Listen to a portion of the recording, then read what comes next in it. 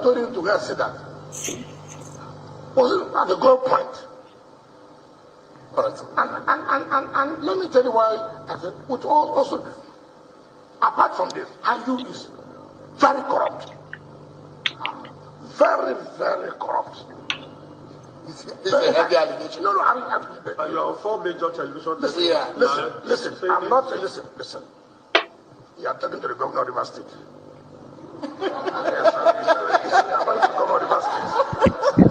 I mean, you see, I have told you, I am totally involved. Because you're a lawyer also. When you say this kind of thing, you probably have evidence. Listen, you have opportunity to challenge me. I will name. I said I would name. I told I was going to speak. I'm not speaking today.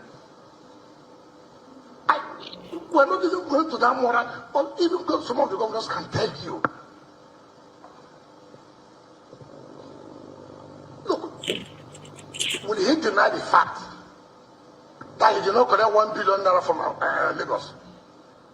From Lagos? Yes. Who in Lagos? I would let him deny. I will tell him who gave him the money. Lagos? Yeah, Lagos not Lagos State government, whatever. I'm talking about. The money was given to him in Lagos, yes. For what purpose? He met one of the presidential aspirants and told him that he's not sure these governors may want to sponsor the party. Let IU say no. I would even call some of the businessmen and how the money was arranged in Lagos. That money did not enter to the account of PDP. But we're not attacking IU on that basis. We're attacking IU. This is what we are talking about. So when are the elections? Look. We dey press their neck for Abuja. 4 people tweeting in a room in the city of Abuja. Oh boy, yeah. Obi for life.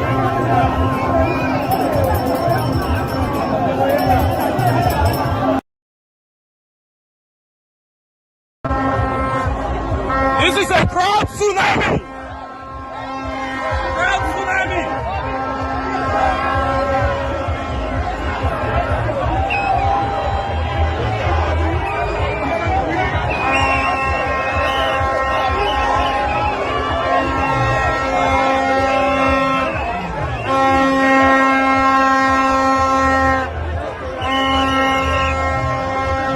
Oh boy, Abuja choke!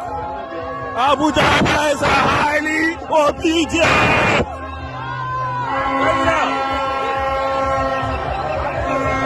Abuja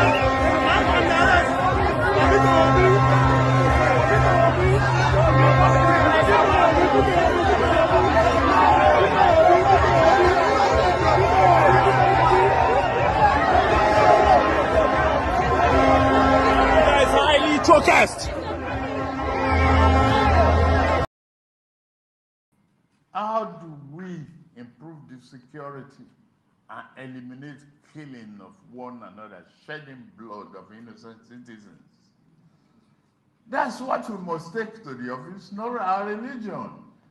When the shortlisted names came, I look at the character, their background, and everything. Yes, somebody who is so brilliant, so committed, who are during the crisis of Borno, protected Christians. My intention is clear, not on religiosity.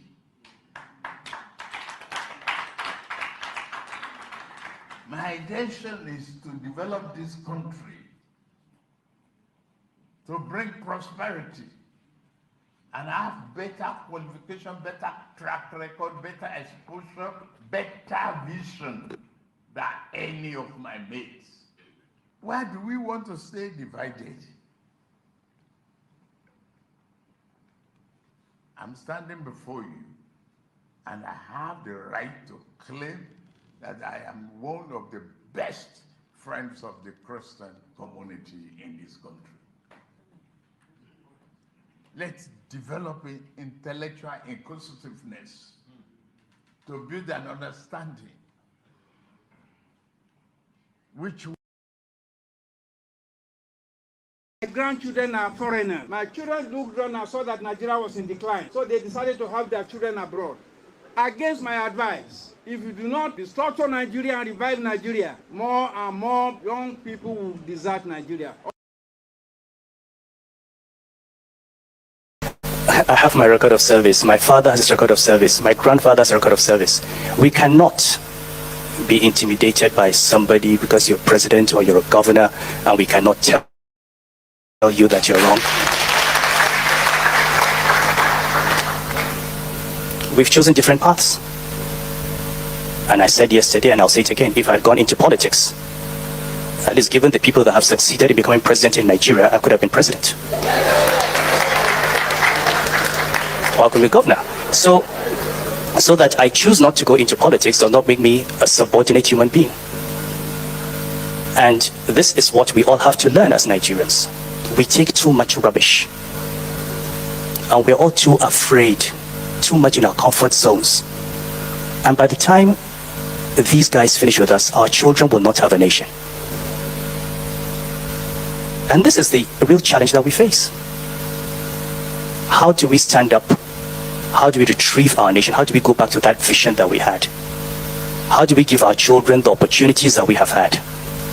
And even better. And this is the question that change. I will keep talking every election season is simply because we have not changed the politicians. We keep re-electing them. So they can't change. We too refuse to change them. So nothing will change. Number two, that there is no money in the economy is one lie we get told every day. If there is no money, where do politicians get the money to do expensive elections? There is money. The revenue being captured in the statistics, whether MBS, CBN, or Ministry of Finance, is less than 20% of the actual revenue. So when you bring that transparency, you have more money. Thirdly, all of these projects, whether it's power, 4,000 megawatt, whatever, we have invested to the tune of 32,000 megawatts, but the money is in private pockets. So we need three things. You must bring character, no more money, you don't need money. Bring character, bring competence, and bring courage. Courage to say no to your friends and sponsors. Thank you. Thank you. Thank you. Okay.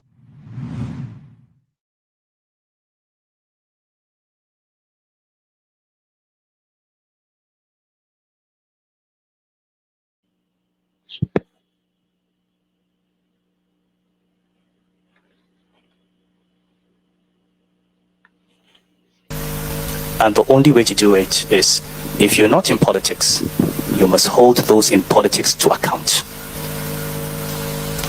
It's not a comfortable situation to be in, but believe me, when people are incompetent and they don't like you, you wear their dislike as a badge of honor. You can't be comfortable. You can't be normal in a dysfunctional environment. Okay, all right. So we must get outside our comfort zone, and that is the only way we'll change this country. And for the young people, do not fear. This is your country, this is your future. Take hold of it, work for it, build it. Don't let anyone tell you to run away because you have a degree. Go to England, go to America, go to France. This is your country, you're coming back here. So let's work to build one for you.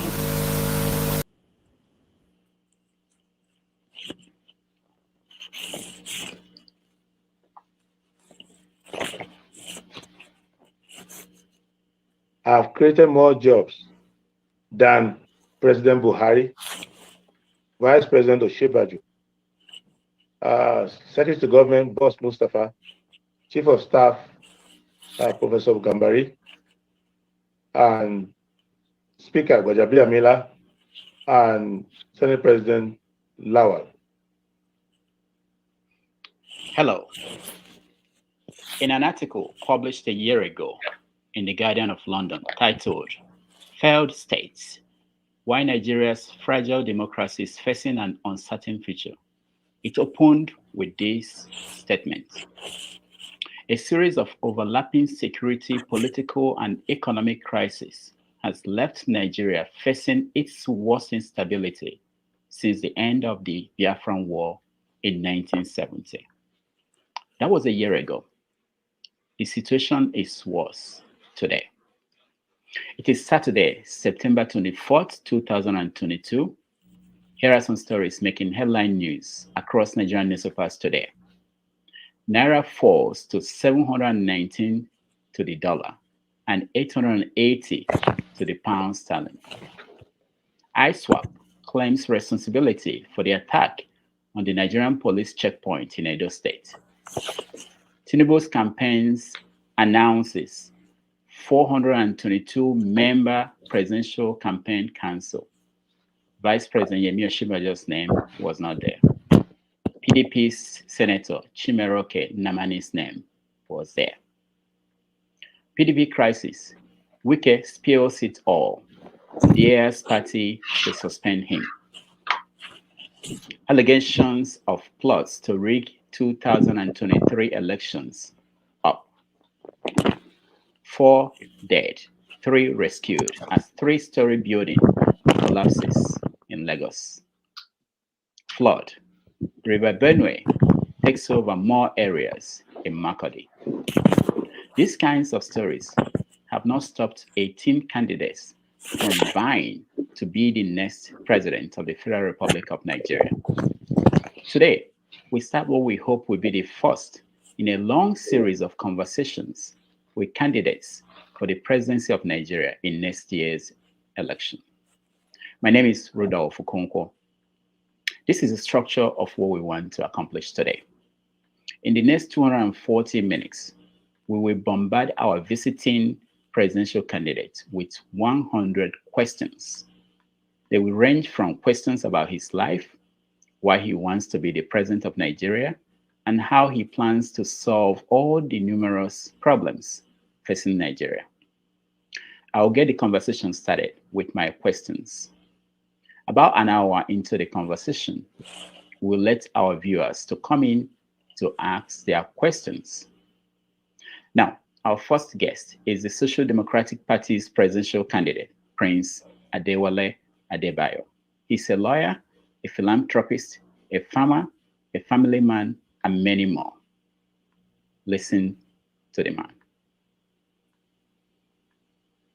Each of the 774 local governments, each of the 36 states and the FCT, each of the 6 zones and all over the country, and deliver victory for the Nigerian people. Victory. The alternative you have been looking for is here. That the excuse that you did not have a choice is now gone.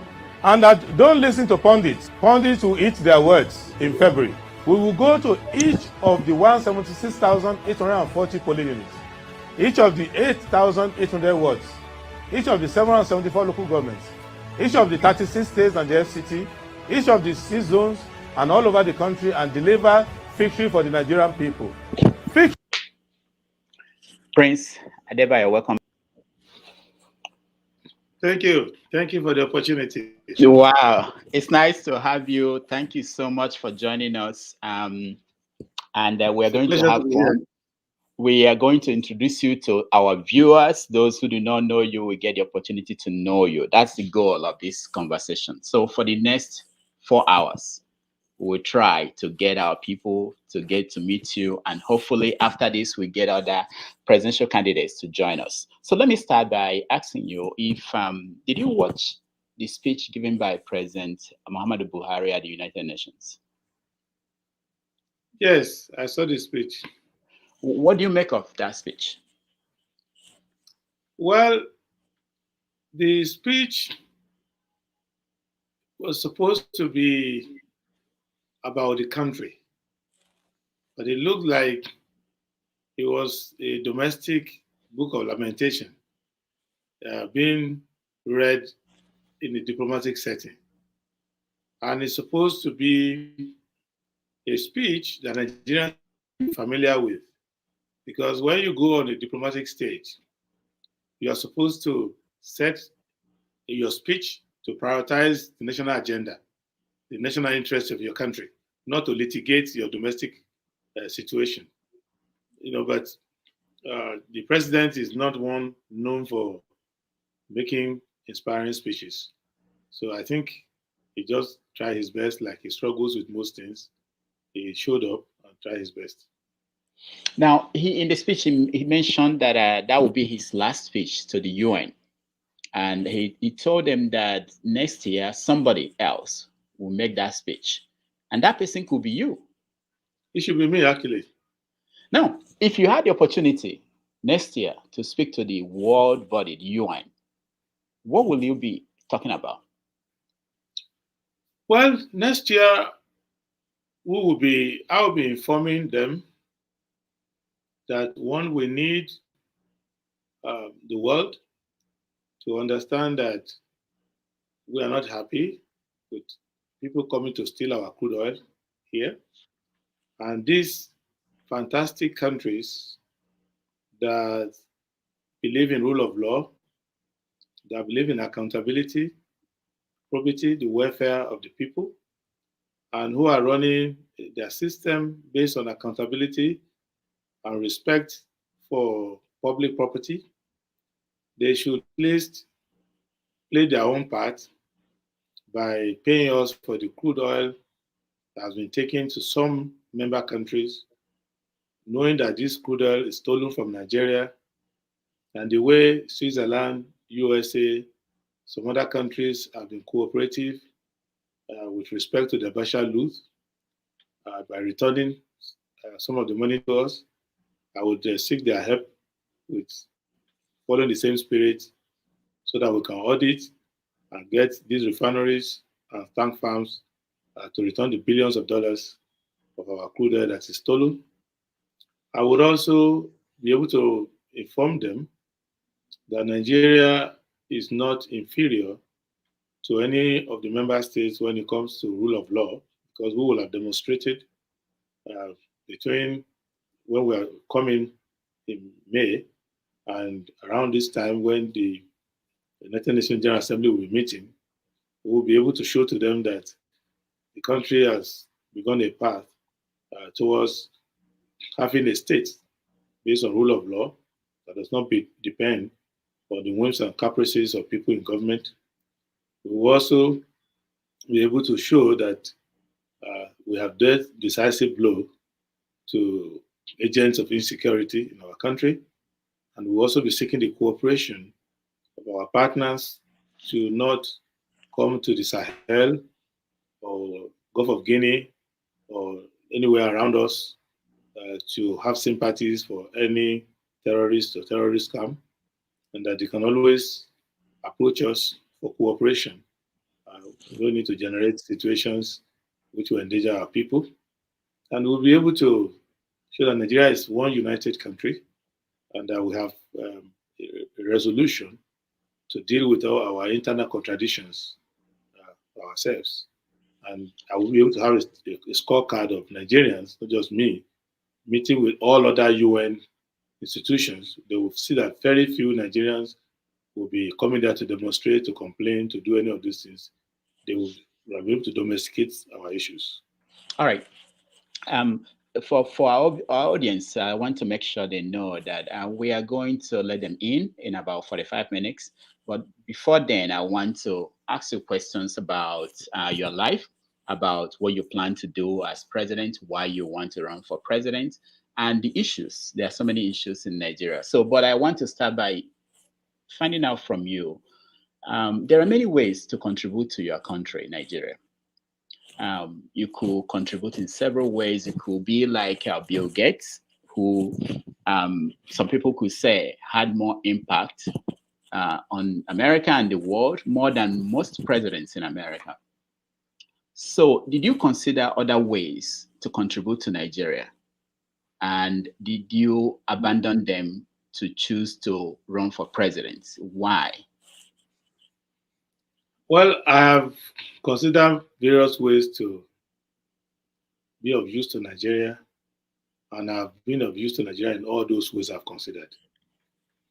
I've been of use to Nigeria in every way by obeying Nigerian laws, for example, as a citizen, by defending the country domestically and internationally, by employing Nigerians, by paying taxation to the country, by intervening in social services where there's gap, by way of philanthropy, by way of community service, by way of advocacy.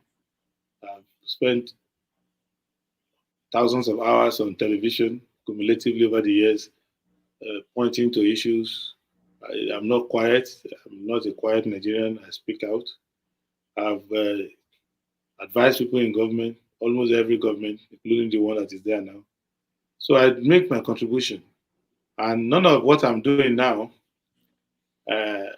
has made me to stop what I was doing before. Mm-hmm. So it's just that I realize it's not enough. Now, sorry, we have to get as many questions as possible. Our time goes so fast, and we have our target of 100 questions. So let's look at this. Okay. The 4 top candidates. I know you don't agree with the polling and the figures, but the 4 top candidates for president today were former either elected governors or they were former governors. All the 4. Did you ever consider at a point, maybe I should run for governor, and you decided no or yes, and why did you decide that you want to go straight for the presidency? Look, I'm not looking for a job. I'm just going to where the job is. So it's like a person who believes that I want to be a pediatrician to take care of young people. Then you say, why didn't you think of being an ophthalmologist? It's the guy once has an interest. I look at Nigeria and I realize that the country is like a fish rotting the head. So you have to go to the head and get the head right. So if a plane, an airplane or aeroplane as Nigerians like to call it, if an aeroplane is floundering in the air, you go to the cockpit. Someone can say, why don't you just start as a air hostess? Why don't you start by serving food on that plane? Why don't you? No, you go to the cockpit, and the cockpit of Nigeria is the State House, because by our constitution, there can only be one president. So we have an executive branch that is just one man, assisted by the vice president. That's the executive branch completed. So I take it that you don't think that being the governor of Ondo State, for instance, is important. It is important for those whose concerns are limited to Ondo State. So I can't from Ondo State go and deal with bandits in Zamfara State. Okay. Fair enough. I heard you. But Ondo has issues too that are not resolved, and they are basically begging for who will help them there. I don't think there's any state in Nigeria that we can say is being governed very well. And if there's someone who has the skill, that person could go to the state. But I agree, you can do anything you want. You can start from the presidency. I don't have any problem with that. Let me play you the video of somebody who you are competing against and what he said about people like you, his competitors. To bring prosperity and have better qualification, better track record, better exposure, better vision than any of my mates. Why do we want to stay divided? I'm standing before you, and I have the right to claim that I am one of the best friends of the Christian community in this country. Let's develop intellectual inclusiveness to build an understanding. So he said he said that he's one of the best, better than any of his competitors, which includes you. What do you bring to what is it that Bola Tinubu does not have that you have? Why would people vote for you and not him? Well, I think that to start with, I have the public interest at heart. I have a vision of a republic where the resources of the Nigerian public are used for the Nigerian people. I have an agility and ability to understand the concept of development. And if you look at the issue of probity and getting value for money and the ability to avoid wasted opportunities, if you look at anybody who has seen the scorecard of this gentleman, you will see that for every hour he has worked for the public, he has worked 23 hours for himself. So, and we need to create a political space whereby you have very rich government and poor politicians, not bankrupt government and wealthy politicians. And you also need to know that the modern cities of Nigeria, Nigeria needs modern cities, Nigeria needs a modern government, Nigeria needs someone who can know the difference between being in charge of patronages, being in charge of privileges, and someone who is actually rendering services to the people. So that is the concept of governance between me and that eminent gentleman is like day and night. What about you and the former vice president Atiku Abubakar? What's the difference? Well, I think we should just start with the same problem. Those who are in politics to become tycoons and control resources and make themselves like the godfather of politics and use the public money to finance themselves and recycle themselves that way. It's different from someone who believes that attracting talent to the public space and growing the wealth for the people, not growing the wealth for yourself. And also being able to have a vision of what the country should look like. For example, you will not see me thinking that all I can do in public life is to acquire money and run to live in another person's country because they've managed to make their own country attractive. And I go there and start living there. I have the vision to turn Newi to Dubai, not actually escape and go to Dubai and be holding meetings from there. So even that basic understanding should be clear. Okay, let's look at someone like Omoyele Sowore. What's the difference between you and Sowore? I'm gentler. I'm cooler. Kind of nice guy. So I think the difference between Sowore and me essentially will be that I know that a leader has to inspire the people and not rely on his own personal radicalism, because it is different between Che Guevara and Fidel Castro.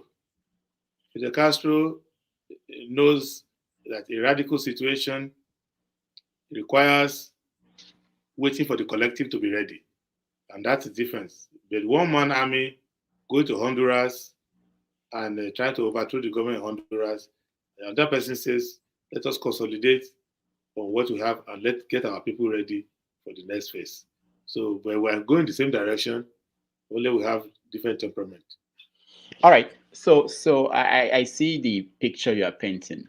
So when you discovered that you have this gift, you want to serve the country by running for president, how did you arrive at going to SDP as the vehicle that you are going to use to run for president? I wanted to combine all the opposition parties together. And I spent about 2 years doing that because I saw the fiasco of 2019 with everybody, almost 100 people say I'm the best and all of that. So I thought the best thing to do would be to get everybody together under a platform. But I spent a lot of time on it. I'm sure you must have seen 14 political parties meeting, planning, issuing communique, working together. But in the end, I realized that INEC is not in the mood to register a new coalition or anything like that. And the politicians who are in these political parties are also not prepared to lose their position and all of that. So in the end, I looked at the party that has the widest spread, that is open to having young people come in and making changes. So we were able to successfully change the chairman without too much problem, from a 73-year-old man to a 52-year-old man at that time.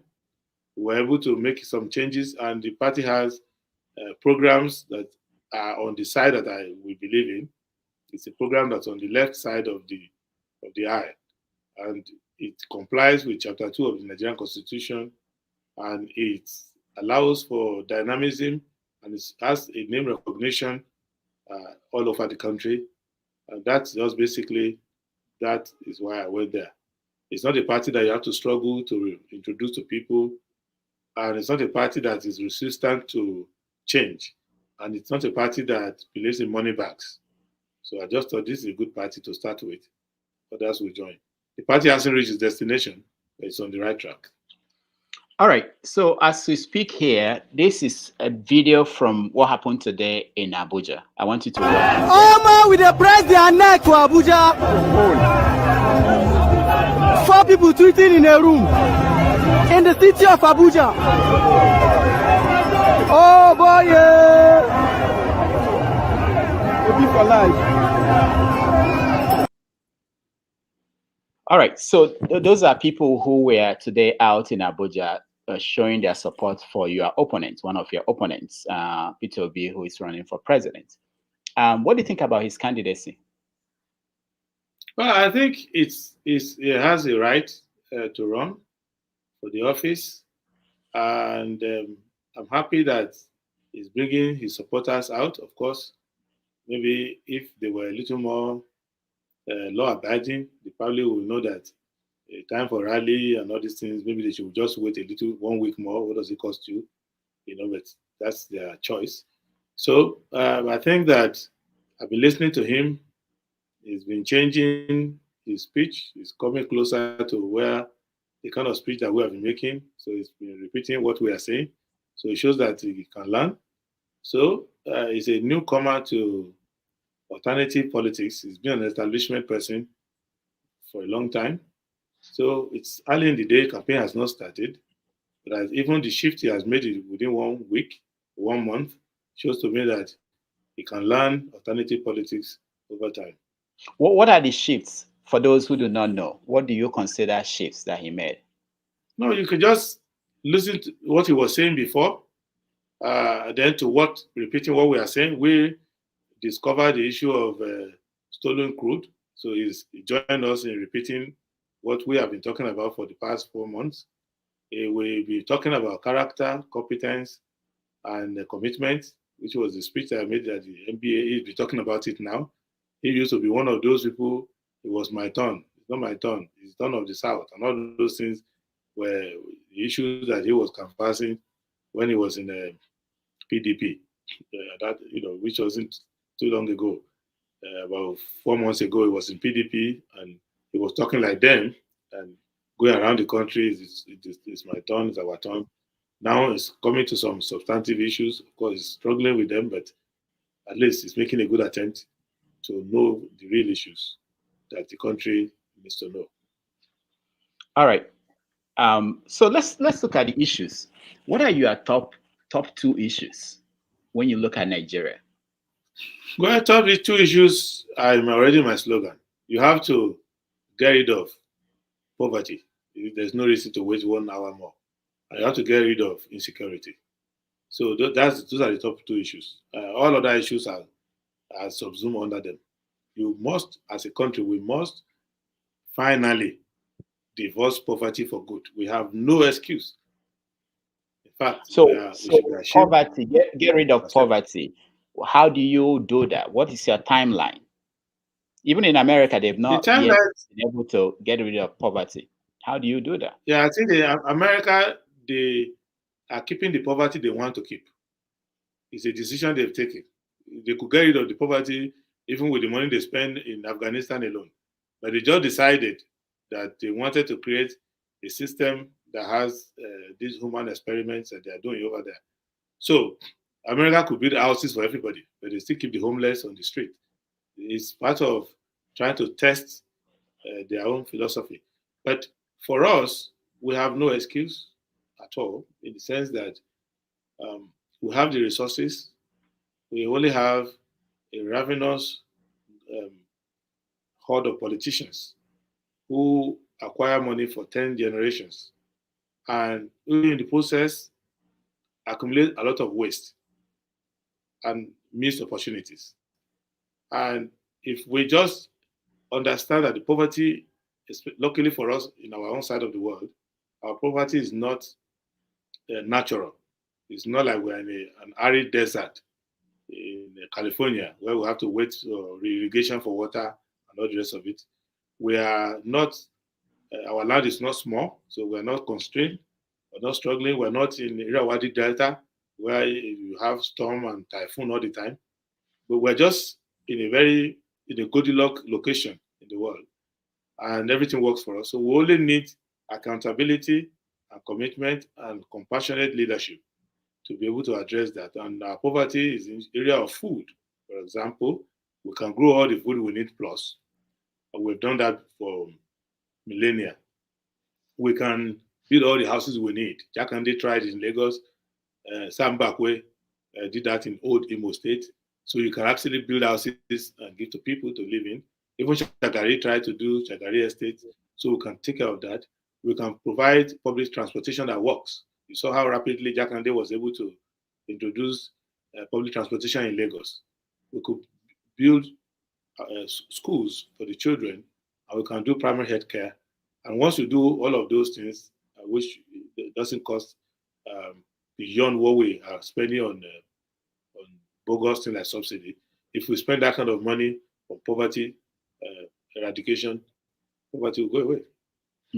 So why do you think that other governments, since independence, they've not been able to solve this poverty problem, and that you have the solution to that?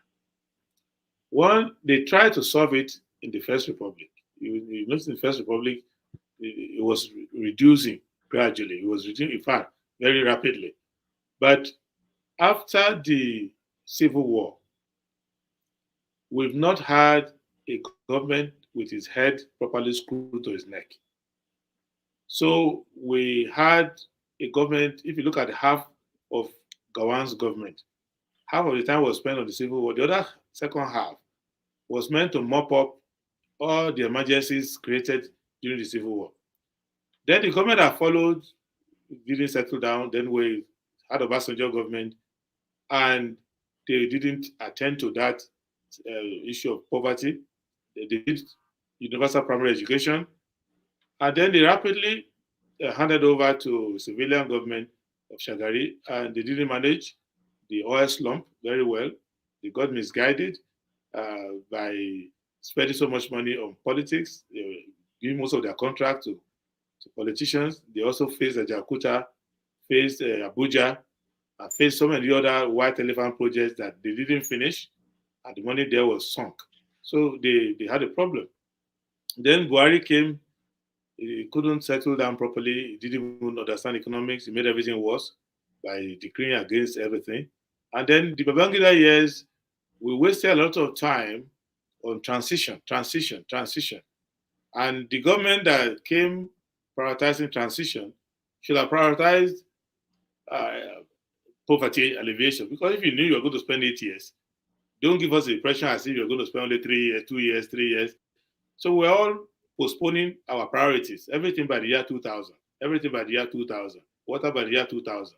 We're not making investment. And we did the unthinkable. We drank the poison of currency devaluation. So we didn't address all of those. But the 90s should have gone away. In 1999, when this dispensation started, we have the most profligate and unserious governors, some of them are still running for president now, that they didn't address urban poverty. They only solved their own personal poverty. They were acquiring public properties. They were using the money to create political empires and all over the place, and created millionaire and billionaire politicians. Those are the reasons. It's not that poverty is stubborn. It's just that they don't address it. Even institutions that were working before that were naturally helping us with poverty, like for example, we had Nigerian Railway Corporation, we had the we had NEPA, we had the housing corporation. They were keeping people employed and giving them staff school. They privatized all of them, and they did asset stripping, and we produced billionaires, and we didn't keep people in employment. And if you don't keep people in employment, then you have to give them intervention, and you cannot afford all the intervention. So the first thing you do is to make sure that you generate full employment. Whatever happens, your priority should be full employment. With full employment, then macroeconomic measures can work. You can now start to increase your tax base. You can try to increase investment in insurance and other things by making deductibles. You can now start funding co-pays and all of that. But they abandon the notion that it's the job of government to stimulate employment. They say it's not the job of government to employ people. So our institutions that were employing people, they privatized them.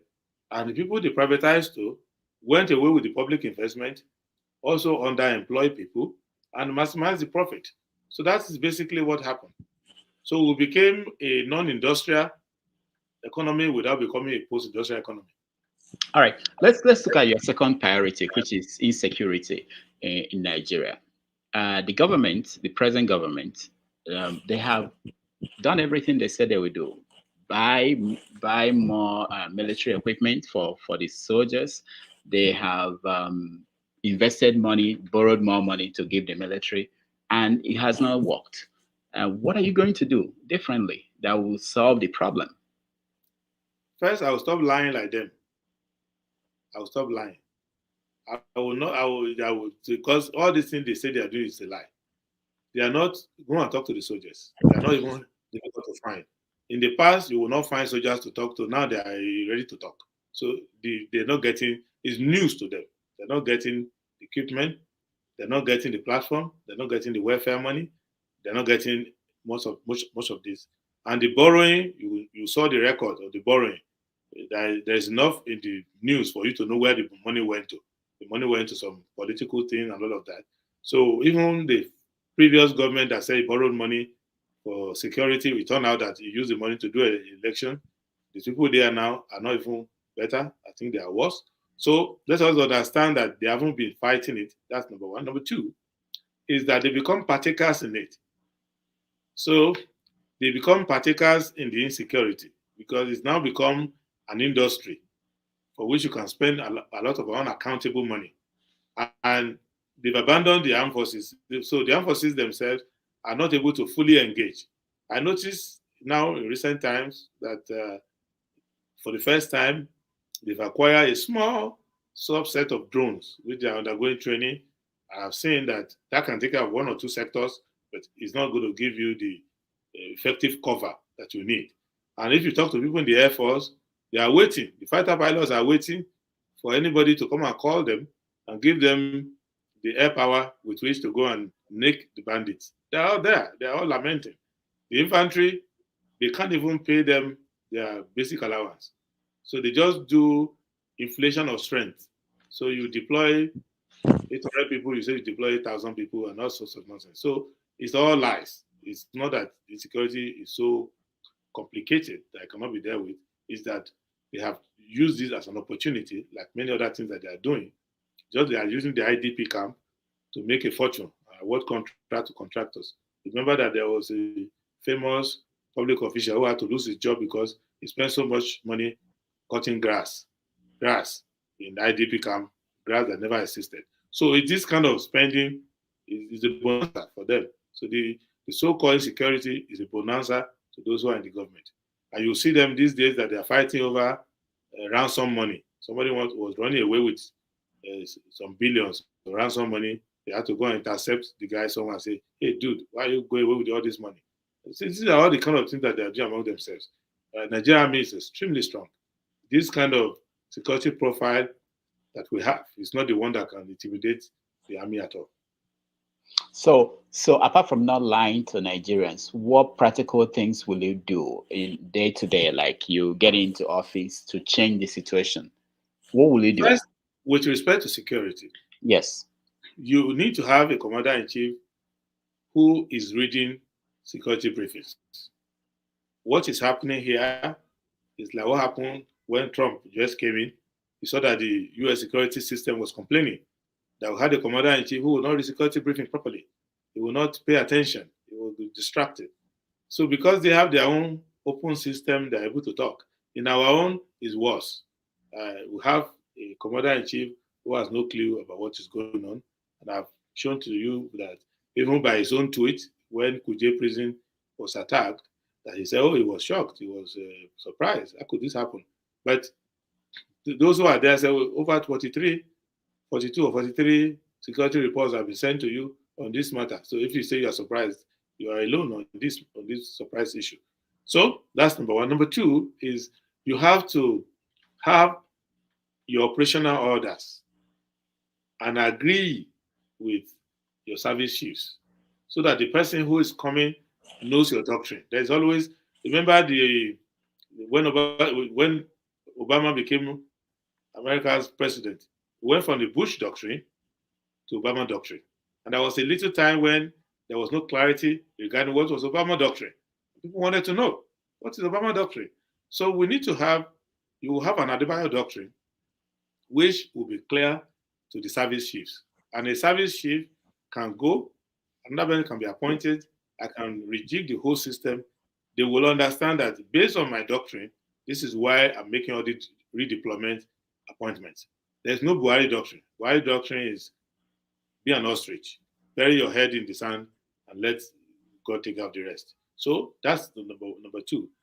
Then those who are in the leadership and decision making in the four services, and those who are in the intelligence community, and those who are within subsets of the services, the Director of Military Intelligence, the NSA service, all of those people who will know this doctrine.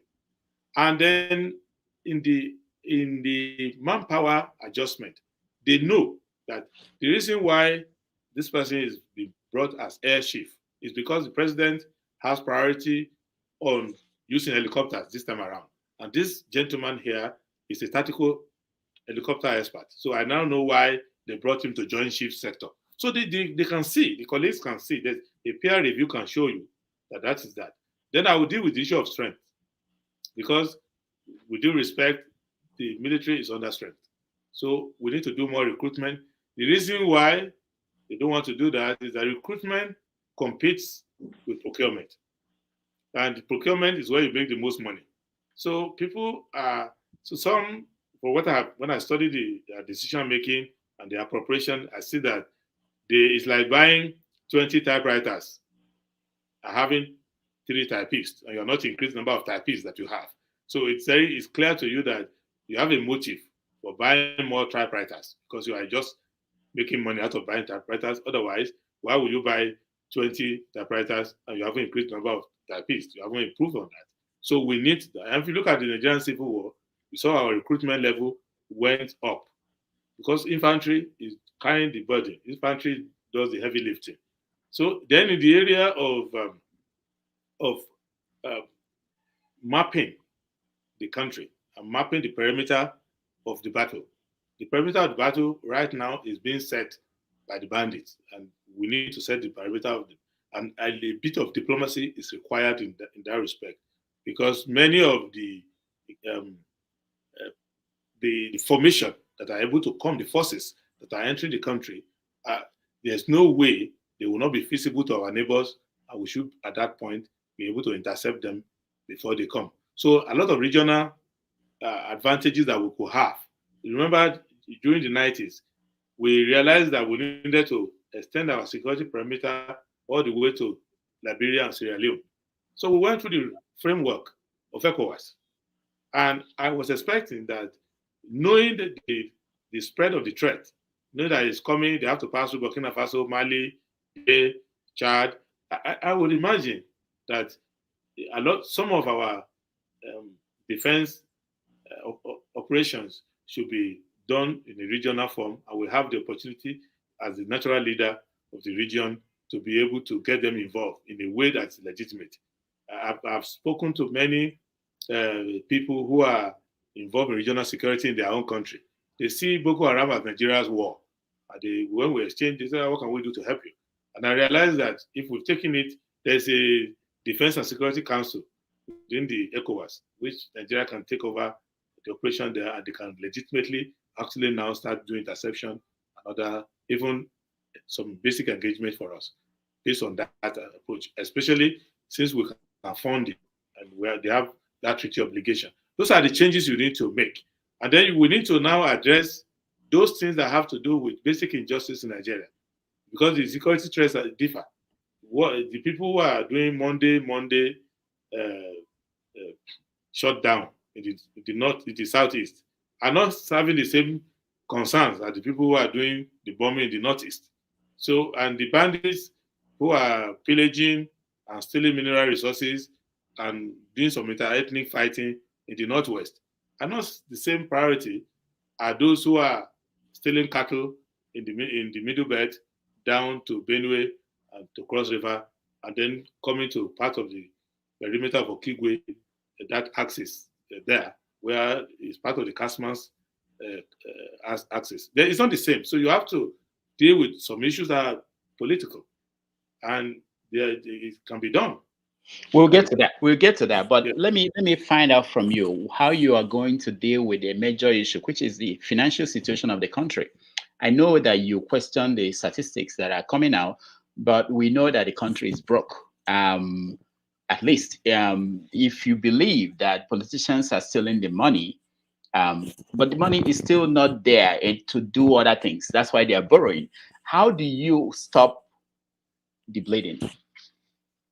First, they're not borrowing because they want to help. They are borrowing because they are in the habit of stealing, and the speed of stealing is higher than the speed of revenue generation. So they need to borrow. So it's just like an armed robber coming to someone's house. After taking all your money, he now says you should use your credit card to tell your bank that you need more money so that you can go with more money. That's all. So first, I have to deal with the issue of capturing the revenue.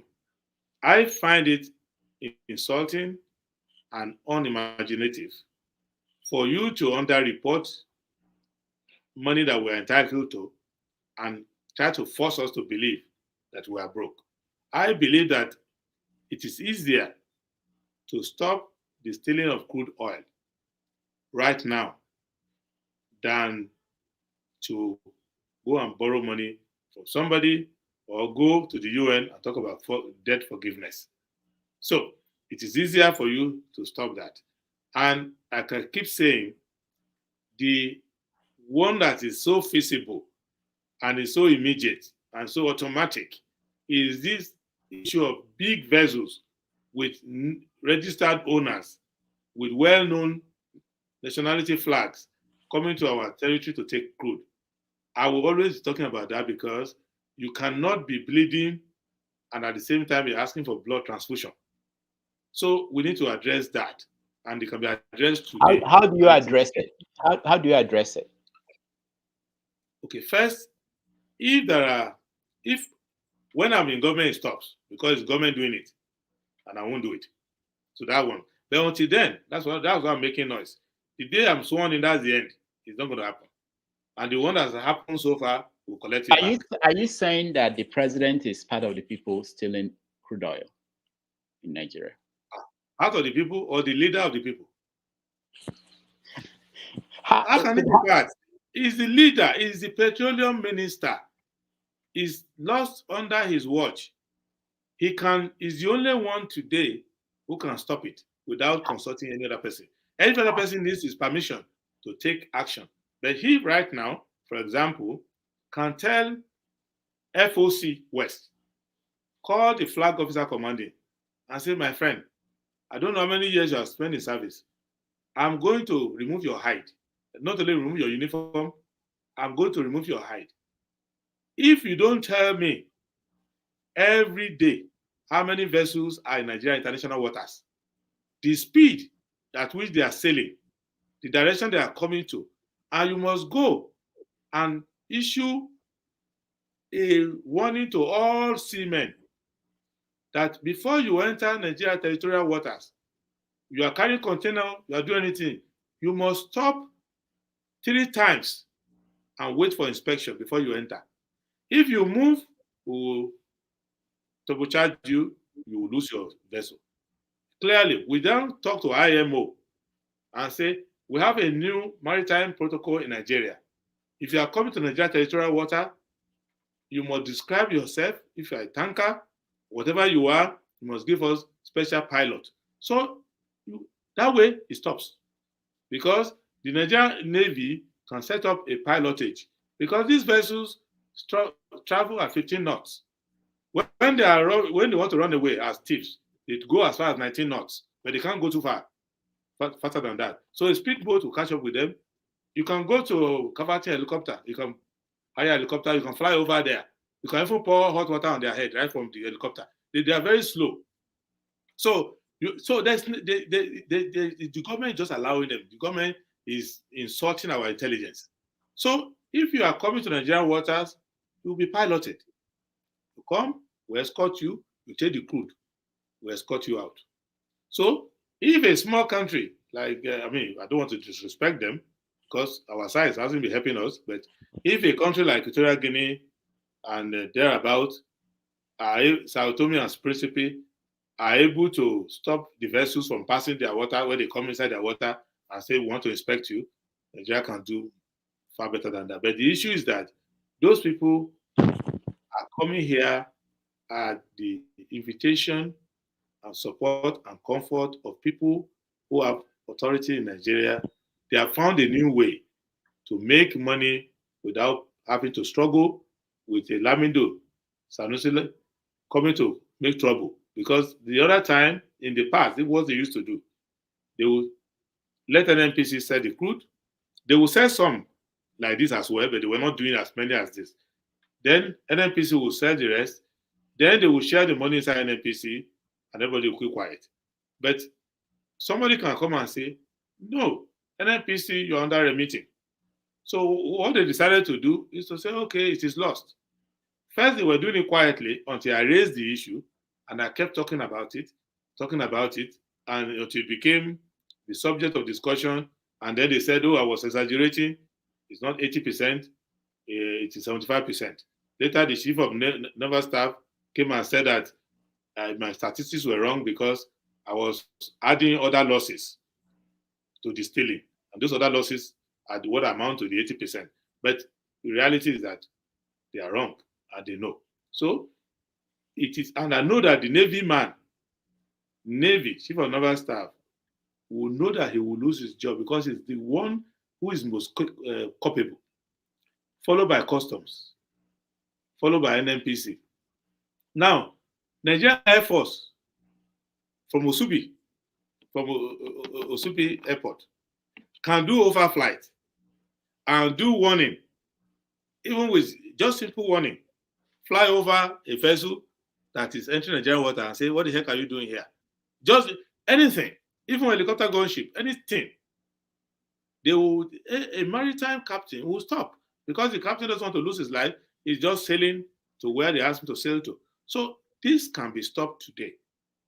But the fact that they haven't stopped it makes me to know that they are collecting the money. And by the way, don't we know where it is going? You go and see Tank Farm in Holland. You will see them there. Tank Farm designed to collect all these things. The companies that sell the legitimate ones, if you find out they are still involved in selling this one as well. So what are we now saying? So, and I want to have a brother who's in the oil sector. When is your birthday, Rudolph? He's going to give you crude oil as your birthday gift. I want to see where you are going to sell it. Who is going to buy it from you? Nobody's going to buy it from you. So the people who buy it are the same. The final, and in any case, there is a molecular signature for Nigerian crude. So if you take crude from Kwaibo, Mobu Terminal, and you take from, say, you go to Escafos and you take, or you go anywhere and take, they don't look alike. They're not the same. You will know. I've spent many years as a lawyer to the petroleum industry to know that they're not the same. In fact, I know some of my clients that are so smart that they don't even go into the lab anymore. They just take and taste it and say, okay, this is Bonny Light. They know it. So let's not dwell too much on that. So, but it's very important that we should know that the government is bankrupting us. It's like an armed robber robbing a bank and telling people, sorry, we're out of cash. So, but you robbed the bank. So why are you saying we're out of cash? You made us out of cash, you can bring it back. So this is number one. Number two, because of the feasibility of crude theft, that we can see it. As I'm talking to you, they stole today. I'm not talking of yesterday. Today, they stole. So now, what are the infeasibles? Overflight money, money for consular services, money for corporate taxation. How do they steal money for corporate taxation? You give tax waivers. For example, you have an economic. Do you know that the tax waivers given within the economy sometimes is equal to the entire appropriation? Are you aware of that? So if you are appropriating 13 trillion, 15 trillion, and you are giving tax waiver of 16 trillion, what have you done? You have told the tax collector has told the other guy, don't pay the government, pay me later, pay me from the back. So these are the reasons why I have full confidence that all their false entries in the books will not intimidate me. And I can give you other illustrations that shows you their internal contradiction. Somebody was asking your best friend, Raji Fashola, why he couldn't complete certain roads. He said he needed 50 billion for one of the roads, he was given 200 million only. The other one, he needed 50 billion, he was given nothing. So he had to go and take a loan to cook for 7 billion. But so because the government is broke. But the government that is broke is not broke to the point where the accountant general can take 109 billion, one person. 109 billion is available for him to take. So imagine if that money was given to Fashola, then the government will not be broke and they will be to complete. So Fashola now went to borrow 7 billion, giving an impression that the government is broke. But he loves the country so well that he has to go and borrow money to do some work on the roads. But that same government that went to borrow managed to allow 109 billion to be stolen by one person in one transaction. There are other thefts. And the ICPC came out 2 days ago to say that stealing of public money is the greatest calamity facing us and is the cause of our fiscal cliff that we are in. So it's not just me talking, but I find it disingenuous and unintelligent for me to say, I'm going to save the economy, but I'm not going to stop the stealing. What? It makes no sense. It's like pouring water into the basket. It's better for you not to pour more water. Just cover the leakage in the basket first. Then you can now know how much water you actually need. So how do you stop the stealing going on? What are you going to do differently? I know that this government came in with the promise to deal with corruption. What are you going to do? We've been hearing it since the beginning of Nigeria, dealing with corruption. Why hasn't it worked? Because the people who say they are going to stop the stealing are the ones stealing. Fela said authority stealing is worse than armed robbery. So, right from the beginning, when Buhari government came in and said they were going to stop stealing, when they come in, they were spending stolen money to tell you that story. They were using stolen money to hire aircraft to fly the man all over the place. They used stolen money to buy form for him to buy his presidential form. They used stolen money to buy dresses of different color, of different ethnicity in Nigeria for him. To his right, to his left, those people would not have been standing there except for their proficiency in stealing. Because that was what enabled them to contribute a lot of money to the campaign.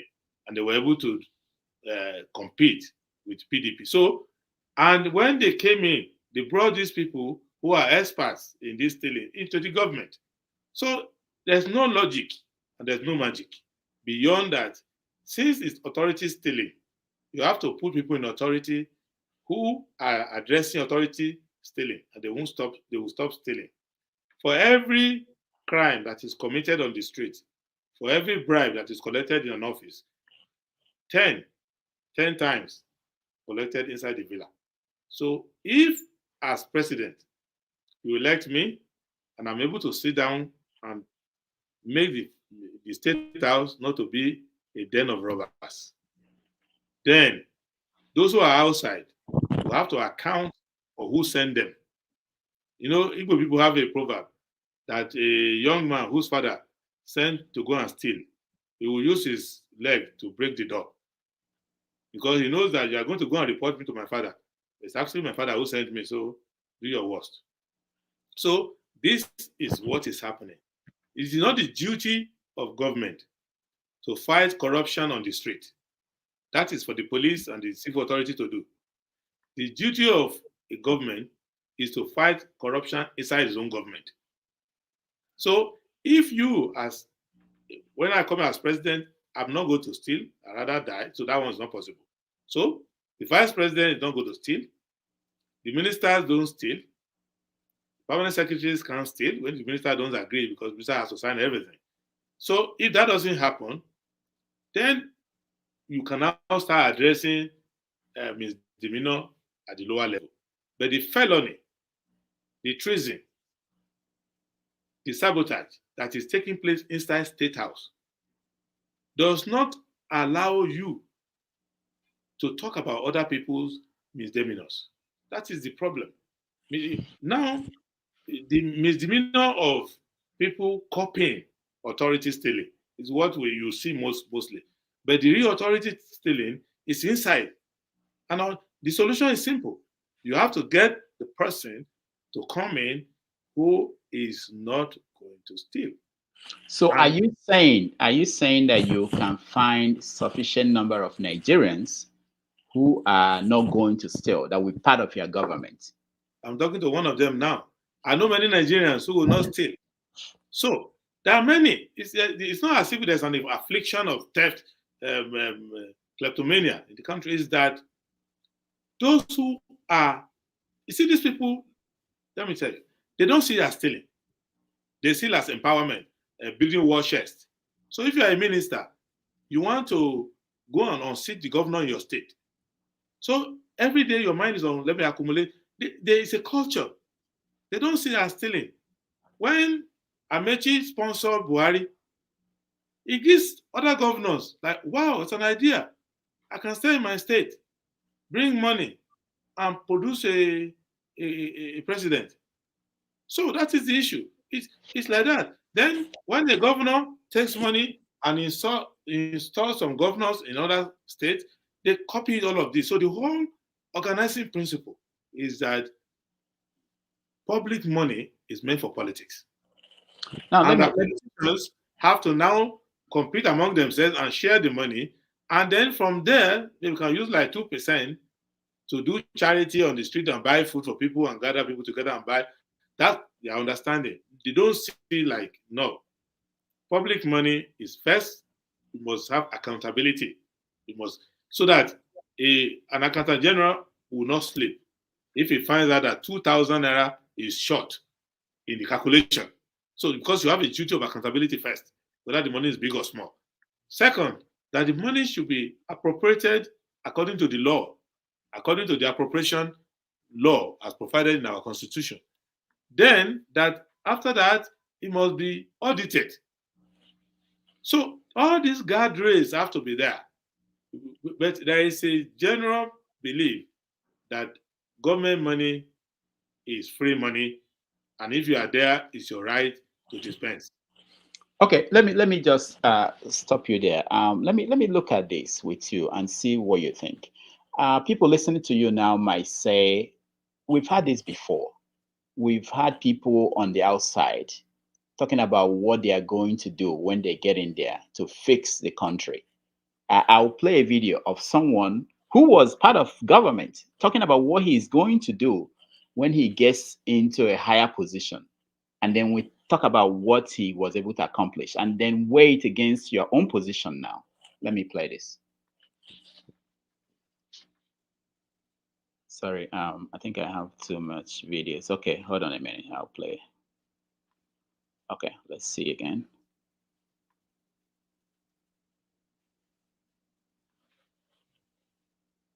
Okay, there you go. But I will try to be simple. Power generation is not rocket science. It's just generator. So just remember and imagine that your I better pass my neighbor in 1 million times its capacity, but in one place. So if you can make that size of 1 kilowatt, you can make a power turbine of 1,000 megawatts. That's that simple.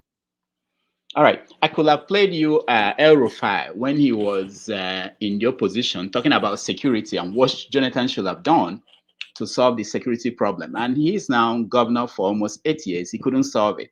So people listening to you talking about how to deal with these issues, how do you tell them? Because when you talk to Fashola, for instance, he now says, oh, I didn't know that this and this will prevent me from doing this. He was in government. He didn't even know. You are outside governance. You've not been part of government. And you are talking about what you're going to do when you get in there. How do you convince people listening to you that there's something you have that is different from what these people who should know better and ended up not being able to do what they promised to do? Okay, first, I'm not in their class. These are people looking for a job in government. They are not trying to lead the government. Fashola could have run for president and articulated his vision. Fashola was escorting somebody to government. So as he is there, his ideas are dying on his head. The only thing he has not done, which a confident, reasonable person should have done, is to have resigned. I just gave you an illustration of he not being given money to do his roads. He was keeping quiet. He was appropriated 50 billion. He was given 200 million, keeping quiet. So these people have developed the complex that to remain in government, at least they are being taken care of and they are happy, even though the work is not getting done. So these are not people who could promise anything, because this is the reason why you don't see me trying to follow anybody and say I'll become a minister. Because I know if you're not at the head, your ideas are just mere suggestions and you will not be able to go further. Some, like Nasir El-Rufai, on the other hand, they have memorized pro, con, and they just talk on anything. There's no consistency. They are more like, if I'm in the opposition, let me just say anything that will get me into power. If I'm in power, let me give all the excuses. That's not my case. My case is just to come here and tell you why I'm jumping from my private life to the presidency, and the visions of what I'm going to do, and my understanding of why they have not been able to do it. And the reason is that they have not had a visioner at the top.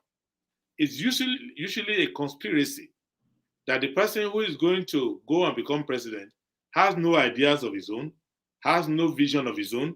They just want to, the Nigerian elite form gangs all across, and they are competing with one another on who is going to take over the resources of the country. And if they see that you like somebody, they do a research and say a profile, they just put somebody there who's just the head. At the end of the day, that person has no vision of his own, has no idea of his own. In my own case, each of these things that I'm saying are not mere promises. They are insider information of what is going on now. I'm even contradicting the false information that I'm bringing from inside to show you that I know the real situation better than them. So I'm not going to be surprised when I get there. So there are many things that I'm talking about that the president of Nigeria, who is there now, is hearing for the first time that is happening under his watch. So it's different. I'm not a career politician looking for how to take position. In my adult life, many elections have been held.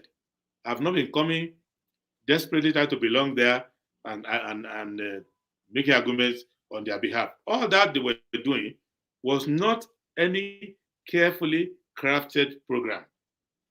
It was just statements and speeches they needed to say to discredit the government there so that they could come in. It's different from my own. I only talk about them when people refer to their failure as a sign that the situation is hopeless. And I will show to you that the situation is not hopeless. The reason why they have not done anything is because, one, they don't want to do anything. Two, they don't have the setup to do anything because they don't have a visioner there. All the things that Fashola was talking about, power generation is not rocket science. It's true. Power generation is not rocket science. But Fashola is not involved in power generation. He's involved in regime sustenance. Because they just came in there, they are propping up their leadership that is wobbly. They are trying to hold on because his real boss is hoping that, if we crash out of this non-performing government now, we've blown out our chances of coming to government after them. So let's just keep quiet. Let's allow Nigerians to suffer for 8 years, and they are going to hand over to us, and then we're going to be fully in charge and do our own thing. So, and that is what is leading them there. I'm different from them completely. All right, so we are going to let our viewers join us and ask you questions. I still have a lot of questions about education, about healthcare, but as we go along, I will put them across to you. But let's get other people involved in this conversation. So I will let them in. They will ask their questions, you answer, and then I will let new people join us so that other people will have an opportunity to talk to you. All right, so everybody, if you come in and I call your name, please just make it one question. If we have an opportunity for you to come back a second time, we will do that. And for those in the studio, if you want to be able to ask questions, if you want me to bring you up, turn on your camera so that I can bring you up. All right, let's start with Kwankwaso Idahosa Ovie. Welcome to the show. And thank you. Yeah, so we have the presidential candidate of the SDP, Prince Adebayo. What's your question for him? Yeah, thank you for gracing our screen with your presence, Mr. Incoming President, if I'm allowed to say that. Yes, my question is centered around sports, track and field to be precise, and for no other reason, because it's the mother of all sports. About 2 months ago, the lights of the world was upon, as in China, Nigerian again. Your smile and tears of joy pretty much in every little girl's in Nigeria or anywhere you can find Nigeria. Thanks to the exploits of Tobi Amusan, the girl from Ijebu-Ode, not just becoming the first Nigerian to become a world champion, but she became the first woman in history of that sport to be the fastest person over 100-meter hurdles. It's a night that we be around us for a long time. But that is not just what our story is about. The beauty of our story is that she was discovered in a school in Ijebu-Ode, Our Ladies of Apocalypse secondary school, if I'm to be precise. That's where she was discovered, not in the streets or the unfortunate things that we are seeing in every cities in our country, IDPs. That's not where she was discovered. 2 days ago, she was in that school and she donated ₦1 million to that school. My question is, there is a correlation between school at that level and sports. At a time in the history of our country that we have never heard the term depression among kids. That is because there's a deliberate attempt to take sport out of our schools, just like as it's been done to our history, not to teach histories in our schools.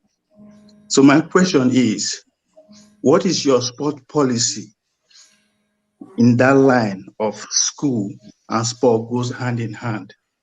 What are you going to do different than what we've been seeing to put our kids back to school? Because kids, They don't just want to go to school to learn, but they also decided to go and make friends and compete and stay agile and not be depressed all day as it is today. So what are you going to do different in that regard? All right, thank you, Ovie. Let me just say that please make your question short as much as possible so that we'll get more questions answered. We're expecting him to answer 100 questions today. We are far from that. We've gone over an hour. So, all right, Prince, do you want to get 3 people and then you answer the 3 questions, or one by one? How do you prefer? One by one, so that I can be quick about it. The sports policy has to reflect the Federation of Nigeria. Sport is a concurrent subject. So local government, states, and federal. In fact, it's also concurrent between government and the private person. So sports is like education. Anyone can do it. At the federal government level, there are 2 things we can do. Within institutions that we run, like the federal government colleges, we make sports mandatory. We also hire sports teachers. We also provide sporting equipment. Then we also build and maintain federal stadiums and sporting facilities across. Then our sporting federations, we let them have a youth program so that it is not them waiting for people to be discovered overseas, and then you try to get Nigerians who are playing basketball in America to come and help you with the Olympics. You make sure that the Basketball Federation also has a youth program at that level. Then we encourage the state to say that if you have a student in your school, state school, he will get his federal scholarship as a sports person. So that will encourage the state level, because we cannot go and run state schools. They belong to the states. And you will notice that in the past, the majority of our sporting champions came from state sectors and run by state. Bender Insurance, owned by Bender State. And what is now Edo and Delta, used to contribute about 60% of our sporting champions because of Bermuda's investment in local stadium and other things that they did in old Bender State. And that tradition is still there. And you will notice that BCC Lions of Boko and all those people, they were all not federal agencies. They're not under federal government, is just to make sure that we create a big curriculum that is good, and we sponsor our athletes when they're going international. But at the domestic level, we can only encourage, just as I've said. And because I don't have enough time, and I know when Rudolph is frowning his face, it means that more questions. And they owe me 100 questions. I'm not going to leave here, but I collect all my 100 questions. So that is the plan. All right. Thank you so much, Prince Adebayo. Thank you so much. We prefer this a short answer so that we can get as many questions as possible. Ovie, can you give room for new people to join us while we continue? When we have more space, you can then come back. All right. Maxwell, you're next. Thank you, Dr. Damages, and good evening to our guest. I have listened to Peter Obi, I have listened to Showore, and I am listening to you now, Dr. Prince. You know that in developing a nation, the foundation matters. And I know what I passed through when I served in the Nigerian army for 18 years.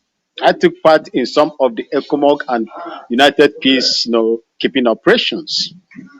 I would like to ask you, sir, if you become the president of Nigeria, do you believe in the 1999 Constitution?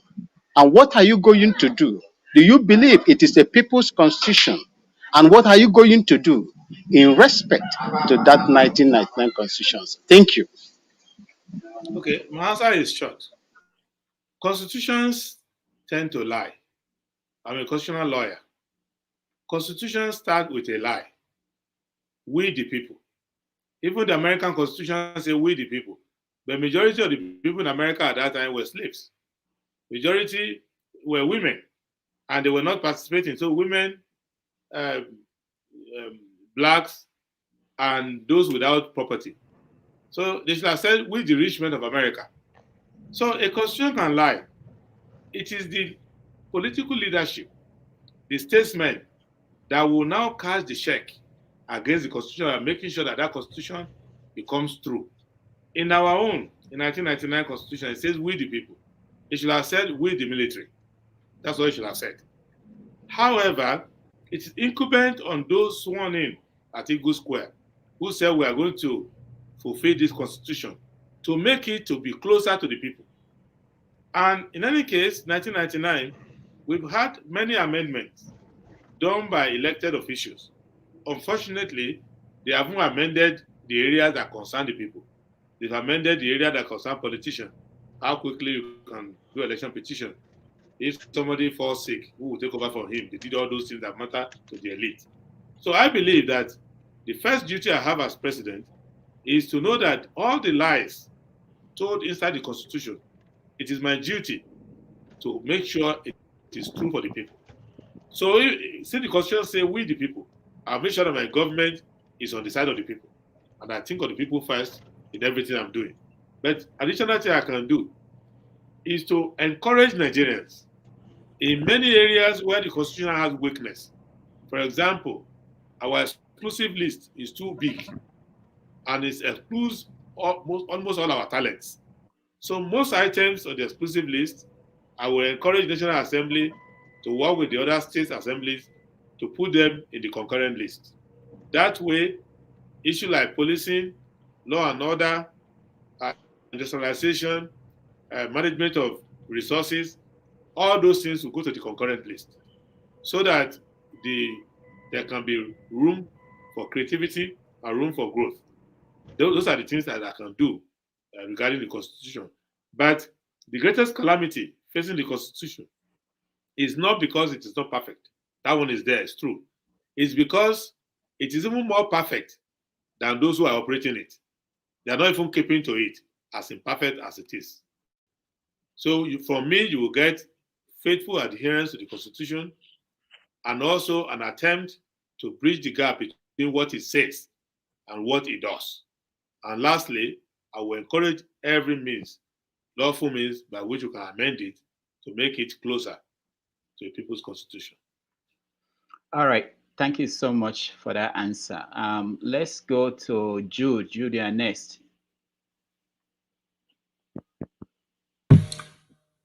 Hello, everybody. Good morning, our guest, Mr. Prince Adewole. My question is this, because personally, any presidential candidate that will let us know how exactly he's going to fight corruption, and not just fighting corruption and stopping it in Nigeria and nailing it to the ball, but also how is he going to go after those who everybody, even the whole world, knows that they have stolen our money, including their families. What is going to do for them to recover all those money, and the kind of punishment that will be meted to those people and their entire family who are the beneficiaries of the stealing of their parents in politics. Now, if you become a president of Nigeria, how are you going to go after these people that are stealing our money, including Obasanjo, them, Babangida, them? Those they are talking about Abacha loot being returned. It's because Abacha is dead. Abacha wasn't the only person at that time that stole Nigerian money. Many of them are still alive today, and nothing is being recovered from them. What are you going to do to recover those money and to make sure they are severely punished? Because in a system where evil is not requited accordingly, the people will continue to do evil. And that is the case of Nigeria. That is why Nigeria is where it is today. There's no way we can fight corruption without bringing to justice all those people who have stolen our money, thereby putting millions of Nigeria today suffering. They can't even feed. Look at the roads. Look at everything. Look at the road in Lagos. They say that they're saying what is it? Alias Jagabandi Tinubu built Lagos. Look at the roads. People cannot pass. Billions are lost every day in Lagos as a result of traffic holdup. It's just that we're in a rotten society. All this, no statistics is being taken. Do you know if you take statistics of how much we lost, how much Nigerian loses every day on road, on a traffic jam alone? It goes, I'm sure it will be more than 10 billion naira every day. How are we going to stop all this corruption? Because all of this is because of corruption and wickedness of our leaders. They must be brought to book. Tell us how you're going to do it. Thank you, Jude. All right, Prince Adebayo, your answer. Thank you. One thing I'm sure you agree with me is that a person who is stealing currently will not have the time, the liver, the moral to talk of the stealing of the past if the person is stealing now. So the first thing to do is to make sure that our government is devoid of stealing. That is to say, I am not going to steal, my family will not steal, my vice president will not steal, people in government will not steal. And that is why I am coming out, the first action I will take is to declare my assets, even before I start campaigning at all. I'm arranging with my party and with my vice president. We come out, we declare our assets. So you will have a copy. Rudolph Okonkwo will have a copy. You circulate to everybody, EFCC, police, everybody has a copy. Historians will have a copy. So that you can now know when we come in whether our life is getting better, faster than the life of other Nigerians, and all of that. So you start with yourself. Because you cannot be a thief and say you want to catch the thief of the past. That doesn't work.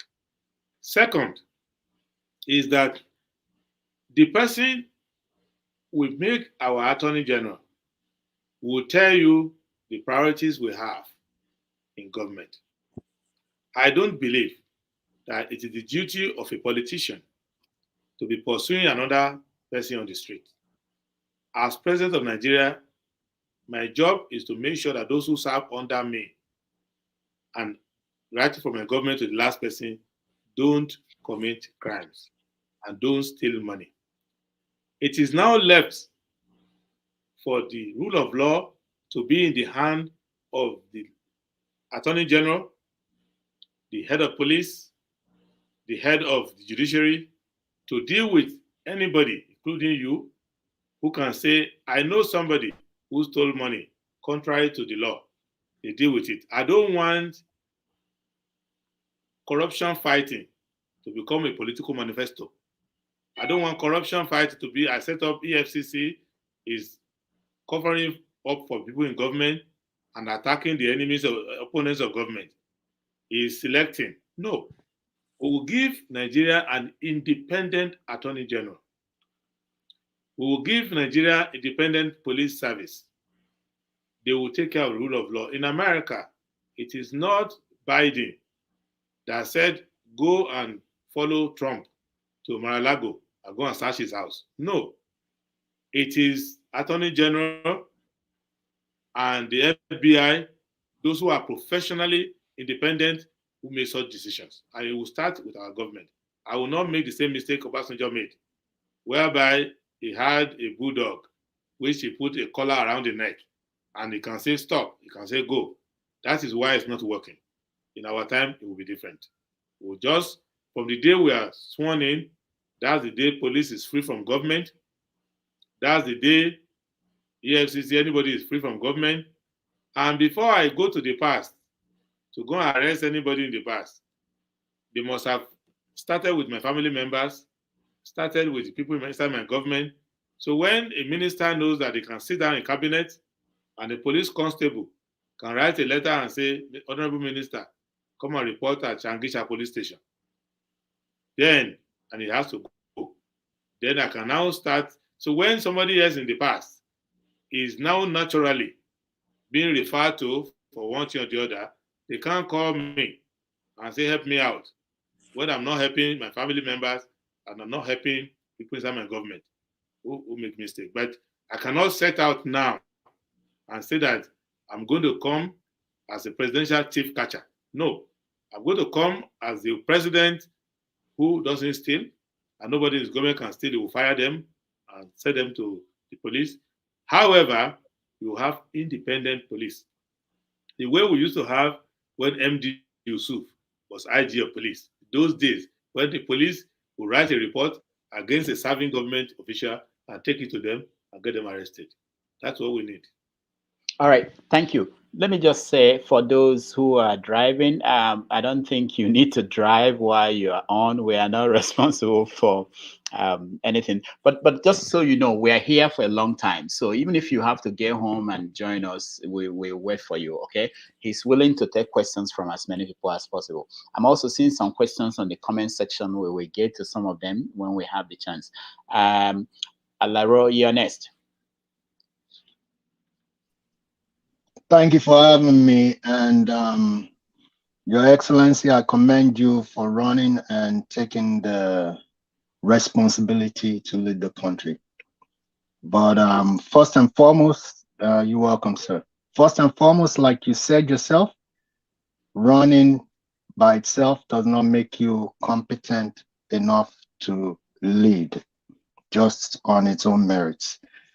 And secondly, you made a comment and said Peter Obi of the Labour Party has basically copy-pasted everything you are proposing, and which I beg to differ, but based on that comment, Peter Obi's manifesto is basically based on the SDGs. If you do believe that he has copy-pasted your ideas, my question to you then is give us your original version of how you intend to implement the SDGs, if they are truly your ideas. And if not, then exactly what is your plan on how to exactly pull the country together besides just getting stolen funds and implementing these funds, which could take your entire 4 years to get it anyway? That's my question to you, sir. Okay, thank you. Number one, it doesn't take you 4 years to get stolen money. And you don't need to say that's all you do. When it comes to stolen crude, even today, if the government of today ask me to help them recover it, I can be running for president, still recover it without breaking a sweat. It's not that complex. It's not like me going from tank farm to tank farm. The records are there. So maritime movement is a recordable movement. So let's leave that aside. It's very easy. So I will just assign the smallest person in my government to pursue that and give us briefing from time to time. They will get it. It's clear. Stealing crude oil is like going to Ondo-born's palace and you steal the trumpet. Anywhere you blow it, they know you are blowing something that belongs to the Ondo-born. They will catch you. So that's that. So now, with respect to the Labour Party candidate, I was asked questions regarding my assessment of him, and I said that his verbiage, his speeches have morphed in the last 2 months, and that I welcome the morphing, because when you are in politics and you stand for a set of principles and your competition is repeating them, is a validation, it's a compliment that they believe in what you are saying. So, and that's a good thing. I'm more satisfied with him than those who are not even listening at all to change the conversation, who are just repeating the same old thing. Now, sustainable development goals. They are things Nigeria as a country has signed on to. So it is not a manifesto issue, because we've signed on to this. We are going to have to comply with them. So my party has its manifesto. Because campaign has not started, I'm not going to be able to go into the nitty-gritty of them. But I can send them, either as a way to upload the document here, I can send them to, or you can go to SDP. I don't want to give assignment. I can send them to Rudolph, and he knows how to put it on his website. Since he's more famous than me, people will go there and easily find it on his website. But what I want you to understand is that a politician doesn't have a manifesto. It's a political party that has a manifesto. As president, I have plans and programs from the manifesto of my party. And basically, the summary of it is that we are going to do social investment. And from the social investment, we're going to invest in education, in healthcare, in housing, in food supply and sustainability, in works, in employment, those things that can eradicate poverty. We're going to invest in that.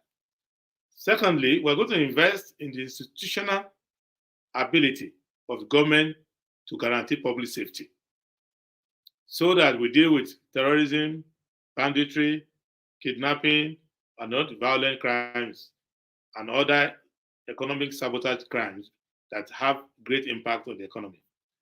Secondly, the second part of that second one is that the part B is that we give social security, economic security, and other securitization for the people. So because you have to create instruments that guarantee to people that you can't be homeless in Nigeria. If you have a job, you can't lose your job anyhow. If you lose your job for any cyclical reasons, you can also get another job. And if you don't have another job, you can be on a training program so that people can live without fear. That is the major thing. In Nigeria, the greatest anxiety comes from uncertainty. There are too many uncertainties in the country. So those are the problems. That's why people are extremely prayerful, are highly spiritual, and many are even going quite psychologically disturbed from these uncertainties. So those are the programs that we are bringing. But to do that, you have to come in with a number of efficiencies. You have to have competencies to understand the issue, to analyze data. And that's why you see some of the other candidates are getting it wrong. They put data out that's not correct. They do computation that doesn't match.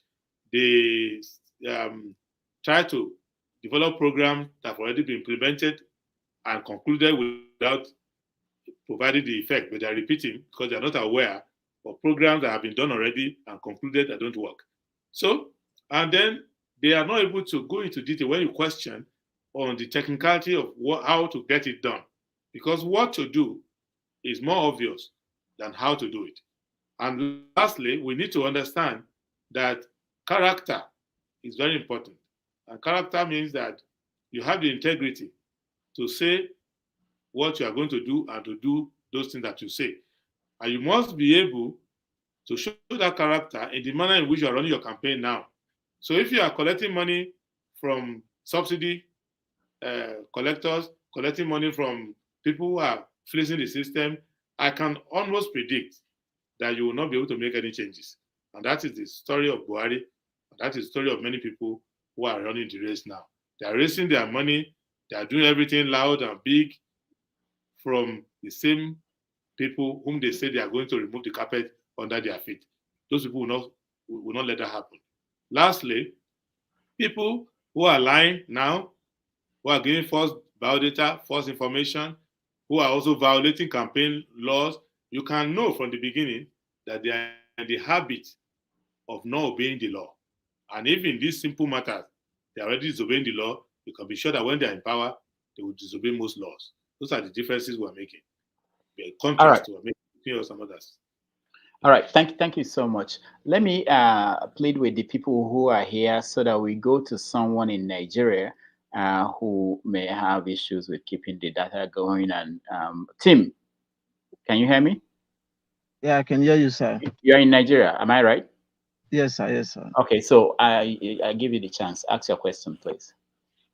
Okay, good evening, sir.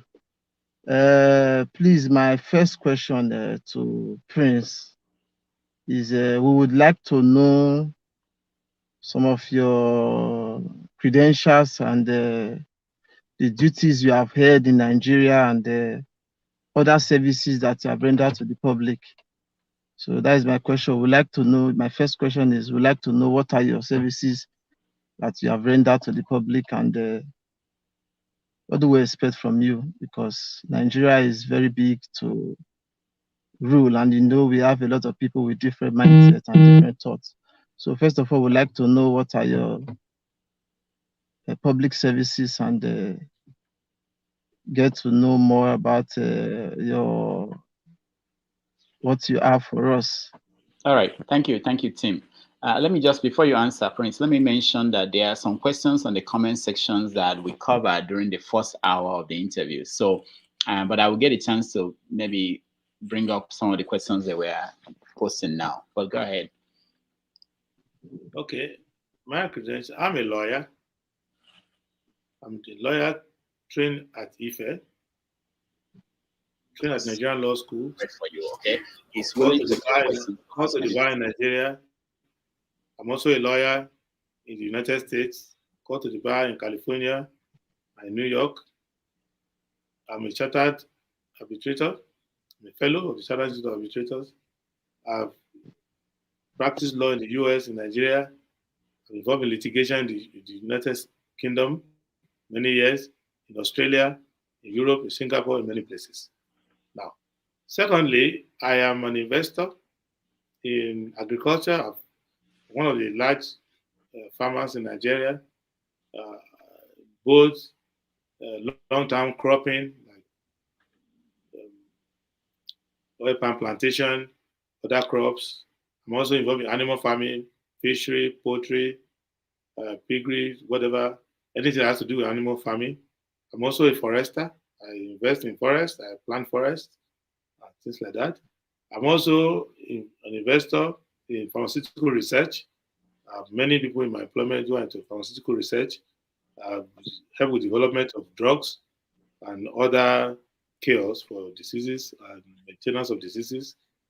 I am also, of course, I practice law. I have practiced law, I render services to the government. I've rendered services against the government when they are wrong. I've litigated against governments all over the world, including the Reserve Bank of Australia and many governments in the world. I'm involved in investment. I'm an investment lawyer in New York. I've gone around the world. I've been a board advisor to many institutions, including the Chambers of Commerce in the US and other international concerns. I've been involved in finance. I've done projects in many places. I'm into development in real estate, built whole islands, built ongoing projects. I'm also involved in media. I set up the Kaftan TV in Nigeria, set up Kaftan Post, and involved in motion picture industry. I'm also involved in cryptocurrency. I'm also involved in blockchain technology support. So all across like that, and I employ a lot of people in these sectors, and so on and so forth.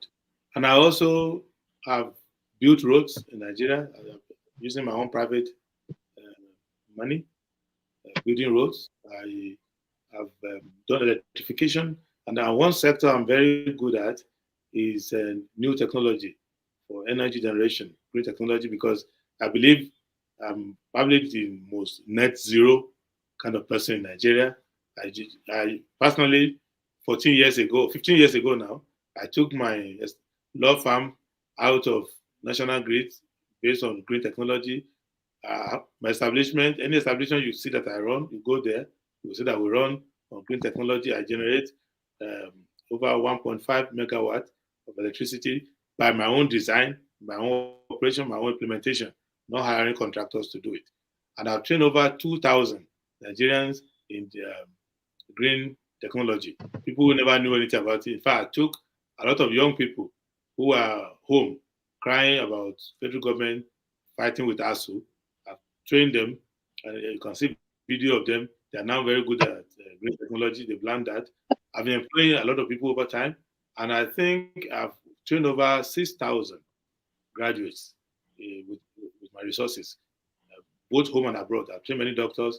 So I've done a lot of these services, and I've saved the Nigerian government a lot of money from people trying to cheat them, people giving them problems. In one particular case, I saved Nigeria over 2 trillion from people internationally who try to cheat the Nigerian government. The government did not know. I had to use my own resources and cooperate with the British government to try to help Nigeria out of that situation. So I've done so many things, and there is no president who will say I've not advised them one way or the other. I'm always there, and I speak in public. I speak the truth in public. However difficult the subject is, I will come out and speak. And I've been doing that over. Can go to AIT channels and take tapes of me speaking in 2004, 2003, speaking like 15 years ago, 16 years ago, to see whether what I'm saying now is different from what I was saying 16 years ago and not the rest of it. So basically, I understand my country. I'm not just a critic. I get involved and I do my best to give advice. And I found out that the problem is that the people who are at the top are not supposed to be there. People who are actually advising or suggesting from outside are supposed to be the people there. So Nigeria is a situation where they put Maradona, Pele, Ronaldo on the spectator stand, and then they take a bunch of pregnant women and grandmothers and say, let them go and represent Nigeria in football. That's exactly what is happening to us. So it is better for those Pele's, Ronaldo's, not to get frustrated. You just go to the field and collect the ball and play it. And that's where I am today. That I'm 50 years old. I've been contributing to Nigeria I became an employer at the age of 22. I've been employing people, doing this, solving problems. If you go to many places, you'll see me doing filling potholes, doing solar lights, doing all sort of community projects, doing housing. So I just thought to myself, how can I be at the end trying to cover bleeding and allow someone to be stabbing the victim? I try to put plaster, they stab another place. So I rather go there and just show to people that these problems can be solved. And what brought me out particularly is the feeling that it doesn't matter how long people have been in government in Nigeria, whether they've been governor, they've been president, vice president, they become president, they've been ministers. Basic problems, they will still say, it's too hard. We tried our best. So it made me to know that all these years, they're not learning anything.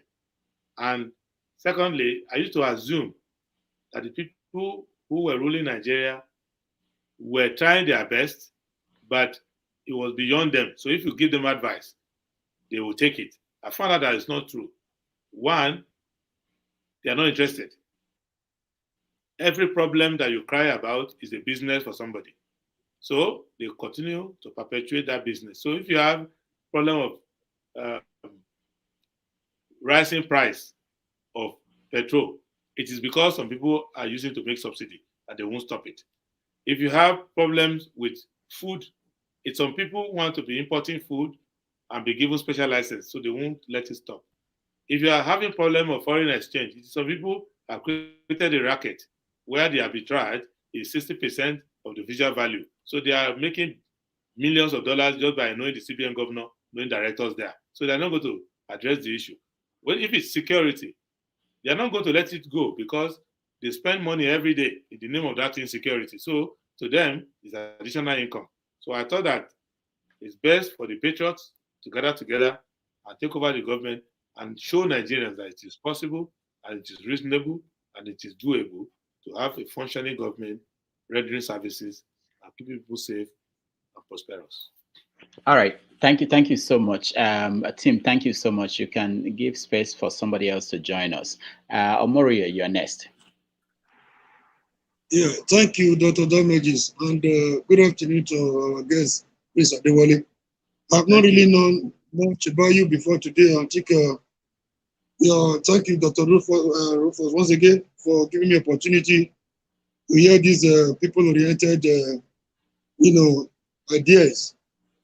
I don't know if you have asked him question on the fuel subsidy. Have you already dealt with that so that I can change my question? No. Well, yeah, a little bit. You can, but you can frame it. That's okay. Okay, I will come to that if I have opportunity, since you already dealt with that. Yes. Please, from what I've heard from you, from the little I've heard from you, I've been fighting on the side of the people since I was 13, 14. And if I see your kind, I can easily identify one. Please, I'd actually also see you as somebody that has gone to London to seek clarification to be a president in Nigeria. I don't think you are the kind that will go to Abuja, to Ota, to the cabals, to the owners, quote unquote, the owners of Nigeria. I don't think you belong to that clique. So if you are not one of those, and I want to see you have something in common with my beloved friend and the comrade Omoyele Sowore, who has been fighting tooth and nail, even with everything, with his life at stake, his family at stake, for a better Nigeria. And yet, Nigerians don't know what he's doing for them. They see him as a noisemaker. What I'm saying, my question is, can you look for a way to collaborate with people like that so that the power can actually belong to the people instead of going to seek the power to rule Nigeria for the cabal? Thank you very much. That's my question. All right. Thank you, Omori. Prince. It's a good idea. And I'm talking with progressive-minded candidates.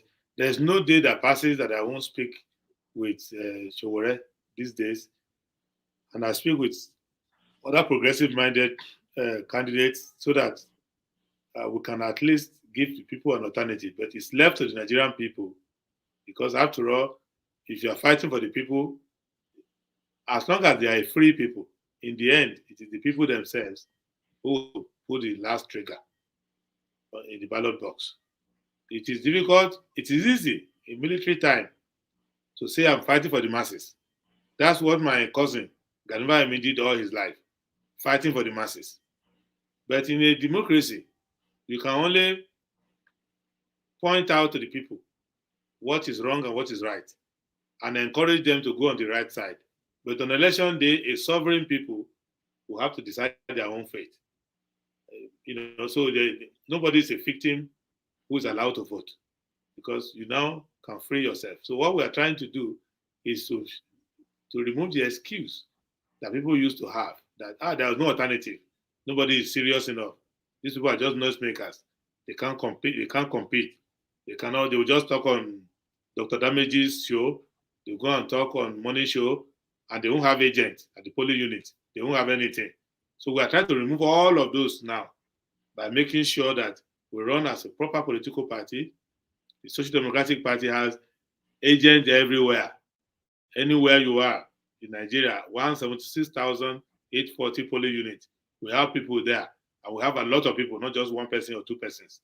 So you cannot say we are not present. You cannot say we don't have the competence. We only have the conscience. We have both the conscience and the competence. You can ask us any issue. You can reduce it to any metric. We can explain it to you. So once it's clear, and we are going to do the hard work and get the message to every corner. So you cannot say, oh, I didn't know when I was going against my own future. If I knew you were there, I would have voted for you. So we are removing all of that, and we'll see that the Nigerian people will pick it up. All right. Thank you. James, you're next.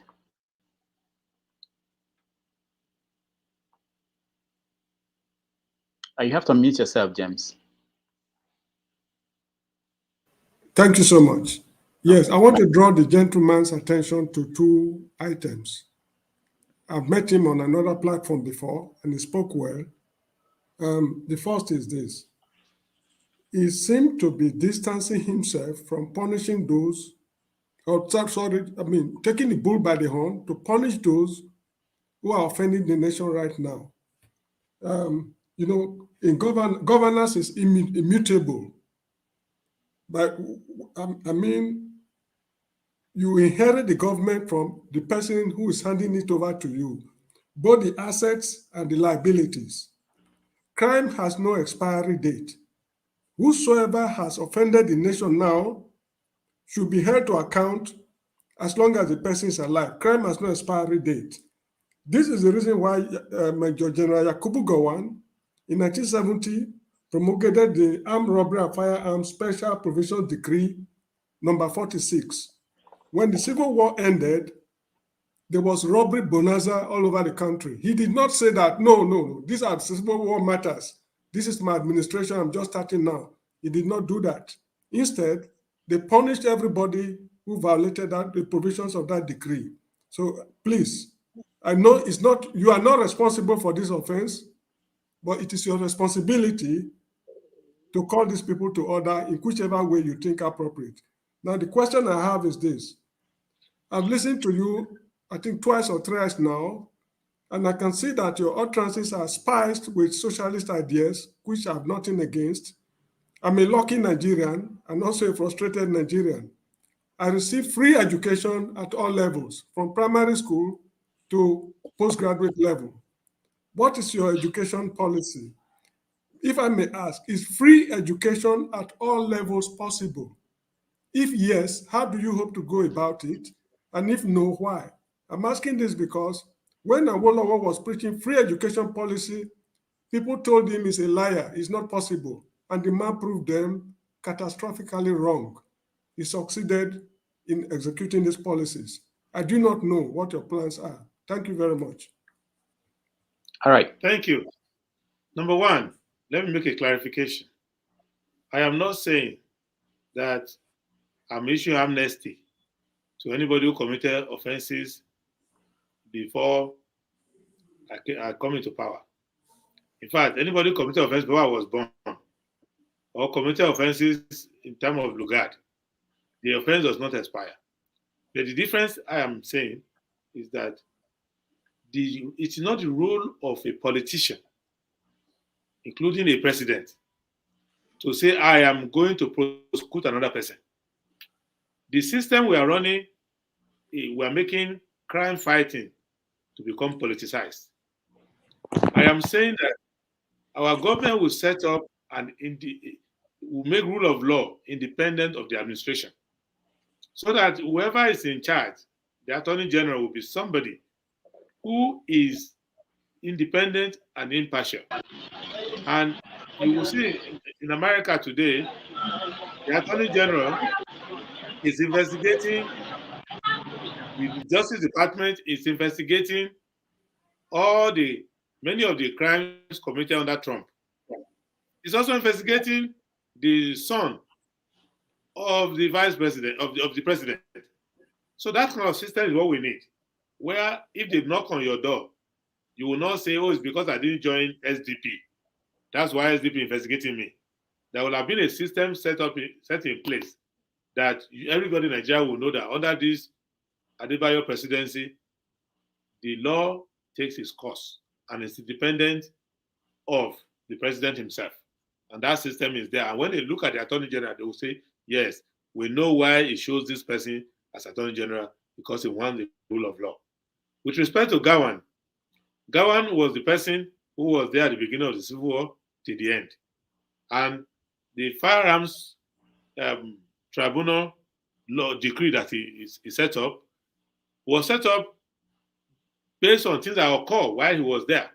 But in the end, we discovered that it was better off to have dealt with armed robbery through the usual court system. But the idea is that the government of the day must always emphasize that nobody can get away with past crime or current crime. And that is what I'm going to do. With respect to education, free education is not even enough. Free education is for the past. We must guarantee free and qualitative education. So it's not enough to say tuition is free, come inside. We must be able to say, we'll give you a sound education from beginning to the end, to the first degree. And if you have talent to postgraduate, we can fund it. But we cannot fund it simultaneously and sustain a very expensive lifestyle of the people in government. What is militating against government financing education in Nigeria? It's not lack of funds. Is that when Awolowo was doing it, it was Titi Sholaru, Onabamiro, and Najasin that wrote the paper. And Awolowo himself, being an economist, being the person who has the big commerce, opposed it in the first meeting because they came with the free education without attaching the cost to it. When they came back and attached the cost to it, Awolowo also did not pass it. He said they did not attach the revenue source to it. And what they did was they attached revenue source number one, which is called capitation tax, what Yoruba call wori, that every adult will pay a tax of a certain amount. Secondly, they sequester a portion of the Produce Commodities Board income to fund this education. And when they saw that the funding was there, then they went for it. And in our own, I know where the funding is going to come from. The funding is going to come from the money being stolen every year from subsidy. The money is going to be funded from all the waivers that they are giving to their friends, because we are losing a lot of money through these waivers. Thirdly, the money is going to come from the existing money that we are collecting to the Education Trust Fund now, that politicians are diverting everywhere. That fund will be put in a trust. So those are the things that are going to fund education. But you will see that it's quality education. And I'm not going to stop private schools. I'm going to leave private schools. Why? Because I want to do an experiment. I want to see how many people will be left in private schools after 4 years of our running our own public school very well. I have a feeling that not on a target that majority of the students who are in private schools will run away from private schools, because why will you be paying so much money for an inferior education when you can get a high quality education at public cost? All right, thank you. Kolata, you're next. Yeah, Prince Adewale, great Ife. So great. My question is, look, on Adeola's show, you said you were going to hire 30 million people in your first 4 years, if that is correct. So I would like to get specifics from you, because your revenue generation plan stems on oil theft, stopping leakages and all whatnot. That requires some time to implement, right? And you also have an environment of extremely high interest rates right now, driven globally, something we cannot control. And in the short term, we still need to borrow to be able to cover recurring expenditure and all whatnot. So with all that environment and with on a socialist platform, how do you intend to achieve that 30 million jobs? Because a lot has to deal with private sector, and we have all these big rocks items like high interest rate, the cost of doing business, lack of infrastructure. So how can you fulfill that promise given our realistic economic issues that we face? Thank you. Okay, thank you. Now, great Ife once again. Now, let me tell you, I have a serious problem with your question. And I'm happy you came from Ife, so we're used to fighting each other from campus. Now, let me tell you, number one, what I said is different from what you are saying. I'm going to create 30 million jobs. Does not mean I'm going to hire 30 million jobs into government. No. And I've already started. What I found out when I went to America to meet my clients and friends, I discovered that over the years, I must have created more than all these jobs going to different countries,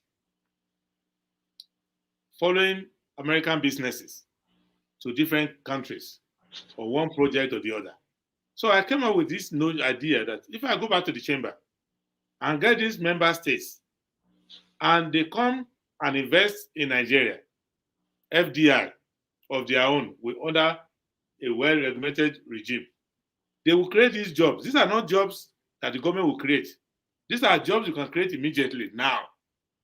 Just like Apple is creating jobs in China by allowing Chinese to do part of their, or many parts of their production. The Chinese government doesn't have to put money on the ground.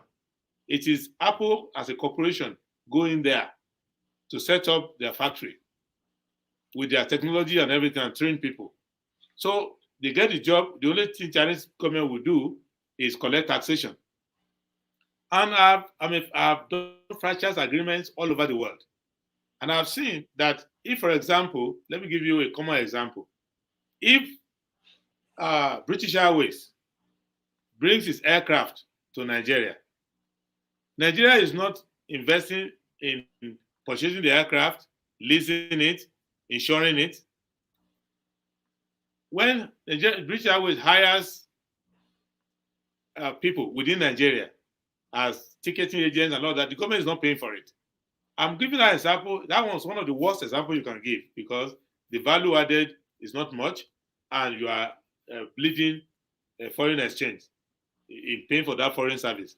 But imagine if we turn it around and we have vast lands, and I bring my clients who are in the chamber, and they come and do agriculture. For example, in Plateau State, ornament companies that supply flowers all over the world know that from Shendam to Lantang South, Lantang North, all the way to Darbet, to where you get to, say, around Taraba, go towards Gembu, you will see that right now is there. You can plant ornamental flowers, roses, and all of them that can generate up to $5 billion.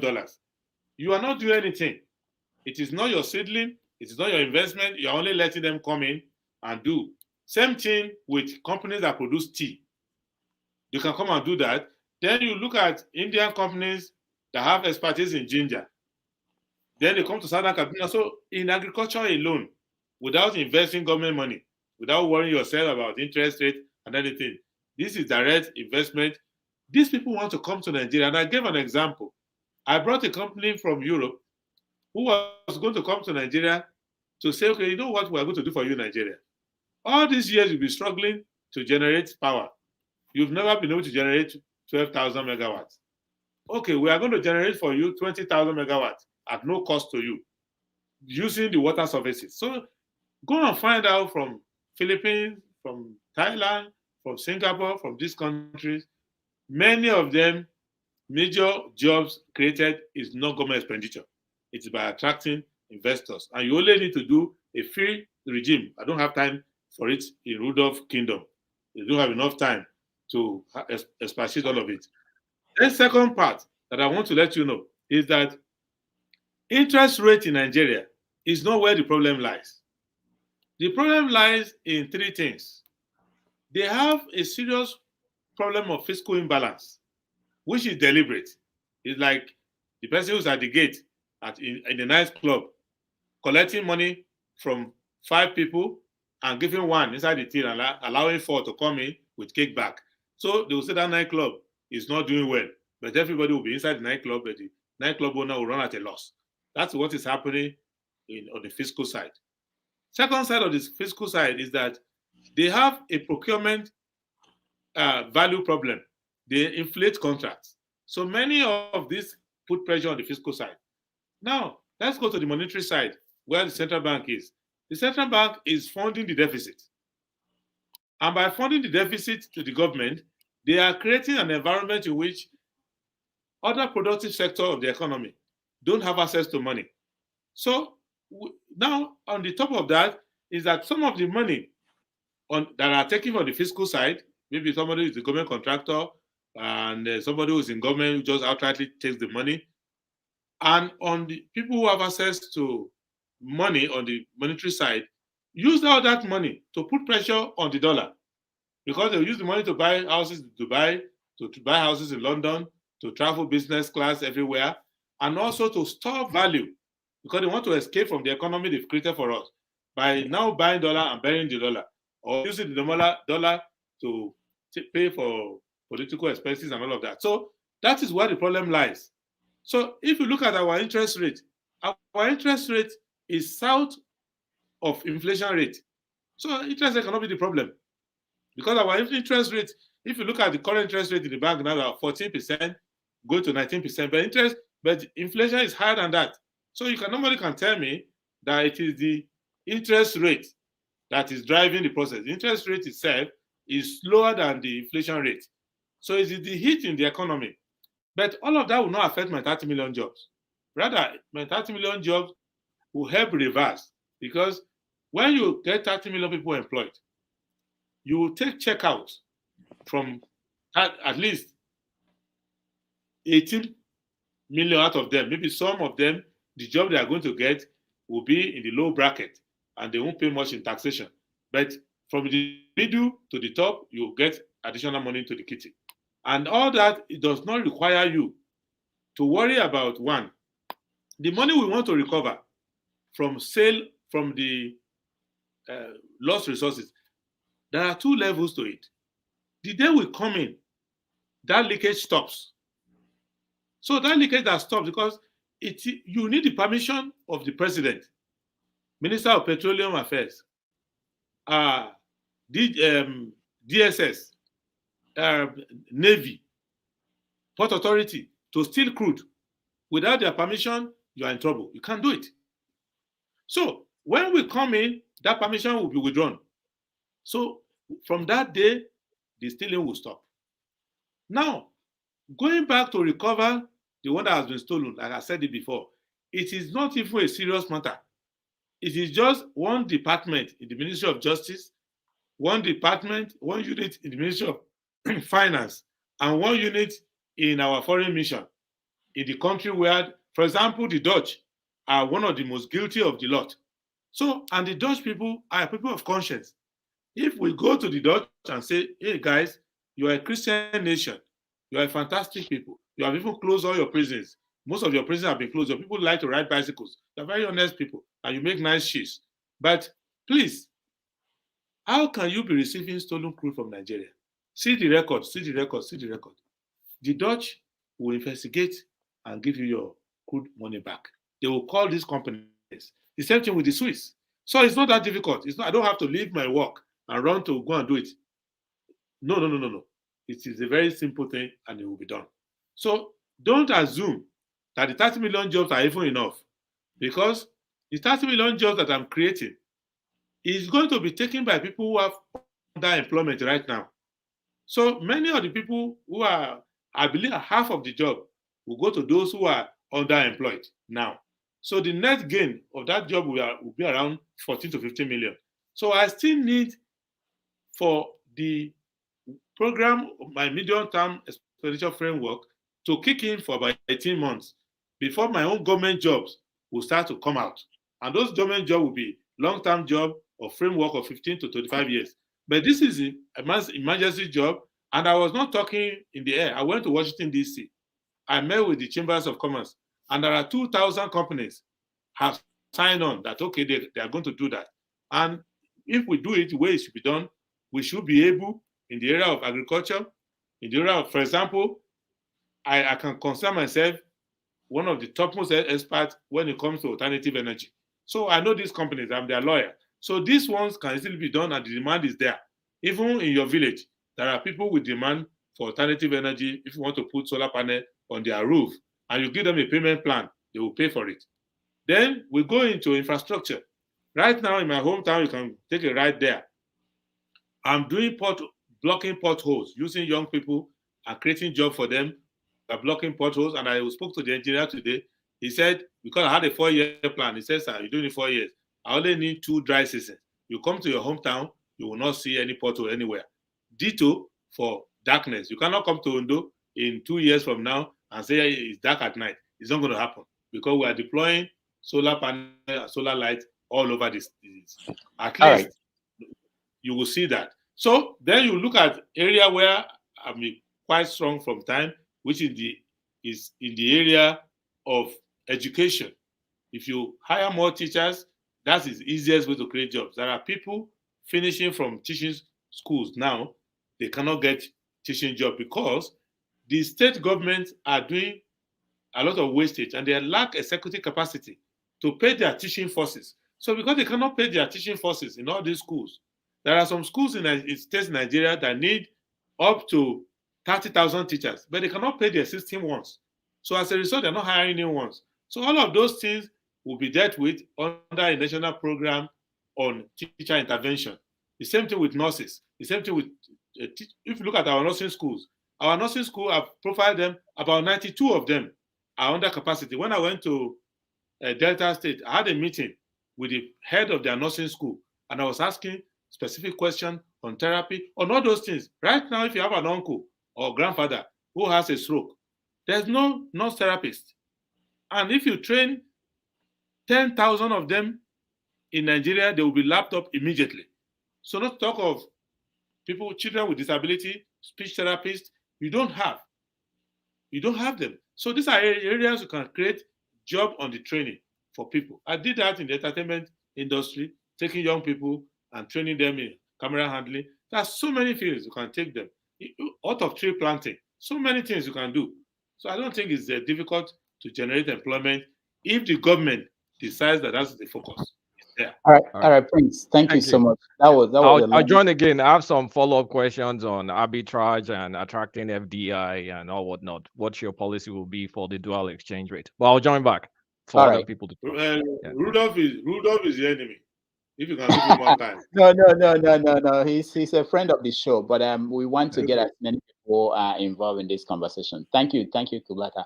All right, so please, Prince, can you make the question a little bit shorter so that we get there? So many people. Okay, I just gave credit to the man from Ife. I'm sorry about that. All right. Who is next? Okay, Forefathers, you're next. Yeah, thank you for coming over, and thank you for having me, Rudolph, and greetings to everyone on the panel, chat, and the viewers. I really appreciate the work you have done, from hearing your accomplishments. It appears you have created a lot of jobs in so many places, and including Nigeria, which is our home. So for me, security is very important, and from what I gather, our leaders don't tend to talk about that. And I may be surprised that the Dutch Christian nation and their benevolent, these are colonizers that reaped a lot of resources from our countries, and most of the time most of these funds never return back to the country. In short, 80% never come back to Nigeria again. So my question is about security. Nigeria belongs to a class of nations. If we become strong and secure, our influence is magnified. That is why on the continent, Africa is very important, and we are the most populous Black nation on earth. And generally, Black nations are terribly, terribly underdefended compared to any other group in this world. Any other group, just name it. And the question is, one Nigerian soldier has to defend 2,000 citizens. Something that even the US, the ratio is about 1 US soldier to 150 citizens. What are you doing to restore the security level or posture of Nigeria to an international standard? No, I'm not asking for anything. This in spectacular. Just by number alone, we need to get it up to an international standard where you have one soldier defending about 150 people. Right now, our soldiers are doing an impossible task, and we call them strong. It's very patronizing, really. It's impossible. They can't do that job. No nation does this. It's only Black nations that do this. We use 0.1% of our population to defend the country. What do you say? I take it that you have been to so many countries, like Egypt. Now, Egypt has got 1.2 million soldiers in their military. Yet, Nigeria has got 140,000. Egypt's population is half the population of Nigeria, an African nation. The only difference is that it's Black. Ghana, 15,000 soldiers for 30 million people. What is happening to our Black people? Why is it that our nations are highly underdefended? Is it because our governments are caretaker governments, are waiting for us to be recolonized? Why are we not manning our security like other people do? And what are you going to do about that when you get into office? Because anybody that doesn't want to do anything about that, I consider them sellouts. That's simple. Thank you. Okay, thank you. There's a national defense policy that every country must have. And when it comes to defense policies, comparative numbers don't tell the whole story. Let me start with the United States. Right now, this year, the last recruitment record shows that the US is short by 30,000 troops, US Army. That they want to hire, they can't find to hire 30,000 by their own records. But when it comes to ratio, the same thing they do to us when it comes to policing. Nigeria is under police. On the ratio, the number of policemen to the citizen is less than the United Nations recommended standard. The same thing with the Army. Then you can see the same thing with the Air Force. And when it comes to doctors, they will say the ratio of doctors to the population. So you can take this.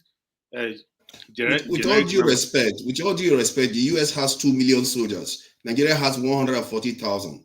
And US population is 300 million, while Nigeria is 200 million. We should be in the excess of 1 million. I heard you. And that is with the country with very advanced military technology. I heard you the first time. What I'm letting you know is that the defense profile the security profile of each country is different. And that even the US, whose number is multiple our own, is still considering itself short by 30,000. I'm talking of US Army, but the last reporting. But all I'm letting you know is that there are numbers that people use on the surface to make comparison, but I go below the numbers. For example, if you look at the US, they maintain a lot of military bases all over the world. So these millions you are talking about, many of them are in South Korea, they are in Afghanistan, they are in the Middle Belt, some of them are in the Niger Republic, some of them are in other regions of the world where the US has interest. Now, if you look at Egypt, Egypt is an ally of the US, an active ally, the kind of relationship which Balewa wanted to have with the British when they had the Anglo-Nigerian Pact, and Nigerians rejected it. They wanted an autonomous defense policy. We don't want to be an open ally. We also went and sided with the non-ally movement and said we are not going to ally with any major power. But Egypt, if you look at Egypt's defense budget, not all of the money, majority of the money is not coming from within Egypt. It's coming from US military assistance to Egypt.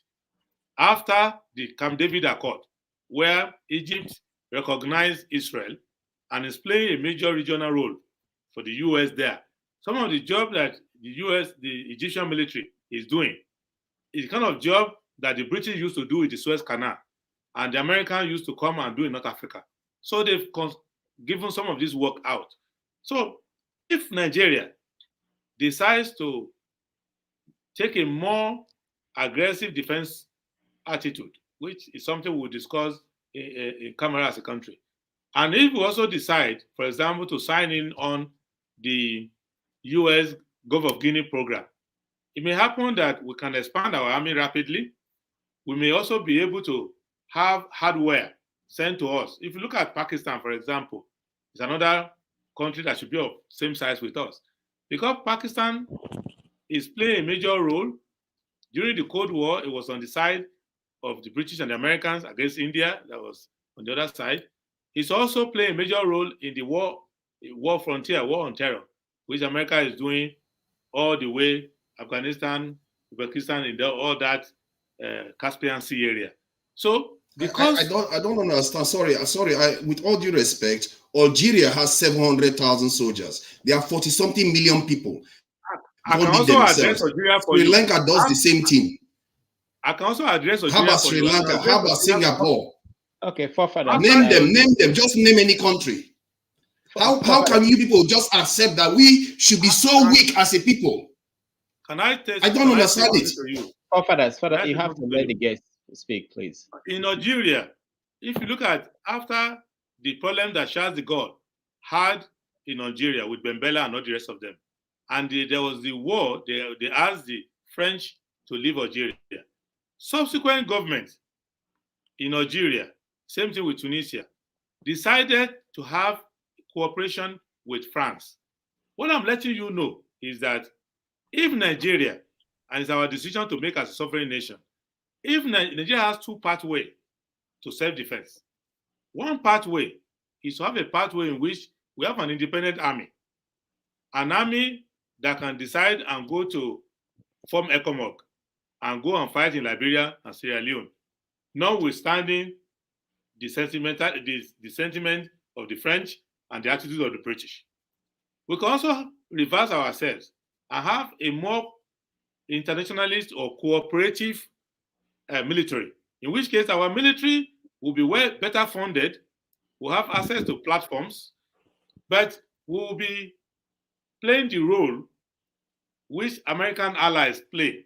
And I don't think that is the philosophy of Nigeria. What I can do is to take the approach we took during the Nigerian Civil War. The approach we took during the Nigerian Civil War was that we expanded our army to meet the requirement of war demand. We also, I've told many stories about what Gawan tried to do with Adewole when we couldn't pay for the milk that the Russians supplied to us through Egypt. We couldn't pay for it. We had fiscal challenges paying for it. I have given an example of the argument between Gawan and Clement Isong as to whether we can fund this operation. Now, if you also look at U.S. defense budget, and if you look at the U.S., for every dollar that the American taxpayer gives to the U.S. government, at least 40 cents goes to the defense sector. I have a feeling that we can take a different approach to our defense, which is what we can do as follows. Every money will pay for itself because of the security that will be restored into the country. Foreign direct investment will improve. Nigerians will return home and pour a lot of resources into the country. The security will pay for itself. Even ShopRite understands that principle. That's why they hire security guards. It's not because they want to be generous. They hire them because they understand that they are going to get profit from it. If you leave our nation weak, basically you are saying our security, our survival should be dependent on foreign powers. You are the one saying so, not me. Let me explain something to you. Number one, you have to know the difference between defense, national defense, and internal security. Internal security, you can do that with the police. Defense is you playing your role on the international stage. That's defense. So the U.S. Army, the U.S. Air Force, U.S. Marine, they are not the one manning the streets of Chicago. Their own is to ensure that homeland America is safe. That's number one. So right from Hawaii, you will see the U.S. Navy, you see U.S. Marine, you see the U.S. Air Force. Then you will see the U.S. Army from Hawaii all the way to the hinterland of America, all the way to all their overseas territories, including Philippines and everywhere. So that's different from what the FBI is doing, what the Secret Service is doing, or what the different police departments, about 5,500 of them, are doing inside America. Just let us mix the two together. What I believe that we can strengthen the police, we can hire more policemen, we can train them, we can equip them, and they can provide internal security for the country. But when you are taking a foreign policy, when you're taking a foreign defense policy, for the defense policy, I'm of the view we should do what we did in the late 70s. We set up DICON, the Defense Industries Corporation. We try to follow the approach of India. If you want to know the best way to handle it, look at India. India is self-dependent. They buy a few things from Russia, and they try to buy a few platforms for the US, but they are independent. You cannot compare India to Pakistan. Pakistan is essentially run on US foreign donations. So if you look at 80%, even I've monitored a year in which about 90% of Pakistani spending on defense is US donation. So you don't want to do that because we have many ideological reasons why we can't do that. So we follow India. I think that India model is very good for us. All these countries you mentioned outstrip us. All these countries you mentioned outstrip us. We are like babies compared to the level of defense readiness that they have. We should be changing it. Defense readiness is based on your geostrategic calculation. For example, India has on one side Russia, on the other side Pakistan. We don't have it. We have on our side baby countries that look up to us as regional power. That's number one. Our geostrategic challenges. Sorry, we were colonized and enslaved, and you are telling us we don't have problems. All right, forefathers, I have to remove you. I don't want know to. If you are listening to me or you are repeating memorized arguments. What I'm saying to you is this: we were colonized the way USA itself was colonized. Britain was colonized by Romans. Colonization is not what we are talking about. We are saying now in 2022, what should be our defense policy? And I gave you strategic options. And that argument was what our forefathers had to deal with in 1963. Balewa was of the view that for a country like Nigeria, we needed to have the Anglo-Nigerian Pact, where our defense policy is just to follow the British and be following them. They will support us. They will train us. They will give us their old ships to use. They will give us platform and all of that. The majority of Nigerians said, no, we must go and revoke the Anglo-Nigerian Pact. And there were riots all over Nigeria. And they said, okay, so we didn't follow that. So we ended up following the principle that Nkrumah and co. itemized that. You remember that we had the Casablanca group and the Morovia group. I don't want to go into all of that. So we have taken a defense policy, which we have been using so far. What is happening to us today is that in the last 12 years, we have had a problem of both regional insecurity in that we have not maintaining a strong perimeter. So people can come from Libya, come from Mali, come from different places, and come to the northern part of the country and start kidnapping people and do banditry. We will need to deal with that, and we have the internal capacity to deal with that.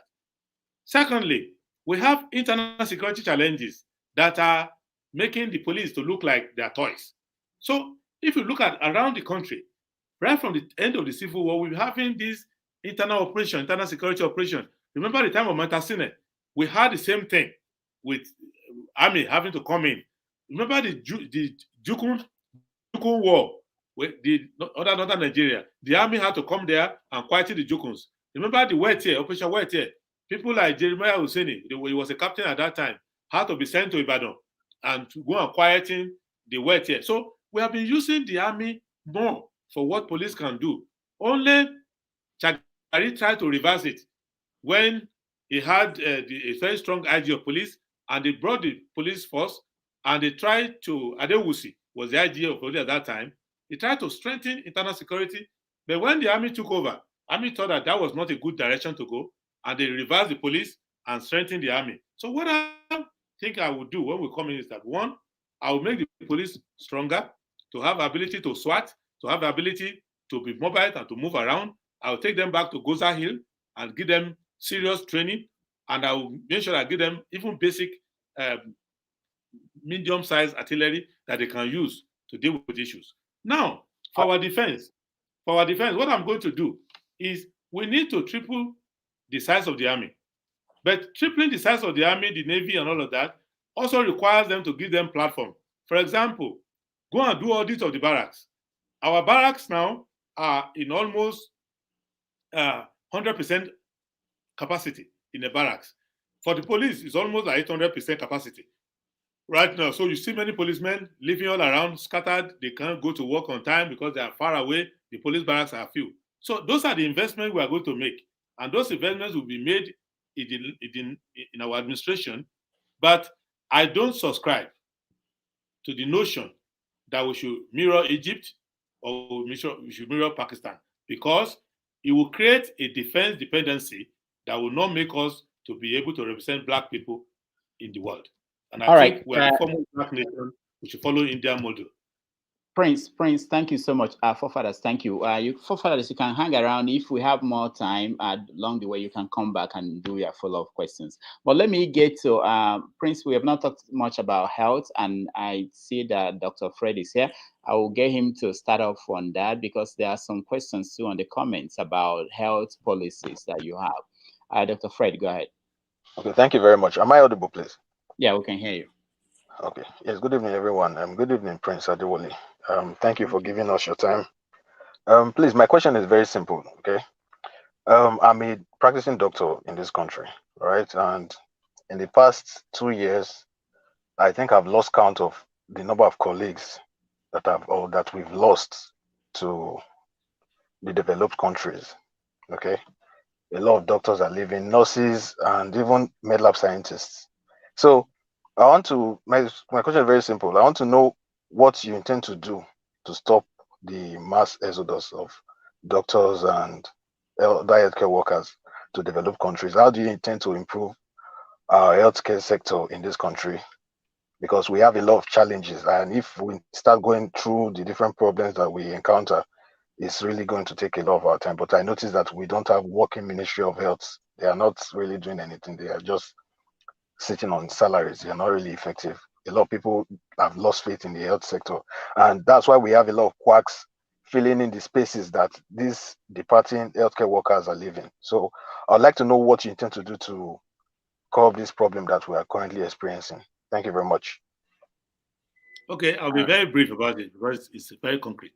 One, there are 3 factors affecting the medical personnel sector, because when we're talking about medical care, your question actually deals with the medical personnel. It doesn't deal with the other aspect, the infrastructure of it, the Oh yes, of it. no, it all contributes to it. The infrastructure Yes, is really. I want to approach it from the medical personnel point of view.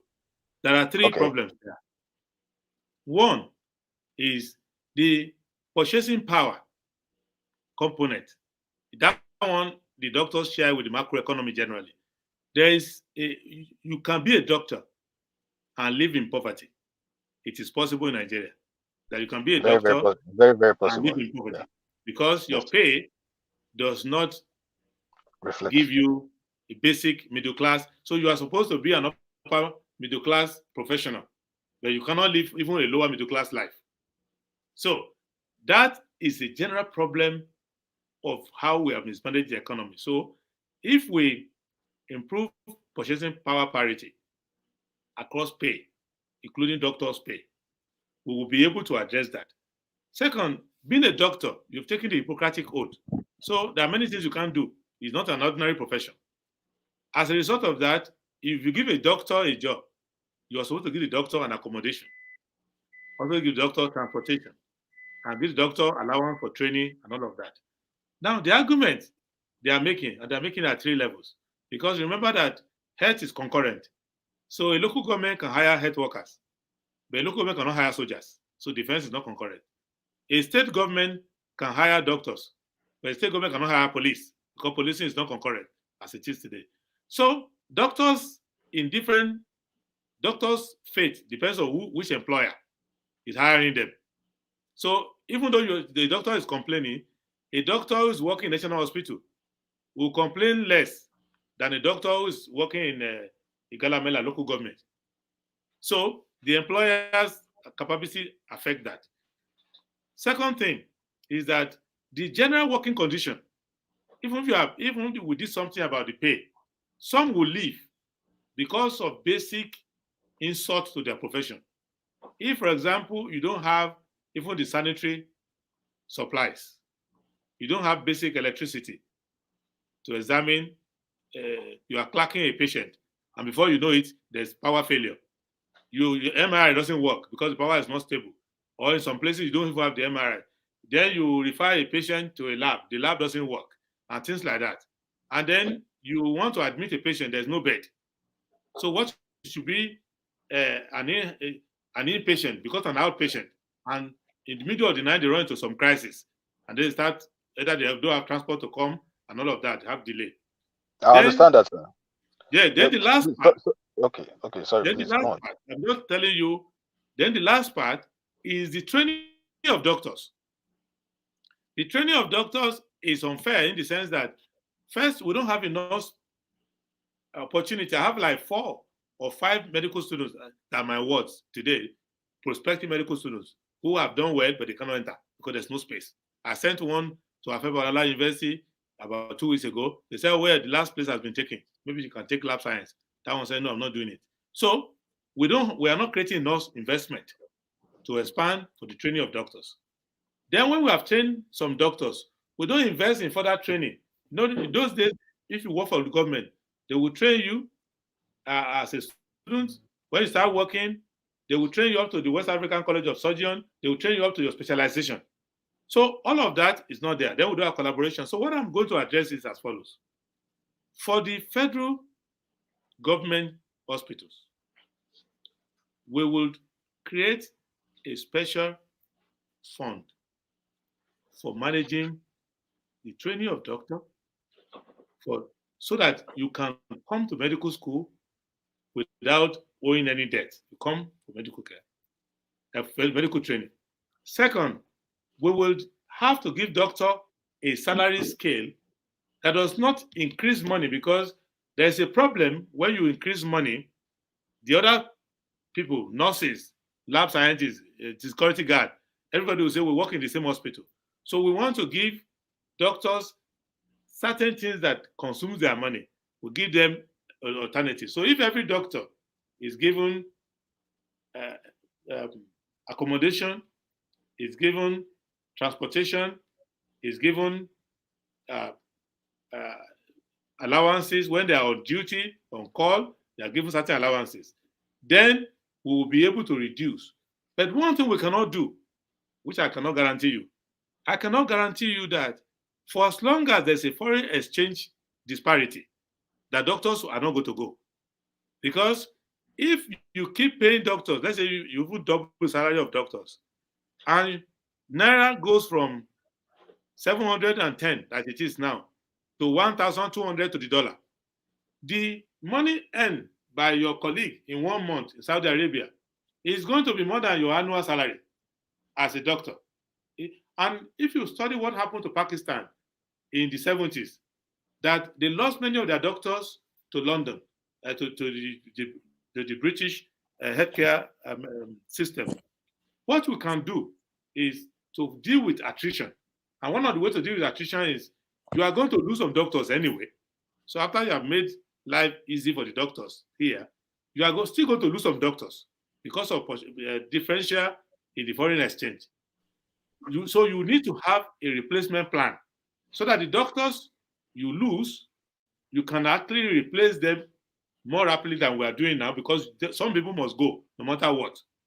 The first wave of doctors left in the 70s, and the second wave left in the 80s when we devalued our currency, when we introduced currency devaluation.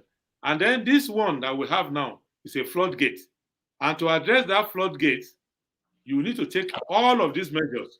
But remember that if we take all of these measures, more than 35% of our current spending will go to the health sector. And all of this cannot go into salaries of doctors because we still have to build the hospital. So it's a long-term plan, but it must, and I can only do this at the federal level. I cannot inherit all the doctors in all the 36 states. My doctor. Yes, I understand that, sir. But we are policy, because another thing that we are also experiencing is that a lot of people lose faith in our health insurance schemes in this country. People prefer and access doctors, or where they should access doctors, they go to quacks, they go to pharmacies, and they are consulted, and they're taking when they run into problems, let's say, they undermine the job of the doctor. So I think your policies should go a long way to solve most of these problems. One of the ways to solve the problem is this. You see, there is a link between health insurance and employment. It is difficult to maintain health insurance in a system of mass unemployment. You see, my policy plan for our party is that at least half of people will access medical care by virtue of being workers and by virtue of being students. That is where you get the entry point. And any health insurance you give to workers is not a loss, because usually if you do the econometrics and do the actuary aspect of it, you will see that there's no way a worker who is contributing to health insurance, aggregate of them, actuarially cannot consume. Every insurance fund is always having excess to invest. And when you have health insurance and you have counterpart funding for it, you have long-term money. If you do the actual analysis, usually the money is 11 years ahead of the need. For that reason, you can invest in one hospital, you can invest in medical research and all of that. Then the other 50% that are not getting it through jobs, some of them are too old. They can't work. They are elderly people and they need special care. Then some are people who generally have some disability, they cannot be employed. They have mental problem, they have other serious problem. Now, then the last intervention will be certain corporate taxation that you levy employers. Because they are doing well, you levy employers. And in our own case, we can take a chunk, for example, of, say, a partial load recovery, because that is a fund that is there. When they used to have excess crude, that's part of what they will do. And if we stop the stealing now, we will immediately have excess crude. But we don't have excess crude now because they're losing revenue. When you take that, you now have a block fund that you can use to set up health management organizations. and fund them. So when you fund the health management organizations, they will now be able to sell health insurance for those who are not in government employment and they are not in school. So that's the only way. You say no country gets it completely right. It's a year-on-year, period-by-period analytics that you do. And then you create these certain reserves with which you can, for example, that was when COVID came, the healthcare system in the UK was under strain and was running at a heavy loss. And if you look at some of the care trusts, they ran out of money. But the government was able to give them temporary relief, believing that over a period of 7 years, some of these healthcare trusts will start to gain liquidity. You keep rolling it because people are going to be born every day, people are going to be sick every day. But my intervention is that if you can have a retention policy, you will not lose your doctors. Some doctors are going to go after they've used Nigerians to learn how to do certain treatment, to do all of that, and they are becoming specialists. They may go. But the rate of replacement is what is important. And the initial investment, for example, if you're a doctor, 2 years post-call, 3 years post-call, you are likely going nowhere because most of the people who are to hire you, they want you to have a little more experience. And if you go there, you're going to use your money to train yourself. So those ones will stay. But it is, so I will give, in a health sector seminar, maybe I will do a meeting with the NMA and the Resident Doctor Association. We can have 3 hours because these plans require me to show you the figures and to show you the graph that I have. I will show to you that even the histogram of my medical worker retention plan will show to you that we have the actuary and econometric numbers to justify doctor retention. But doctors, they are going to go somehow, but it won't be in large numbers. All right, thank you very much. I'll be in the background, and Dr. Damages. Thank you. All right, thank you, Dr. Fred. All right, let me just pause now and look at the guests we have. Des, I think you've been here for a while, and please, you are next. Yeah, thank you, Dr. Damages. Thank you, Prince Adewale, for coming here with us. So my question kind of goes in 2 phases. The first is like a yes or no question, which is, would you say that you are a fair and just man? I want you to answer that before I go on, please. I would say yes. I hope my neighbors don't disagree, but I say yes.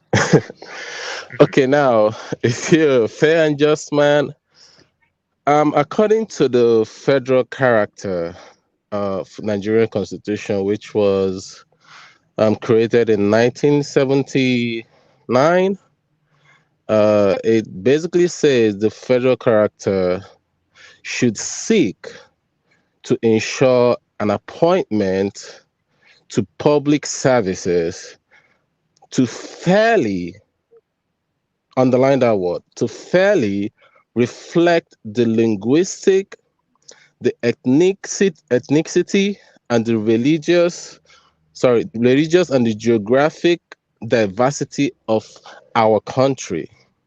Now, coming to that constitution, you have a section of the country that feel that there has been highly marginalized, for so long, since 1999. And they have fought war, they have fought Biafran war and died millions of people died in that part of the country.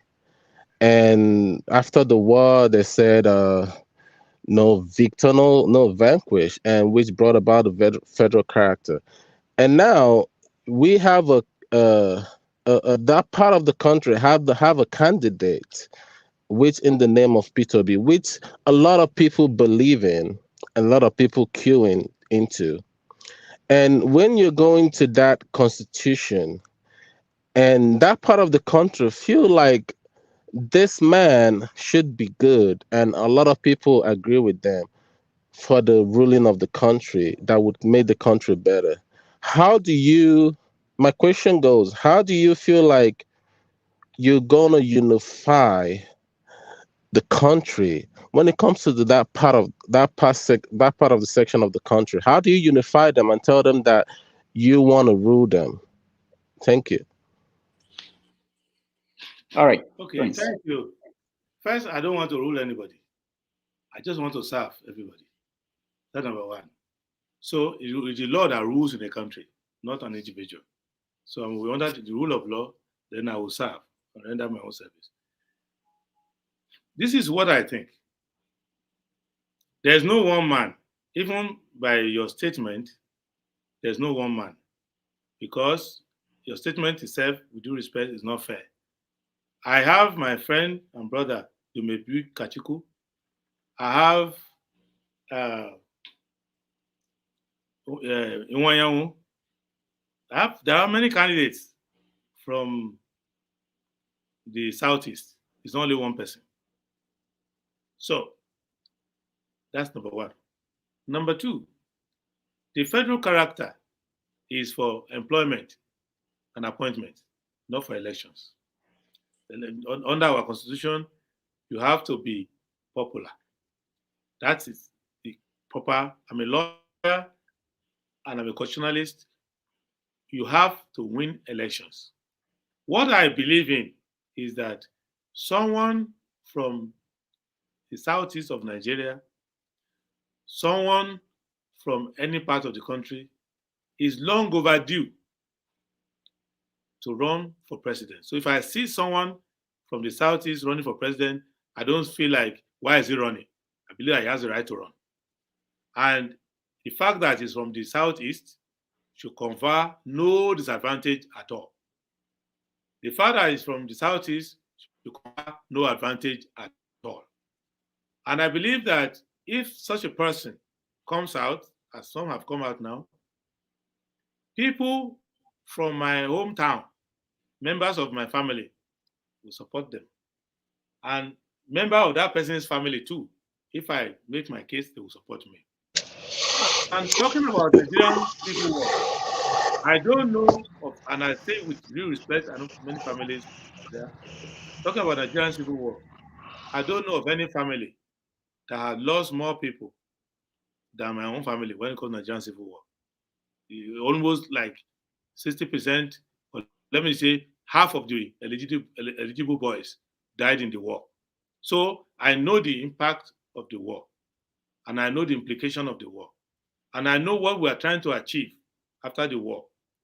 And you know that it was after the war that we had Alex Ekweme as vice president.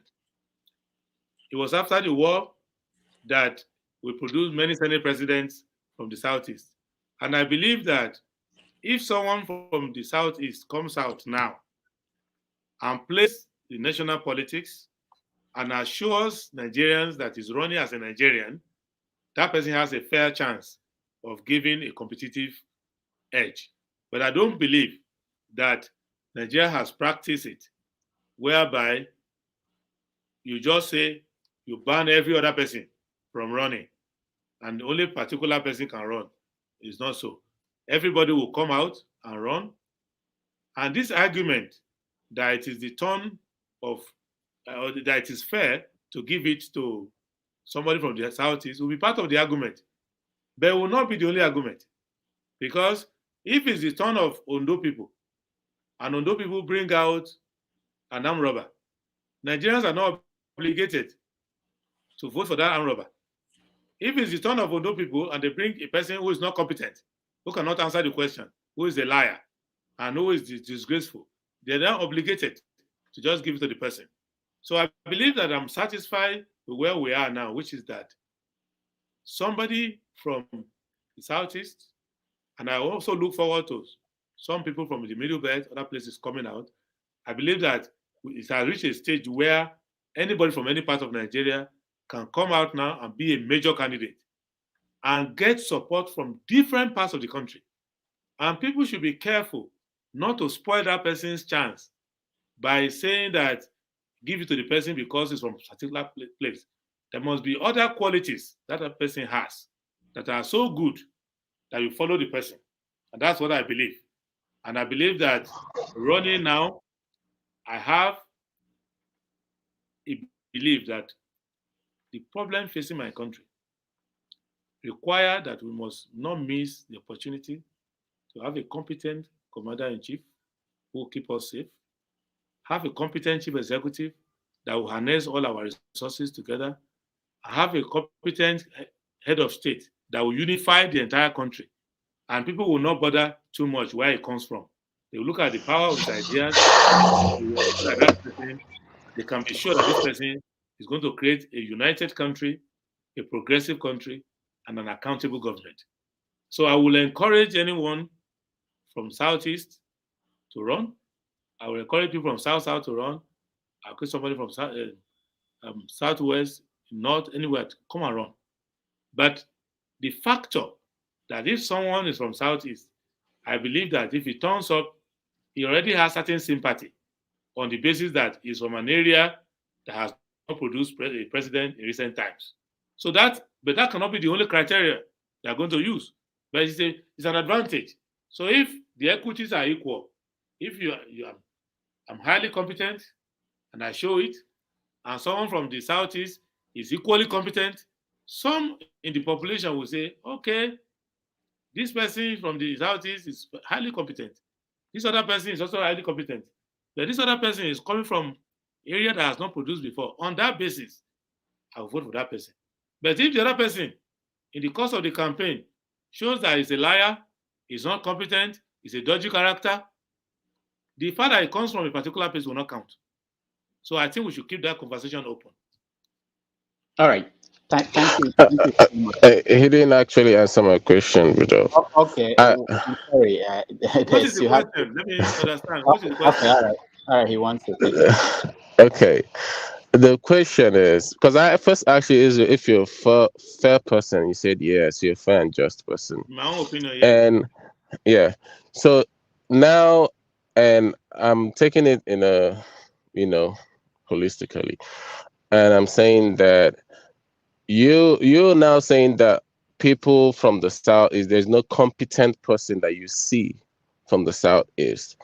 And you coming out as a presidential candidate, and not. I said there are 3 people running from there. You said that you, if you know that you're capable, and you see like you can come out because you know you're capable. That's what you're saying. And even if you see someone capable, and you mentioned some names that are capable, and you can support them, even though they're capable of leading the country. And I said, if you're a fair and just person, do you think is right? Because I know you've mentioned Peter Obi's name being like he's copied your manifesto and all that stuff. And you said that you like him and all that stuff. And you're seeing someone that you know that is capable, that can lead the country. And we're coming to a fair and just nature right now. And you feel like you're a fair and just human being. Is it fair to come out as a presidential candidate when you know that the federal character says that you have to be inclusive? When you're saying that it is not political, we're talking about, it never said it's an employment base. It says public office. That is what the Constitution says. And when you're talking about public office, you're talking about presidential, governorship, everything. That's what it says. Let me answer that. Sorry to interrupt you. He says appointment. Yeah. So, but let's continue. I just want to clarify that. Yeah. So now public office appointment, it goes in a different, ways. And now if you're just a fair person, how do you unify? I'm talking about unifying the part of the country, because you're saying that because you're the best candidate. Are they gonna see it like that? Because now they see someone else that they know that he can do the job that you can do. So now how do you tell them? How do you unify them that they should key into what you're doing? Let me address that. Number one, let's concede to the Southeast. I have Umadi, whom I interact with Umadi of Abga very well. We talk regularly. So, and if I was a judge, I think he's more competent than some people you are mentioning now. He's more ethical. He has served as a chief judge of a state. He has served as a judge. He's a very competent person, highly knowledgeable. So Philip Umadi is there, former chief judge of Anambra State, is running as the ABGA candidate. So if I'm looking for a youth, I have Dumebi Kachiku. So then I have Nwanyanwu. So what do I do? So even the Southeast hasn't got a candidate. They got several candidates. So how do you know before the campaign starts which of the 3 or 4 candidates from the Southeast is better than the other? Will you shut off in justice and fairness, shut down Umadi of ABGA and say you don't want to listen to him? A man who is a well-known lawyer, he became a judge of impeccable character, he became the chief judge of Anambra State without a query, without any problem, and he retired as a chief judge. Are you saying he's not a man of integrity? Have you listened to his presentation? He talks like a genius. So why are you not talking about him? So why are you not talking of Nwanyanwu, who's another lawyer, who's a bold, courageous person, who speaks boldly in public, who has no skeleton in his cupboard, who answers every question honestly, and who is very popular across the country as a person that has been defending everybody's right. So he is even a chief of Ondo. My own family gave him a chieftaincy title in Ondo Kingdom. So why would I not consider him? So why would I not consider people like IG Abba now, so many other people? But even among those who are out now, how can you force feed me to? So I'm listening to everybody. The same way I'm talking to Showore, same way I'm talking to Dumebi, same way I'm talking to Peter. The other time, Governor Peter Obi and I were together for 3 hours. We couldn't go anywhere. 2 of us sitting alone together. Nobody was with us. We were just discussing. No interpreter, nobody in between us. And I'm listening to him. Same way, Umadi, I'm sure this night he will call me. We talk at night. We talk all the time. So what I'm letting you know is that nobody can use where I come from as the only calling card, because you won't be the only one coming from there. Secondly, the job we are trying to get is a job that you can only know at the end of a campaign what a person stands for, not before the campaign opens at all. You already make up your mind that that particular person. What if you discover something in October? What if you discover that they are lying by November? What are you going to do? So let us allow everybody to come out and contest. But if the mood of the nation is going towards Southeast, if that's where the priority of the nation is going, then I will consider Umadi as of today. I'd rather take Umadi than take another person. Then number 2 will be Kachiku before I take another person. Number 2. And if I'm considering that the person has to be youthful, then I will take Kachiku because I listen to him. I know he has the fire. He wants to make a change. He's a very passionate person, and he does not owe anything to the system. So there are many things you can use, but let us not blackmail one another over this issue. Because 2015, when they say only one man, that man is the savior, the entire North that has geniuses all collapsed and brought one man, and the man happens to be, with due respect, a caricature of the promise. So we shouldn't make that kind of mistake now. That's what I'm saying. All right. Thank you so much. Let me go to Ambassador Tokumbo to ask a question. I could see that it looks like there's no. Go ahead. Unmute yourself, please. All right. Yeah, you can. Okay. Am I unmuted? Yeah, you are. No, I am. Okay. Good evening, Dr. Damages, and thank you for what you do. Thank you for bringing Prince Adewole Adebayo this evening. My questions is going to be a kind of departure from all that we've been talking about, and I'm going kind of international. And my question actually is going to be very direct. Prince Adebayo, in your view, is Nigeria prepared to profitably participate in the African Continental Free Trade Agreement under the auspices of the African Union? That's number one. I'm asking that question given the policies of the federal government and the state of our real sector, that is the manufacturing sector. And I know when you're talking about free trade agreement, you're talking about manufactured goods. My second question, Prince Adebayo, is how can Nigeria, under your presidency, make ECOWAS, all ECOWAS regional economic integration programs, impact on the lives, clearly and positively, impact on the lives of everyday Nigerians? How will they feel that we are hosting this international organization of which Nigeria is a major contributor, major financial contributor?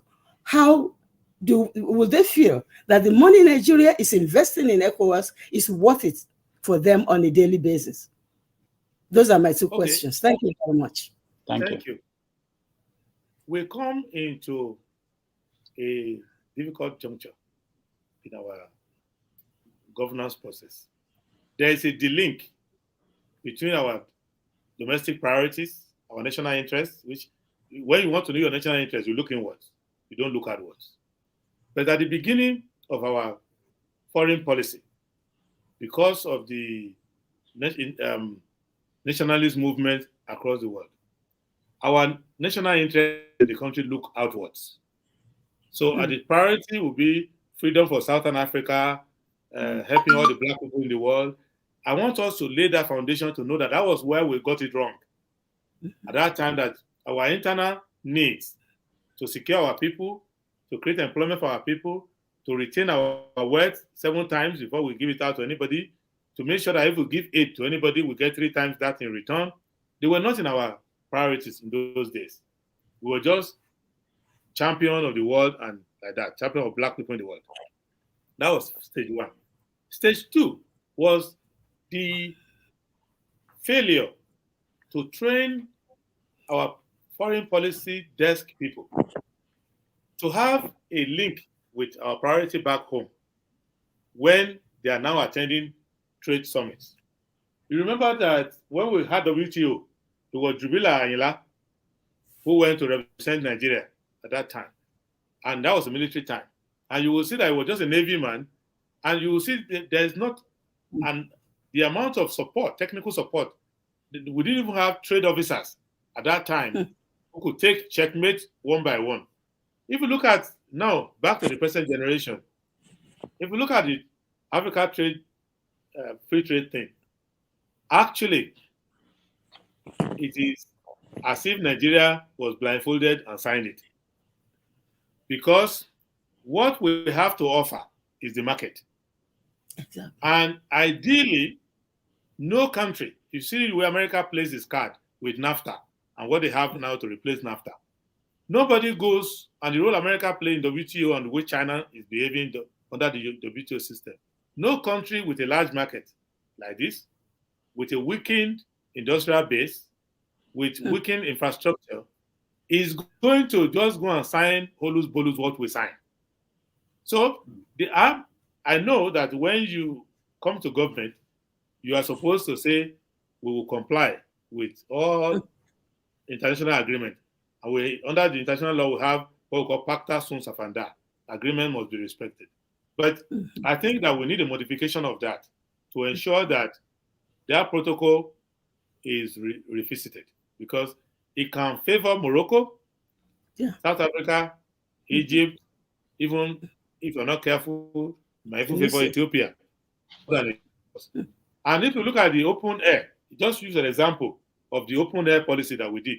You will see that even tiny countries are able to have gigantic airlines, even though they don't have population to support it, because they are coming here. So we need to address that. So I won't let that happen. There are many protocols after that treaty.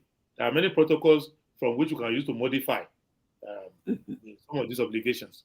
Because if we go into it, we will just become a large consumer of products, not even of our country members, because not even our treaty members. Some of the countries are going to become entrepot for Chinese products, entrepot for European products, and they will just become the market that buys it.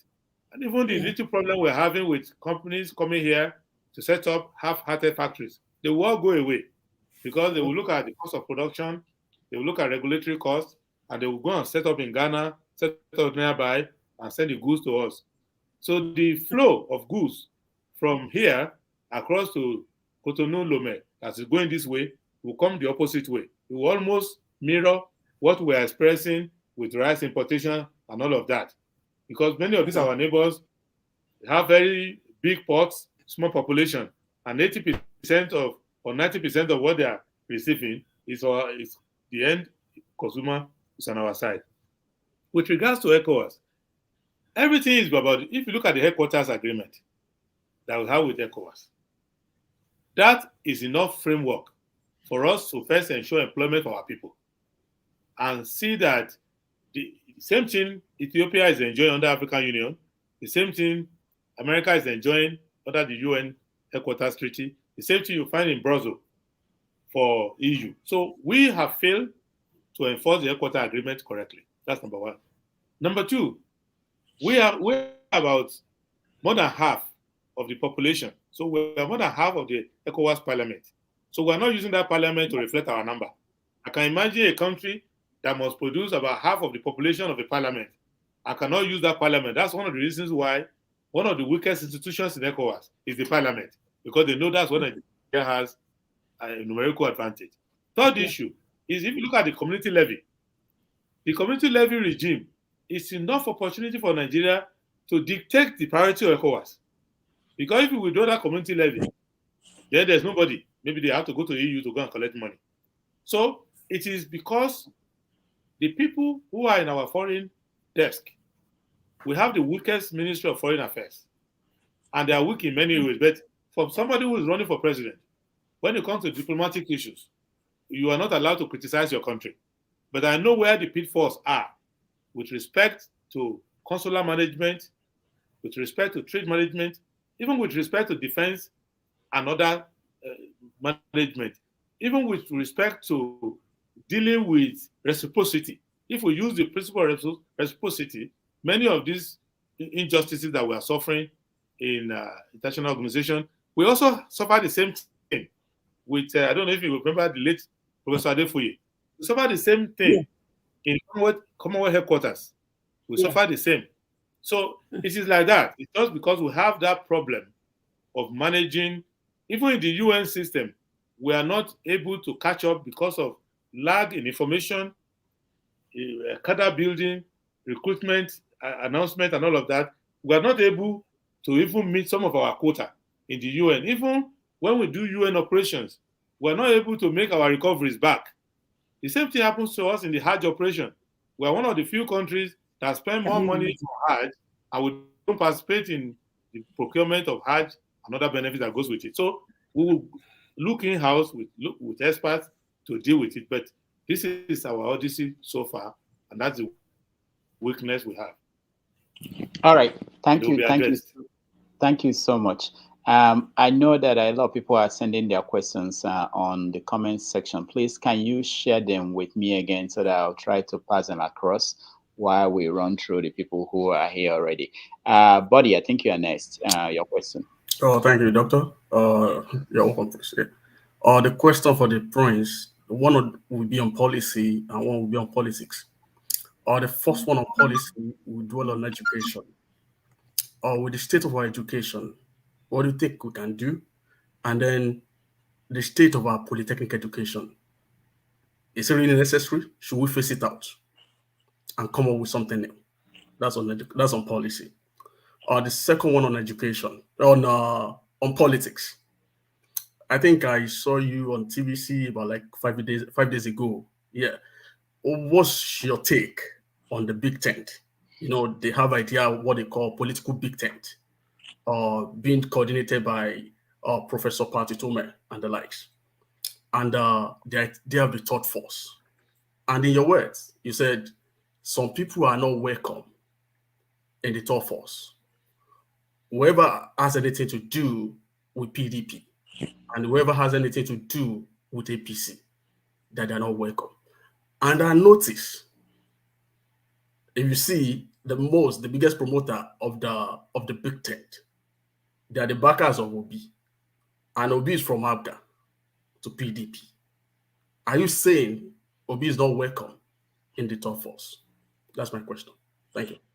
Thank you. Now, let's deal with education. Education is important, but it's not as complicated because it's just a structured meeting between the learner and the teacher in a learning environment. And if you look at how our education started, it started from missionaries meeting in church houses under a tree and things like that. And they produced the best minds of the age. For us, we could compete very well. And our first attempt at public tertiary education was Yabat Tech, 1938. Then we went and we're lucky in 1952, we got the University College Ibadan. So if you look at the system of training, it means that you must focus on the mind of the teacher. He must be willing to teach. And to be able to teach, he must have dignity of labor, and he must have community respect. Secondly, you must have the learner knowing that learning is an escape route from poverty. It's an escape route from underdevelopment.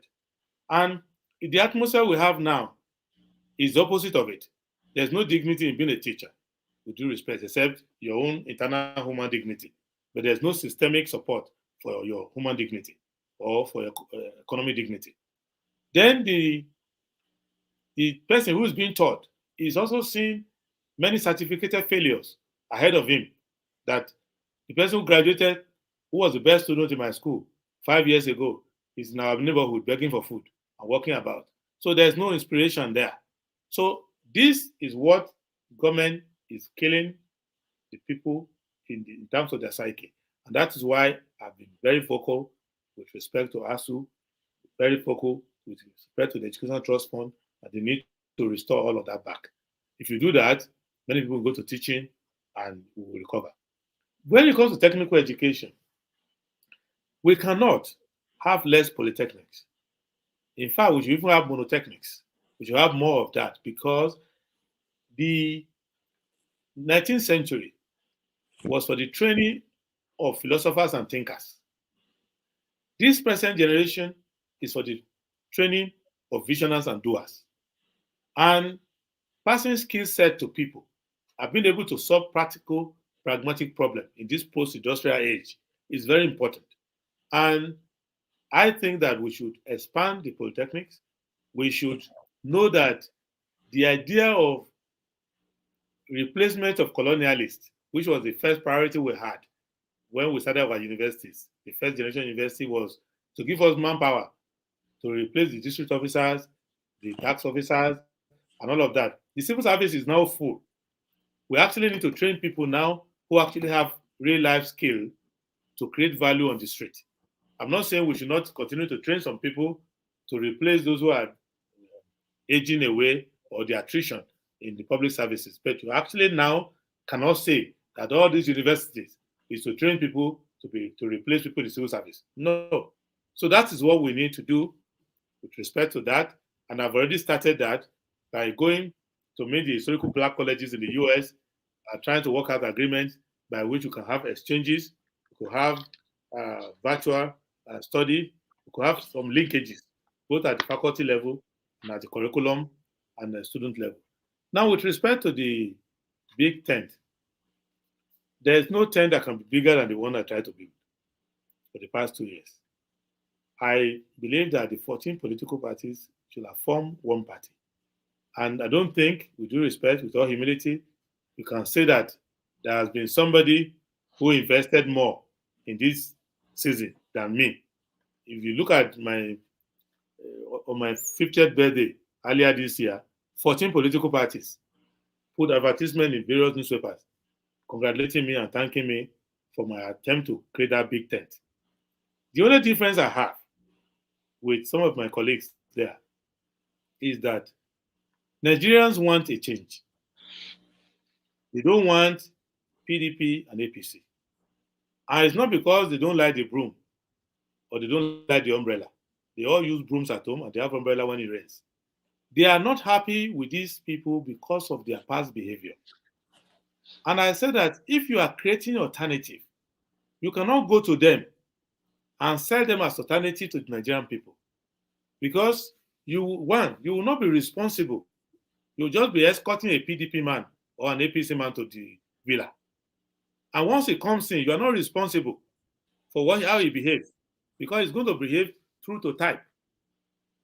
Secondly, you are robbing the people, the alternative, because Nigeria is not so unlucky that you cannot go to the other side who have not been in government before and find an alternative person who has a track record of when the going was good in PDP, he didn't join them.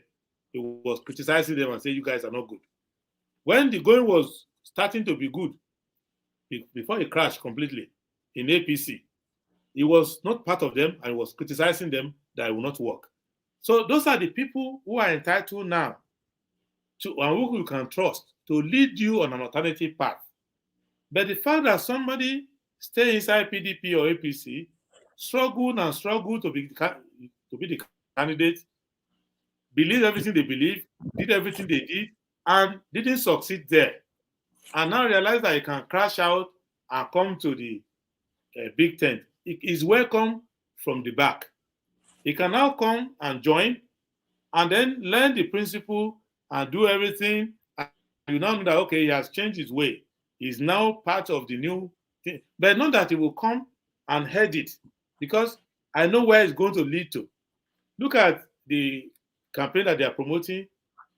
The structure, the way it was in PDP, it is structured the way it is now. The Director General, when they were in PDP, is still the Director General of the campaign now. When they were to choose their vice president, they couldn't find anybody in the alternative big tent. They went back to the same PDP to take a die-in-the-wool PDP core person and brought. So you are now going to escort to the villa PDP man number 1, PDP man number 2. And the person who is the DG of their campaign, they're not going to throw him out. He's PDP man number 3. So our colleagues are doing exactly what they did in 2015. It's not their first time. We've always had that argument. It's not because of my brother Peter or anybody. No, I've always argued against them right from many years of our relationship that why do you people go on television and talk of alternative? When it's election time, you will go and step down and work with the system. So the same people supported Buhari in 2015. So this is not the first time that they are doing it. That's what I am saying. And that's why I disagree. I'm not saying that anybody cannot change their mind. Even the most guilty, the most rabid PDP person can change his mind. But when you change your mind, we put you in a quarantine.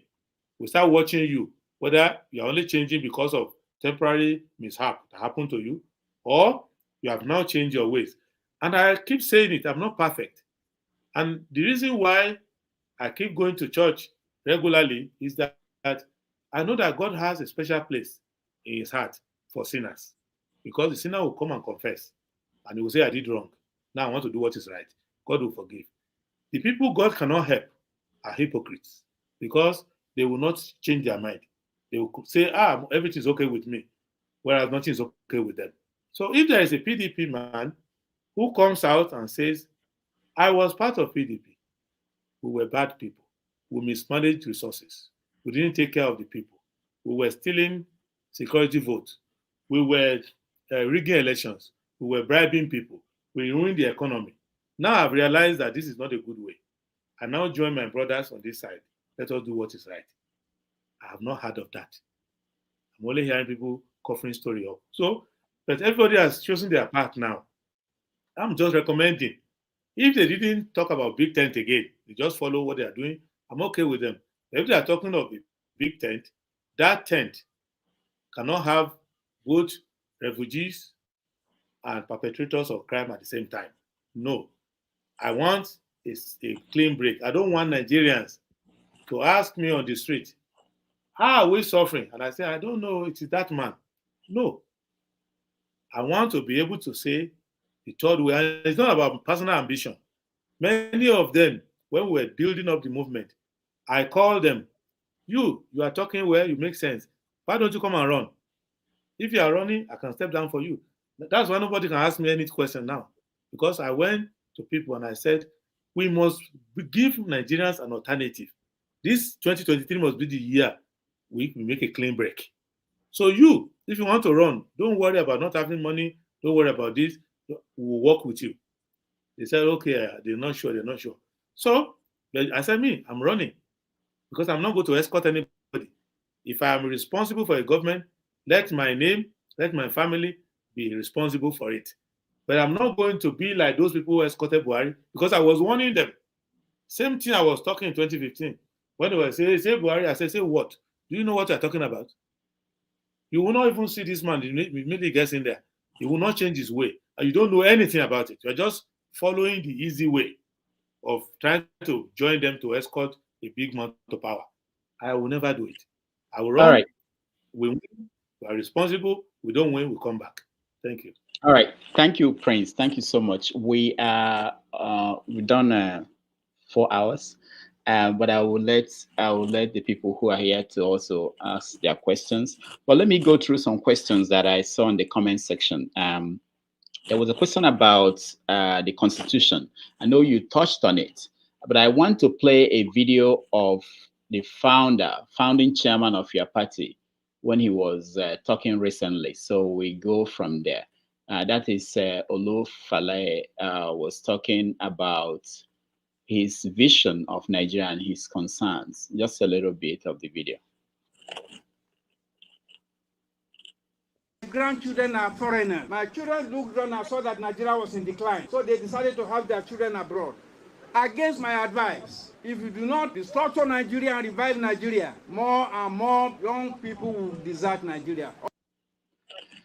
So he's been on this. He's been talking about the need to restructure Nigeria and that the constitution, as it states, you agree to, it's fraudulent. It's not constitution that will work. People want to know, how will you swear to protect and defend our constitution, and then when you get in there, you make a change? So that's one question. The other question is something to do with seaports. Somebody wanted to know, what plans do you have to have seaports beyond the ones in Lagos, make the other ones functional? There was a question about the team you have in place. I know we touched this when I was talking to you initially, to implement all these things you're talking about, because you're not going to do it alone. Do you have that team in place? Someone was talking about SDP as a proxy for APC, that SDP is basically set up there to help APC. Along that line, somebody also mentioned that you have not mentioned Bola Tinubu's name throughout this conversation. Are you afraid of him? Is there any reason why you don't mention his name? So you can take on these questions, and then we go to the people who are here. Okay, let's go back. Let me take the last two, because they won't contribute much to the conversation. I don't need to mention the name of anybody, except if you mention their name. My job is to promote my candidature. You can see clearly that I don't agree with APC. I don't agree with their candidate. Their candidate is not taking Nigeria anywhere. They themselves know. They just want to reward the person who helped them last time. They want to reward him now. So it's like they pay back time for themselves. So it has nothing to do with me. And my party is the nightmare of APC, because we are competing with them in areas where they say it's their stronghold. So I think Nigerians should just ignore anybody who has that notion that we are assisting them. We can't assist them. If we want to assist them, we'll join them and help them. Why should we assist them? So that doesn't make any sense at all. It's not possible. So now, with respect to Nigerian Constitution, Lincoln took an oath of office to enforce, protect, and comply with the U.S. Constitution. But he still passed the 14th Amendment, abolishing slavery. So that he passed the 13th, the 14th Amendment, and the 15th Amendment as well. So I believe that we don't have any excuse not to restructure our Constitution to make it work. But until that Constitution is amended, my oath of office is that I must comply with it. And there are enough good things inside it to comply with, that will eradicate poverty, that will create security for the country, while still trying to improve the constitution. But I believe that that constitution was wrongly, it has been wrongly structured, such a way that the best potential of the country is not coming out. And the federal government is overloaded with things that are not within proximity. And it's also creating tension for those who are talented below, who have the talent to develop their own resources, to develop the environment, to keep the people safe. You can imagine a governor groaning that his people are being killed, and he has ideas what to do about it. And because policing is not within his powers, now he's frustrated. It's across the country. Governor Safara is complaining, Governor Katsina is complaining, Governor of Ondo is complaining, Anambra is complaining, everybody's complaining. So I think we need to shift that structure. There's no excuse that we have. But the fact that you want to change the constitution does not mean that you will not respect it while it's still valid, or any component of it that is valid. So is there any question I missed there? Yeah. There's one, I think, the team. Do you have a team in place that Okay, will the team. go? You see, there are 5,000 or a little more appointments that I have to make as president in order to be able to run a clean presidency. As I sit today, I have over 60,000 clean Nigerians, well vetted. So I don't need to set up a major panel that will spend 19 months or 9 months. No, I know where they are. I've encountered them. I know many of them. So Nigeria is not short of people. What has been happening is that they are constrained to choose their people from among those who contributed to their campaign, those who donated money. So those who are not smart enough to take any job, they will bring people to come and stand in for them. So when you say somebody is Minister of Trade, he's actually not Minister of Trade. He's the person that somebody brought and they just put in trade.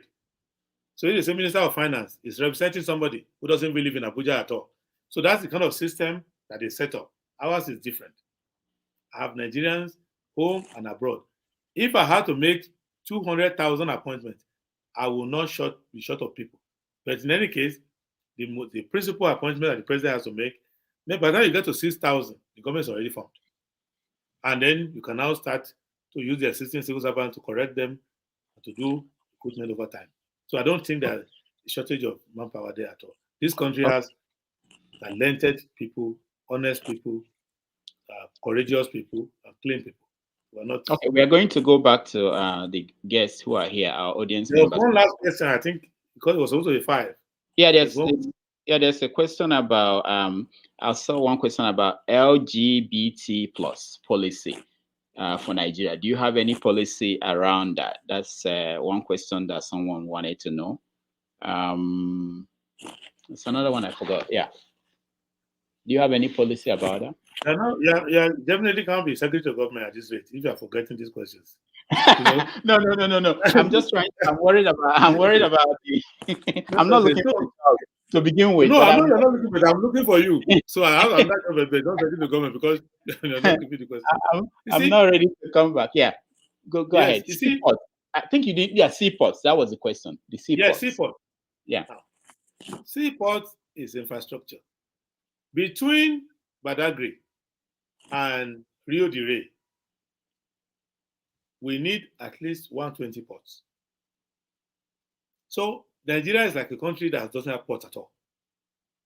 We even need inland ports in Onitsha, in Baro, in New Busa, in Ida, because there used to be a port in Ida. People won't believe that. During the time of GB Olivant, UAC, and UTC, there used to be a port in Ida, linking Ida with Agenebode before you come to Fuga.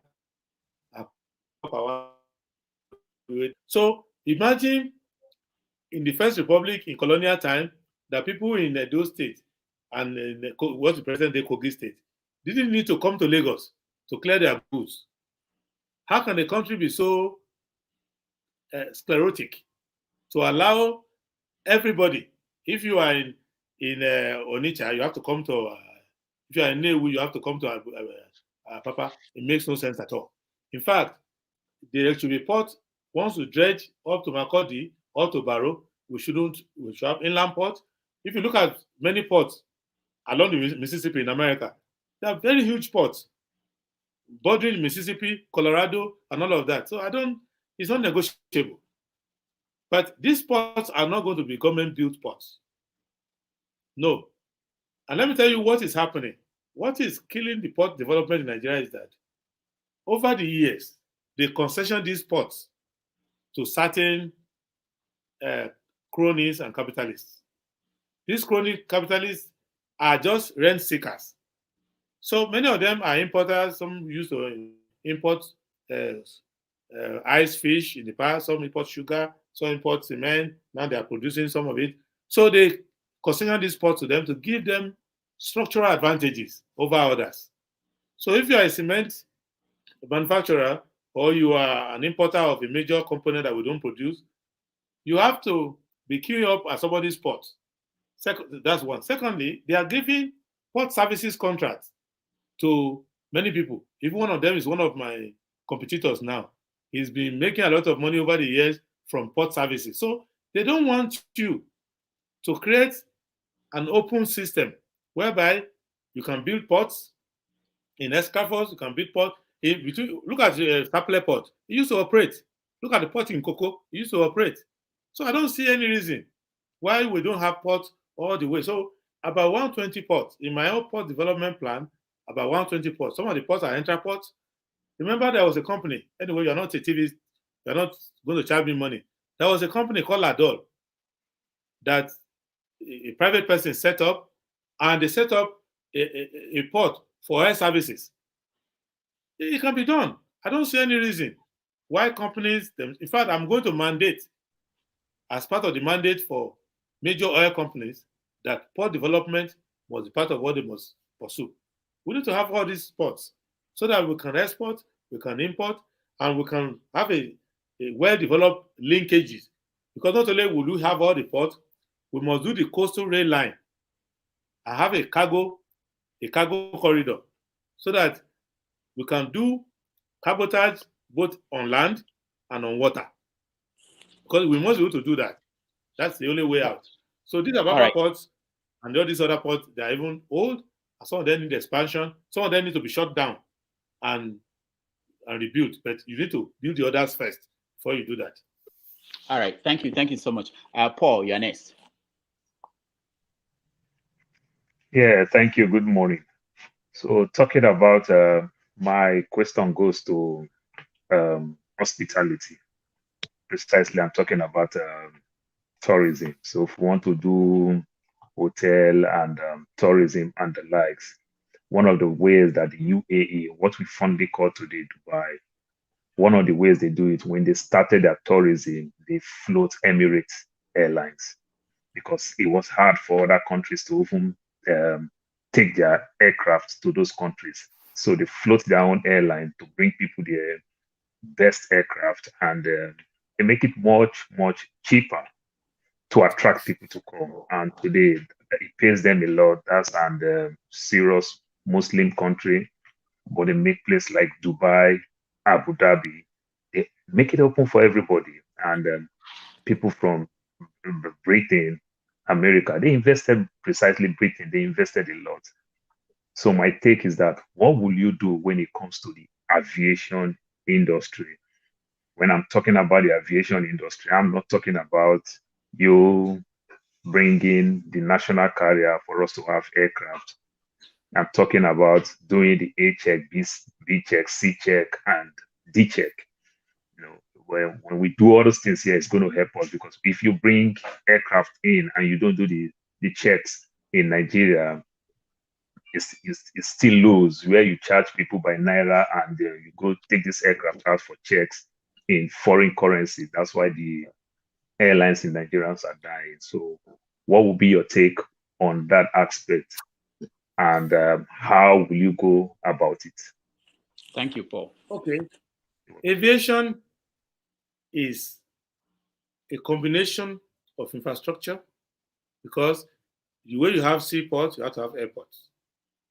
It's also a technical thing, because flying, avionics, and aircraft management is technical and is a world standard thing. So you cannot be an exception.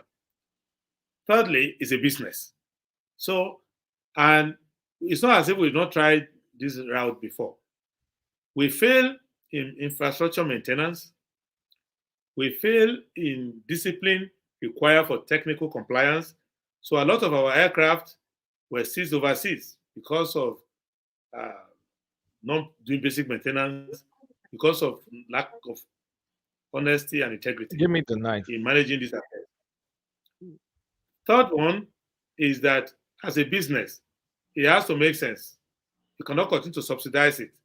So you have to run it as a business, which means that all the business judgment rules have to apply. All the accountability has to apply. So, and what we suffered was sabotage because people were making money from getting the aircraft stranded overseas, litigation here and there. People who work Nigeria Airways were pushing tickets to their family members. There was breach of contract. You could be sitting in a business class seat, and they will kick you out and put one minister or director there and claim that they oversold the ticket, all sorts of things. So what do? First, start with building modern airports and building runways that make technical specification. Building relief airways. For example, I think in Nigeria, we should be able to have about 109 new airports as relief airport for small and mid-sized jets. It's very important to us to be able to do that. Now, we need to have at least 36 standard airports. Every state capital vicinity should be able to have a standard full-length 4-kilometer runway. And we can have that at the cost we're having the one they're building now. I always give illustration. My clients warn me because I'm a lawyer, but I brought an aviation company, aviation infrastructure company to Nigeria, and they built an airport in Nigeria. I know what they had to go through. At the end of the day, they ran away because people were just trying to pad the contract to the point where their conscience could not take it. The amount of money that could build like 7 airports is being piled into one airport, and they are trying to force them to give kickback and all of that. After a while, they just call me one day, we are done, we're not coming anymore. They went back to Virginia. So, just letting you know that. So, we can, so that anybody says, how are you going to have the money to build all these airports? The money is there because they are overpadding the cost of building these ones. Second, we must deal with the issue of BASA, the bilateral air service agreements, because the BASA alone will fund all our investment in aviation. Because we have a population that likes to travel, and we have a large population anyway, and the aggregate. And every country has to sign BASA with us for 2 things: for coming to land and pick passengers in our airports. Second, for overflight, given the size of our country, given our location. And so if we have very good navigational equipment, they'll be flying over us and we're making money from there. All that BASA money, go and find out from them. They just share the money, they don't account for it. Go and find out from people in National Assembly, Aviation Committee. Ask them how much was collected for BASA last year, this month. They don't know it. So that is a pool of funds that can be there. Third leg, we must have a national carrier. There's nothing you can do about that. It's not negotiable. You must have a national carrier. In fact, we ought to be like America, that has not a single national carrier, but has about 3 or 4 national carriers. So we need to have national carrier. No country can afford to be bleeding the amount of money we are bleeding in aviation without letting some of the money come back. Now, aviation is a sub-infrastructure under tourism. Same thing if you have marine services, boats, or they're also useful for aviation, for tourism. if you have good rail system, they're also good for tourism, because many people who travel to Canada, they just go by train to see the countryside. The same thing with South Africa, the same thing with India, the same thing with China. So countries that are mid-sized, big, you need a strong rail system connecting your airport to the seaport, to other part of the hinterland, to your tourist attraction. So if you have a train ride to Obudu, people will appreciate it. If you fly to Obudu, people will appreciate it. If you can do a boat ride to Calabar, and from there you drive to Obudu, people will appreciate it. So you need to have internal infrastructure for tourism to work. People stopping at your airport, and immediately after, they can't even get out of the airport. So you fly from London to Lagos, 5 hours, 6 hours. Then to go from Ikeja to Lekki, it's taking you 5 hours. No tourists will like that nonsense. They're not going to do it. So we need to continue from where the aviation helps the tourism. Then the fourth component, you need safety for tourism to work. People are not going to fly in with Emirates into Abu Dhabi if they are going to be immediately kidnapped on the highway. However cheap the flight is, they're not going to take it. However beautiful the country is, they're not going to take it. That is why, as beautiful as Mexico is, countries that are not as beautiful as Mexico, like Jamaica, other places, they are having tourists going there, because you are more likely to be kidnapped in the street of Mexico than to be kidnapped in some of these other Latin countries. So that safety must also be there. Then the last component is that the people of the country must know how to render services. Services must work. So people travel to Gambia, Cocoa Beach, all those places, and you will see that Gambia has no infrastructure, doesn't have much of aviation, has no airline. Air Gambia hasn't flown for a long time. The airport is rickety. With due respect, when I go back there, I hope they won't chase me away. But the airport is a bit rickety. But when you manage to get to Cocoa Beach, even if you take tuk-tuk to get there, you will see that they are congenial, they welcome you, they serve you well, and all of that. So all of this package is what we need to put together for aviation. But you must have a humble government that is servicing the people first. It is very difficult to have a country where the government does not service the citizen, and that government says it wants to create a tourism industry to service outsiders. If a Nigerian is stuck in one place, he cannot call 911 and expect police to come and help him. So do you expect the police now to listen to tourists? It doesn't work. I've been to the Gambia and some other countries, Cape Verde, with people all the way from New York. Sometimes they say they want to go to Africa. Some are Afrocentric. And you will see that in certain tourist places, you will see Gambian soldiers coming to guard tourists and all of that. And I used to ask them, why are you guarding tourists? You give me the impression I see your country is not safe. They say, well, we cannot afford one single kidnap, because these tourists will not come. So there are many reasons. And then once you create that infrastructure, you cannot have teams, year of return for Badagry and all those other places that have historical places for slavery.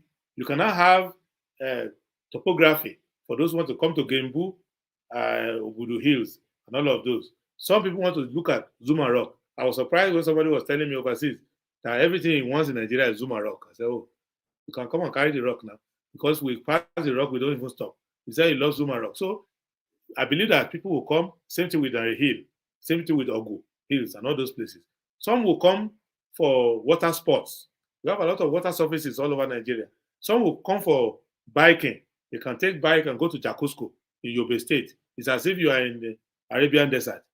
You have beautiful sand dunes all over those places. So many reasons. Some will come and do kayak on Lake Chad, but you have to get rid of Boko Haram and all of that. So tourism is a package. And then some will come for Oshogbo, Ofala Festival, and so all those thematic things, Arugungu Festival. So, but you must have that basic infrastructure working. But it starts with the government that can actually answer a call when you call the government office. Go and pick any government and call the office. Yeah, I think. Yes. Go ahead. I think you spoke my mind very well. You sound like 100% an aviator. I think you cover nearly everything, but you don't cover the first word that comes out of your mouth. You didn't cover that aspect. You said aviation is infrastructure. Yes. Do you know in Nigeria we only have one aviation school in Zaria, Kaduna, and that aviation Yes. school is almost coma-side. There's a private The one. aircraft. There's a private one in Ilorin. There's one in Ilorin because I check Yeah, on. I've been to Ilorin and Yes. I schooled in But that one Zaria. can only give you single engine starter pack. But what I'm letting you understand, there's supposed to be another one in Enugu. When the whole new was designed, there's supposed to be one in Enugu. Because if you look at the topography of Enugu, it's a good place for you to learn vertical landing, S landing, and all those maneuvers because of the way Enugu Airport is situated at Eleme. You can train a lot of people there. But one thing what we can do is there are 4 angles to aviation infrastructure. One are the training facilities. You will see that between inside Atlanta alone, not talk of Florida, where is their pastime. The first time I learned how to fly, it was in Hawaii. First time I learned how to fly at all. I just went as a tourist, and then after a while, I had a German friend who knew how to fly. Then he said, why don't you learn how to fly? And then because I stayed a little bit in Hawaii, I started learning how to fly. So if you have all of these things, many people who didn't want to have a career in aviation can just develop interest because of the availability of this facility. That is one angle to it. Second angle is that when you are bringing aircraft into Nigeria, you need to be able to do your basic checks. But an economy in which people are struggling with fueling, kerosene, one of the easiest things to get, aviation kerosene, they are having struggle. Some airlines have to go to Ghana to go and refuel and come back here. So if we are failing at that basic level, it means that we have a lot of work to do.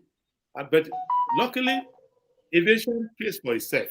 So if they are not stealing the money, if you are not using FAN, NCA, NAMA to NCAT as patronage for those who are supporting your politics, if you allow it to be run very well, then you will see. Because remember that when the British Overseas Corporation, when they divided it after independence, and we got our own, which became Nigeria Airways, which has the code name Whiskey Tango. Everybody in the world, if you want to go to aviation school, you must learn Whiskey Tango, because that was the call sign of Nigeria Airways. And they were training pilots like Captain Ore and all those people. We were meeting international standards.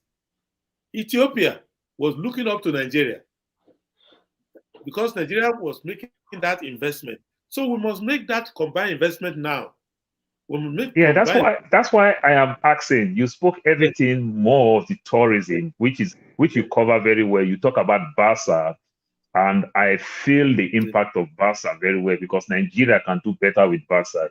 You can see what airline like Askia is doing in Togo. They make a lot of money on Barca, and everything that they make in Togo is all about Nigeria. So everything landed in Togo and to come to Nigeria, but that aspect you spoke very well. But what I'm saying is that I'm talking about infrastructure, because if you tell me about NCAT in Kaduna, there is nothing there. You understand? Infrastructure for training is there. Infrastructure maintenance is there. Infrastructure for navigation is there. So do you know that, as I talk to you today, do you know that people who have private jet or any other equipment that they like, that they really want to protect, they hire private guard in our airport? Are you aware that if you are paid on parking charges, but you still have to hire somebody to stand by your plane and be watching it? Otherwise, when you come back, somebody will go to your aileron, remove something from your aileron, go to your wings, remove something. Do you know that? I have had clients of mine coming to Nigeria and having that serious problem. So we are going back to the fundamental of it. But to make all those investments, you have to straddle the entire, from training to aviation safety equipment to basic maintenance, to be able to do basic oiling, turnaround, to be able to change your tire, do a fitting with your landing gear, and up to doing C check, D check. There are companies that I know in Canada, in Australia, in Austria, and other places that I know personally, that if you just allow them to come and at their own cost, set up C check and D check hangars, they will do it. It's just that But you rent cannot be, you cannot, like I'm talking about the Oh, biggest private. Paul, Sorry, I'm this is my sorry. last question. Yeah, because we have to we have other people who have not had the And chance we to only ask. have 4 hours left. We have done halfway now. I- I only have 4 hours left. we are done 4 hours, you know. That's a commitment to. Okay, go ahead, Paul. Finish up. Okay, so what I'm saying is that because when you talk about all these things, if we don't first of all put the maintenance, the biggest private maintenance company right now in Nigeria is Execujet, which I Yes, believe you know from the way you sound. And yes, you know Execujet is coming all the way from South Africa.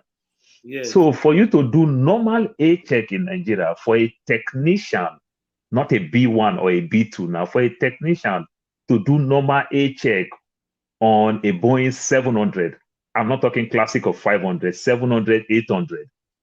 You need to still find yourself in Addis Ababa, or you go to US, or you go to UK, and it costs a lot of foreign It's exchange. unfortunate. So It's it part of may, the bleeding. it's unfortunate. So we have to start from there. Yes. So that's why I'm asking you You see, again, how the can good thing we about us upgrade is NCAT? we can do that. Not only are we going to upgrade NCAT, I mentioned Enugu. We need to open a new corridor in Makurdi. You know, at a time when the Air Force, we are supposed to share it. And that's in aviation, you share civil aviation, you share military aviation. Where we started falling off the wagon was one, we started mismanaging our civil. Then because of the coup and rumors of coup, especially that FASA coup, from that moment, there was a government disinvestment in Air Force. So you will see that the hangar that's supposed to be in Makurdi, that's supposed to serve it, is no longer there. Remember that in Port Harcourt, we have two airports, one for the Air Force and one for the civil. We need to continue along that line so that you do manpower training. There are major investments. For example, we're fighting war now. A major part of our war is air cover. And I had a meeting with retired Air Vice Marshal. I selected my team and I said I wanted only fighter pilots. I had a session with fighter pilots and I discovered that, in fact, we're even lucky because we don't have air cover anywhere. So in me trying to manage air cover for Nigeria, I would give a lot of facilities. I do a lot of, for example, for military checks, for example, it's dangerous to have your aircraft taken to another territory for checks, especially A to C is just not correct. So we'll make all that investment. Luckily for us, we have Nigerian manpower in many of those places. We'll do it for rotary equipment, helicopter, and all the rest of them. We also do it for face wings. We also do it for others. So we'll do it in that category and we'll place in different parts. We will do all of that. All right. Thank you. Thank you so much. We have done 4 hours. That's our commitment, and I think we have done 100 questions. But because we have some people who are still here, we give them the chance to ask their questions. Chukwudi, let me start with you. I know you've been here for a while. Go ahead. Yeah, thank you, Dr. Damages. I've been here for 4 hours. Thank you, Dr. Damages, for providing the theater, and Prince Adewole for performing the surgery. Now it's for us to nurse the patient to recovery. Let me state that there is no country that is united. Nigeria needs a manager, not a uniter. Just as you cannot unite Umuleri with Aguleri, and you cannot unite Ife with Modakeke, you cannot unite Islam with Christianity. We need someone who can manage all these entities to coexist. I disagree with government sponsoring pilgrimages for any religion. You are correct in your defense stance. The police is for internal policing. The army is for external policing. If we had a good, effective, and efficient police force, there will be no Boko Haram. I also disagree with the idea of police barracks. Police personnel should live in the community, where they serve as eyes for the government and the community to fish out errant elements. Also, I find it curious in your use of an armed robber from Olo. The last time I remember, Oyenusi and Aneni were not from Olo.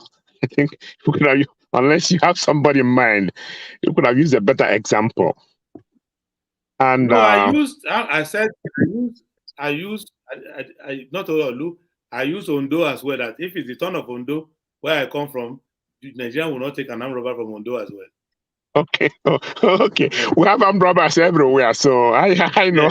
I'm just so my question is, why wouldn't Fashola resign instead of everybody making excuses for him? I have resigned from positions. If he's there and he's not given a free hand to perform, he should resign.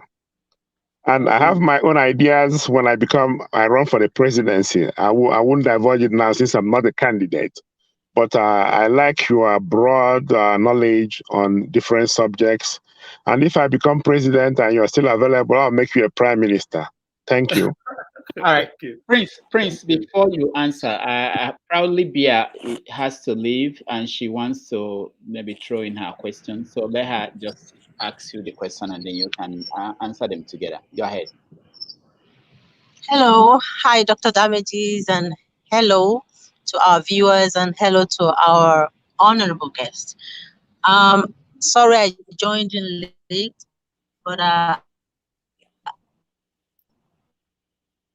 we can't hear you anymore. As a patriotic Nigerian, so can you hear me? Yeah, okay. Can you hear me now? Okay. Yes, as a patriotic Nigerian, I will invest my time on anything that will move that country to a better place.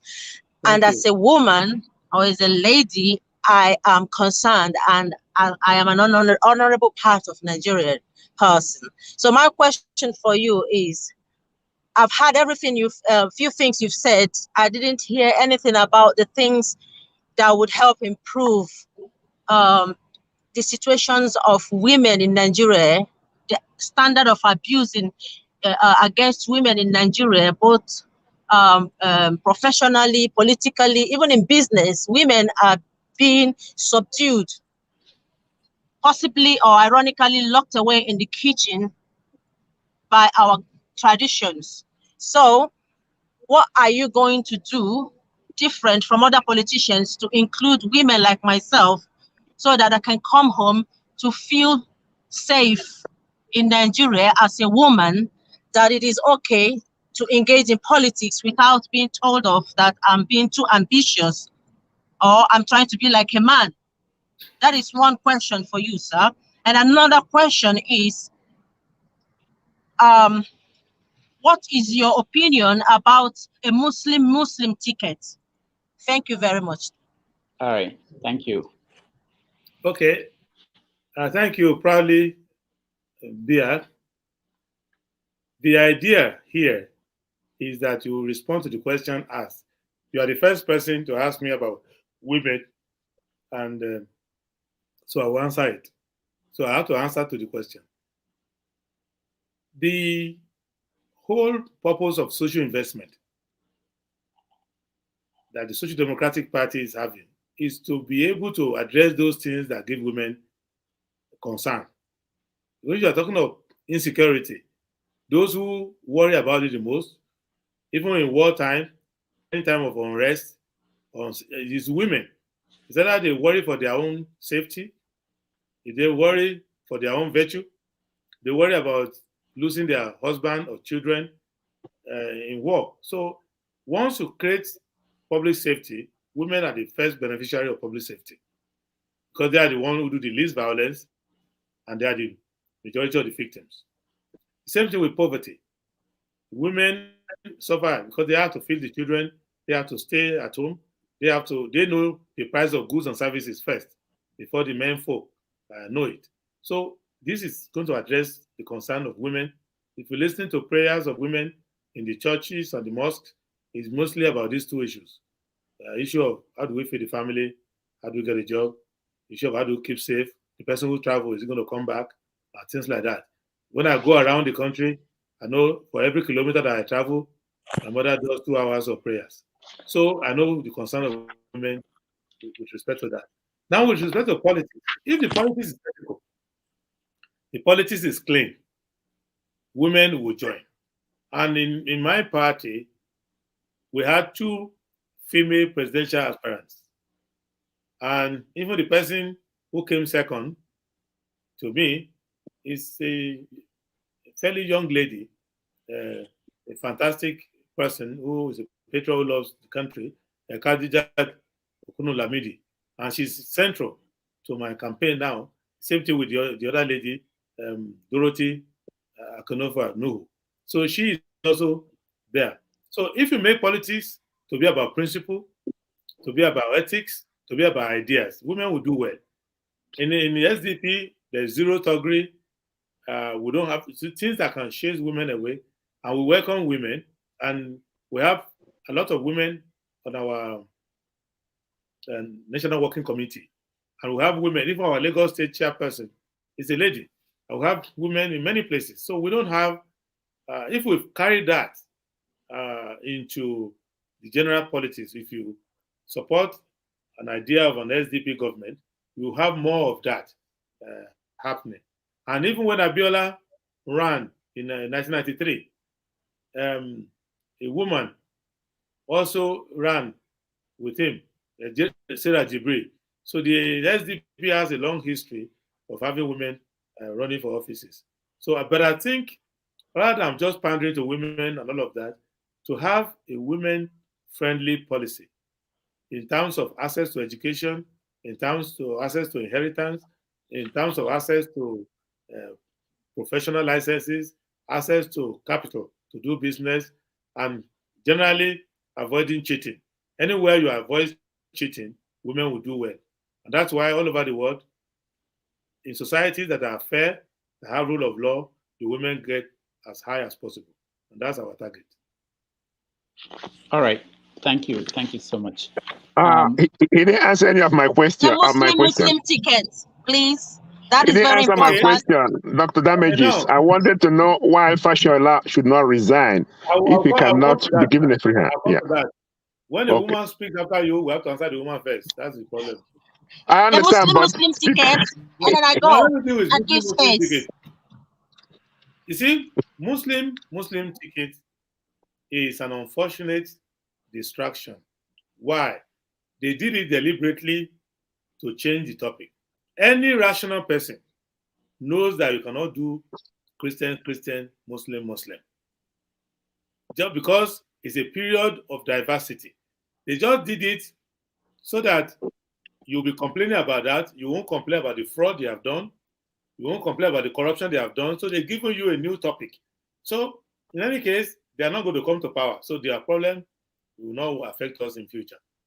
So that one is gone. Now dealing with why people will not. These people love themselves more than they love the country. They want to remain in power, in government. Once they come in, remember my brother El-Rufai called himself an accidental public servant, that he didn't want to enter public service, that he just entered by accident. But he has spent 30 years in that accident. So it's a continuous accident. So Fashola said he was tired. He's done enough. But when he was given opportunity to leave, he didn't leave.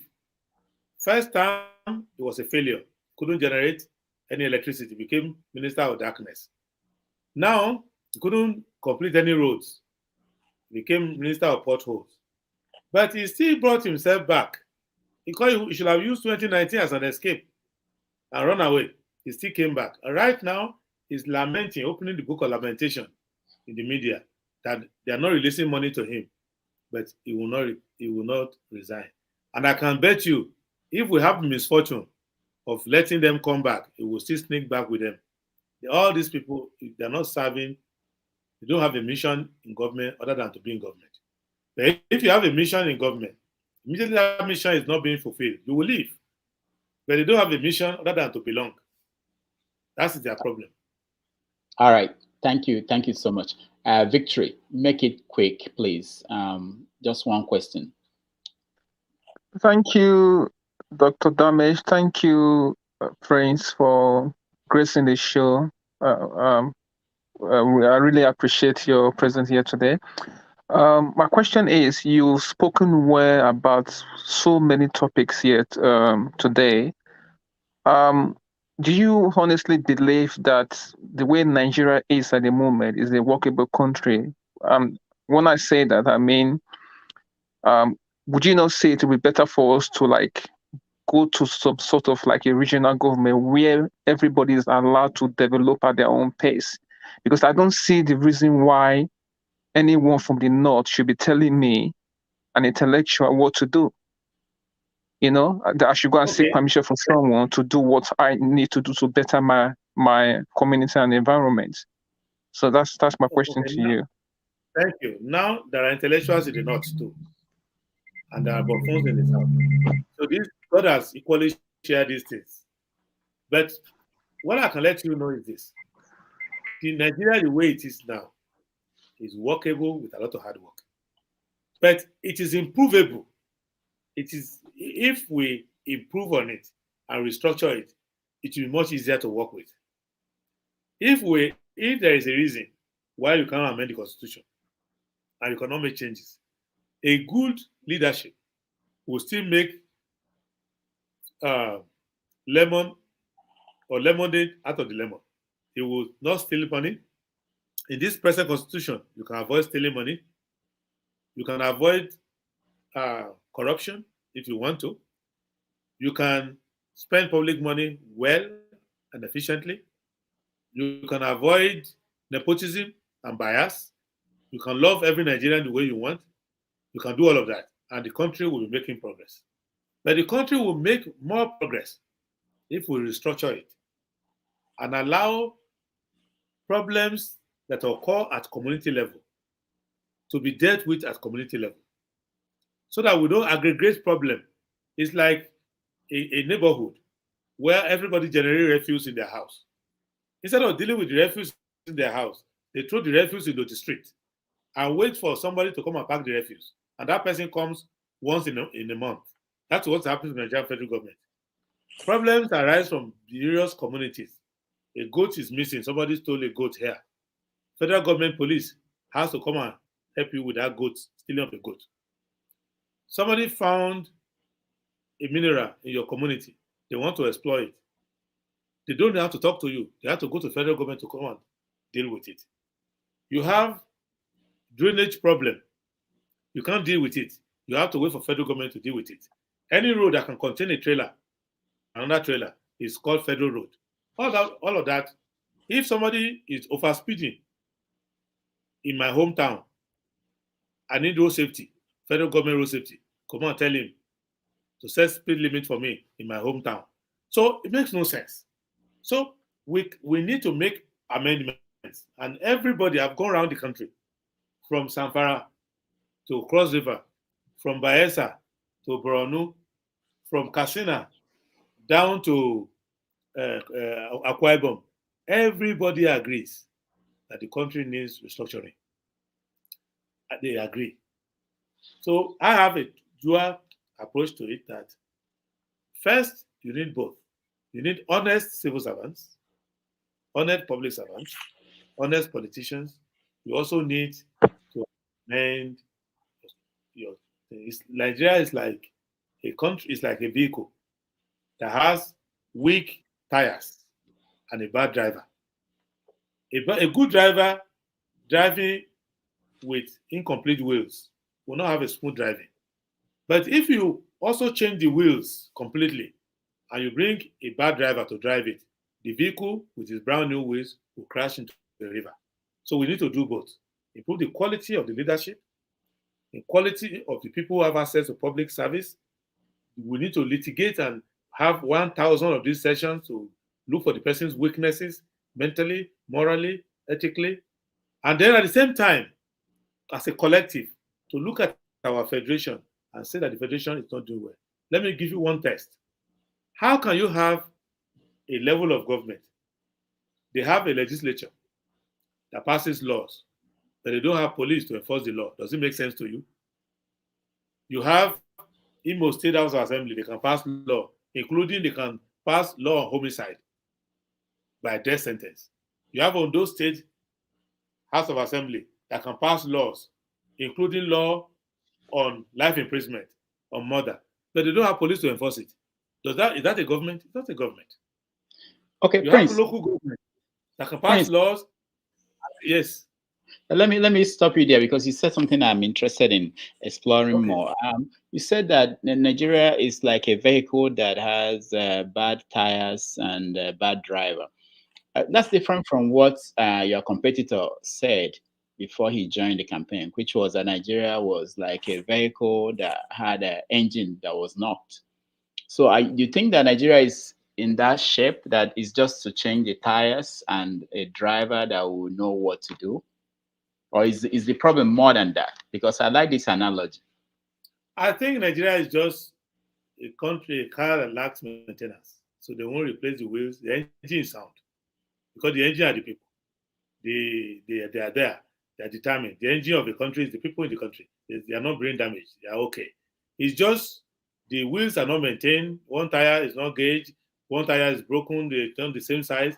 So all you need to do is to fix that. But you need a good driver. And that's very important. So passengers inside the vehicle, when a good driver is driving it, they will not feel it as much as when a bad driver.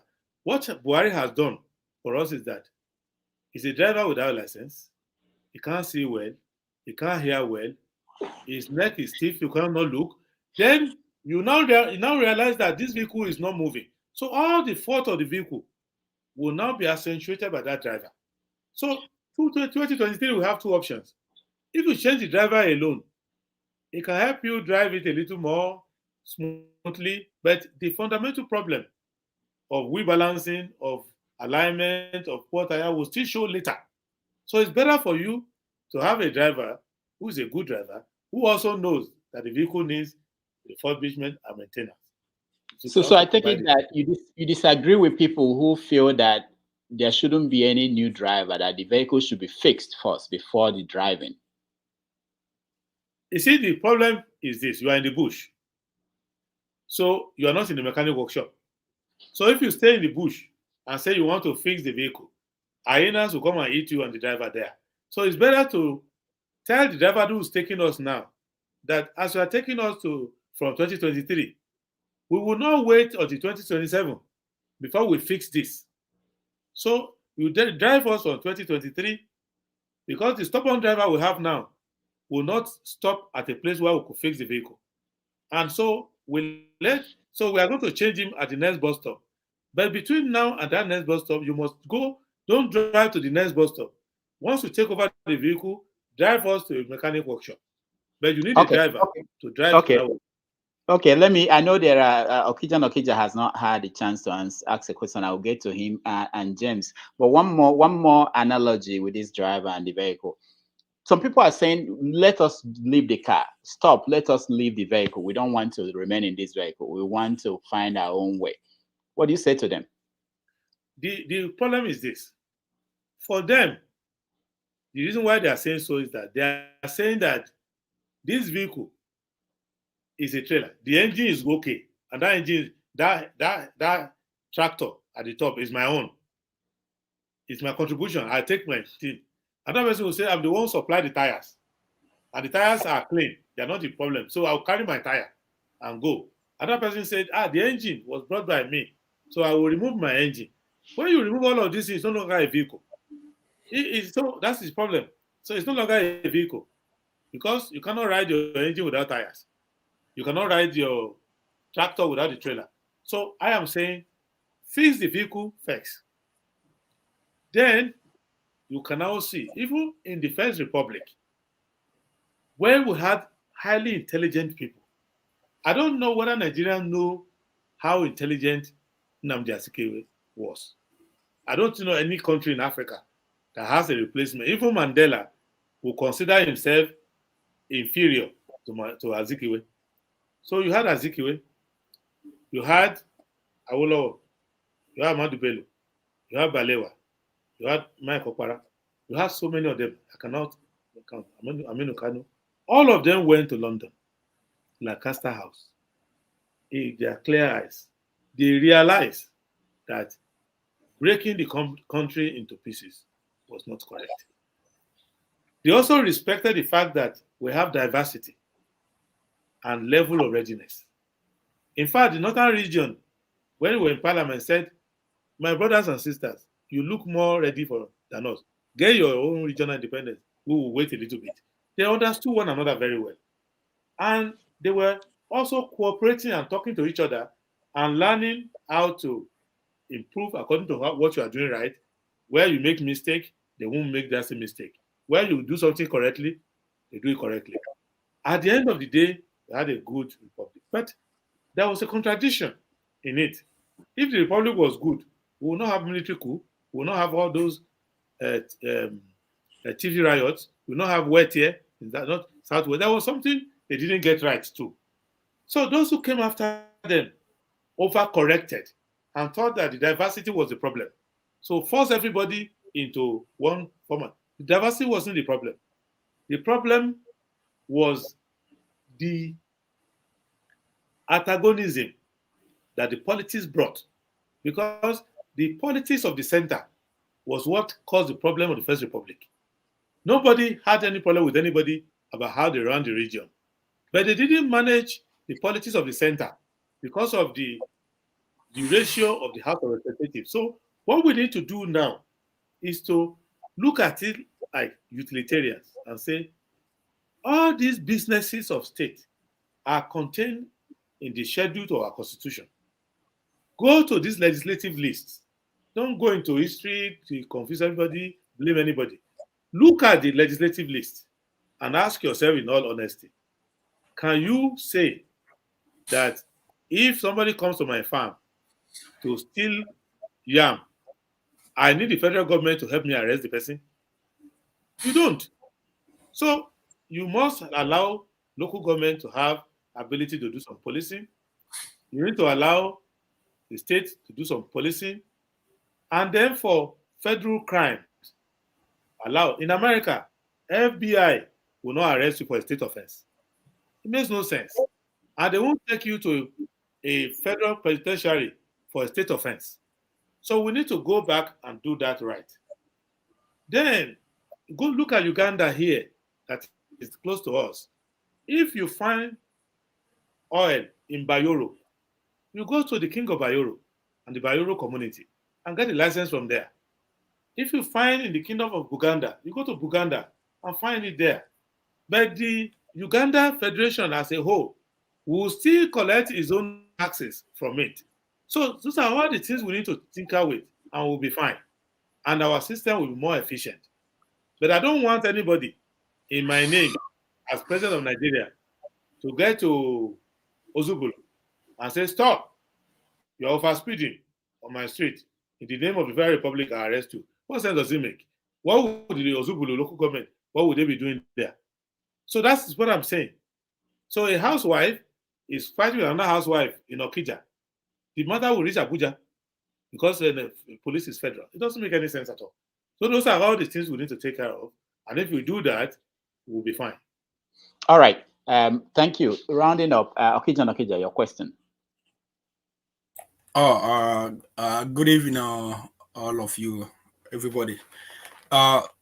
Prince Adewole, thank you very much for taking out your time to, answer our questions. First of all, I must commend you. You know the issues. I'm gonna say this more than any other presidential candidate that has ever emerged in Nigeria since I was born.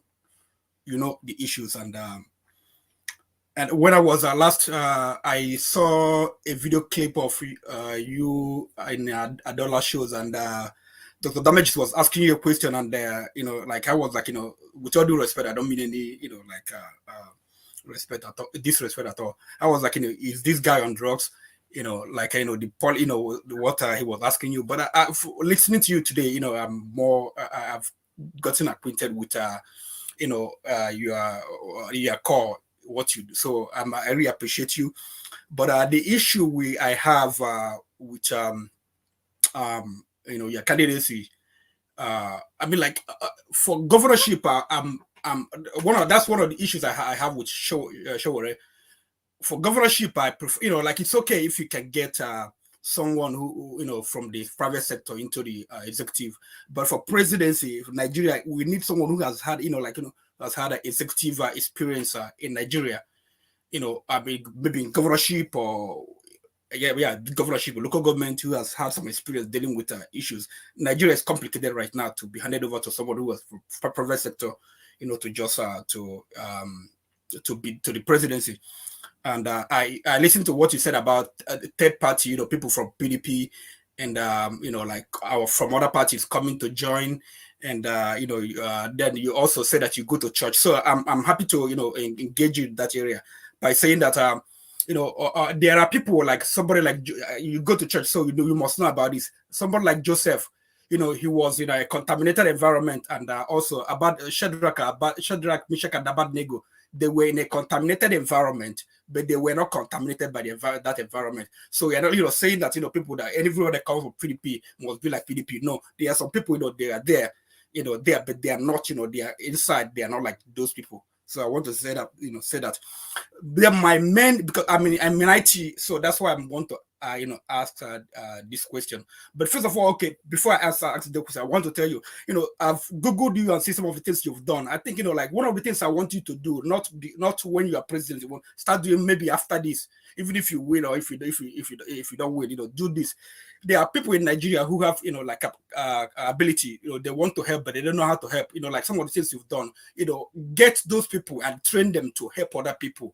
Not people who are just looking for, people who already they have things to give. Maybe they have money, and they want to help people, but they don't know. Just bring them, train them. This is what you have to do to help people. Okay, so my question is IT. I work in the IT sector, and my company is a technology firm, and we hire almost every of our developers, like QA, engineers. They are from India, the Indians, and then we also have to, open a company in India whereby we have all developers.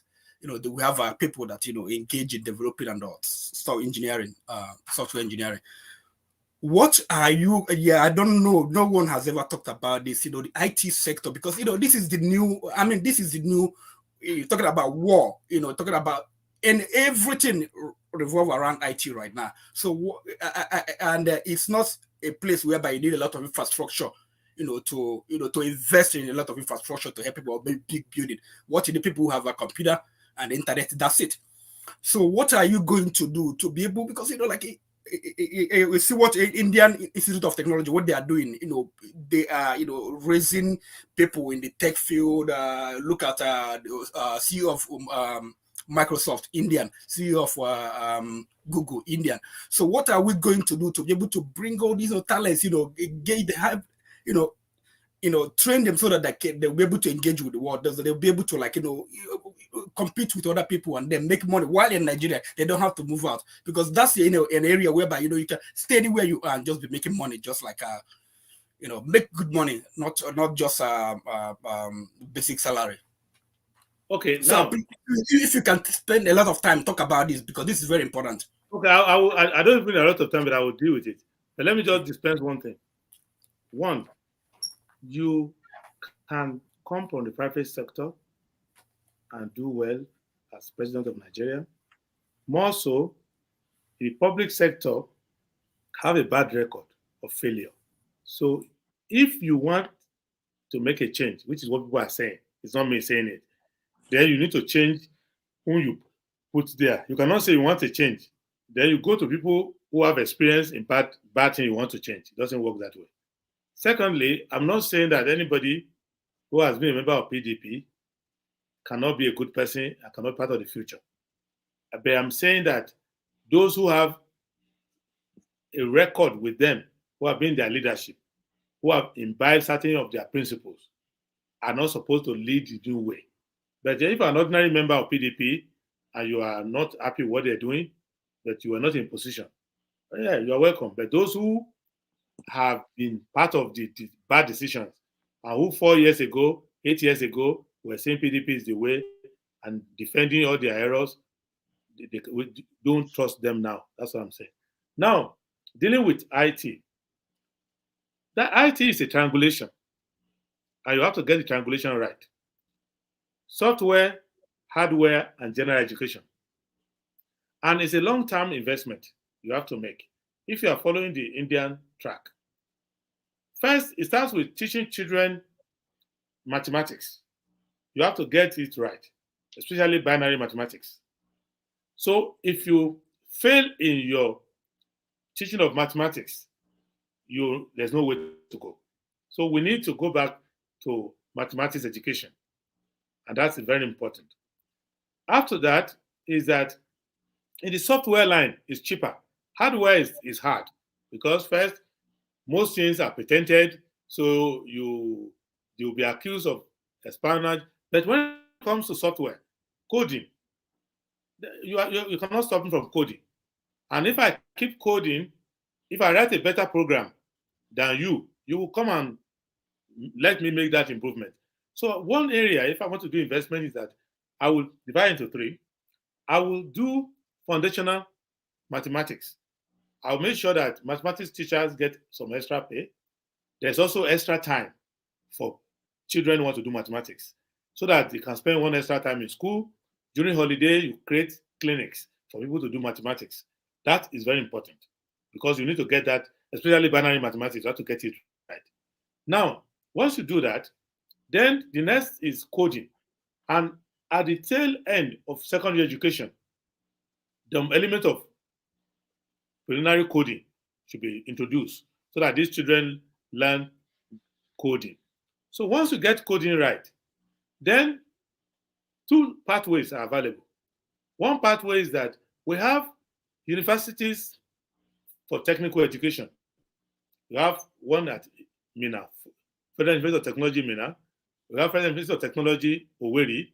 We have one at Akure, and we have some other ones. And then we have some traditional universities that have a very strong computer science and computer engineering curricula. You need to make sure that they stick to this curricula because in many cases, you have students who are in computer engineering and they don't have a lab. And they will finish and memorize assembler language, compiler language, and all of it. Do you know, I went to a school and they were still learning compiler language, assembler language. I said, for God's sake, are you trying to join Xerox or what? So we need to upgrade to that. Then we need to do additional things. We need to do placements. Because what India is enjoying today is a 30-year program where they have competitive admission to their technological school. So when you finish, they will set up the exam. You will see that if you score 96%, you know you can't make it. You already failed. If you do an exam to enter these schools and you score 96%, you yourself know you cannot be admitted. Because if they are choosing the first 1,000, the last person, the 1,000 person, will score like 98% or 99%. So that is very competitive. And then they develop a diaspora system whereby they send them to go out and they go and learn, they stay on the job. Because our people, part of the training we need to give them is to let them stay because our people just join engineering work, join IT work just for the money, not for the career. So many of the Indians you see today, when they were in California and they were meeting many Nigerians, Nigerians who went to MIT, who were the best students there, who went to Stanford, were the best students there. But when they joined these corporations, they just earned their salary. They didn't stay long to try to develop a career because unlike India, we did not have a domestic plan for their reabsorption.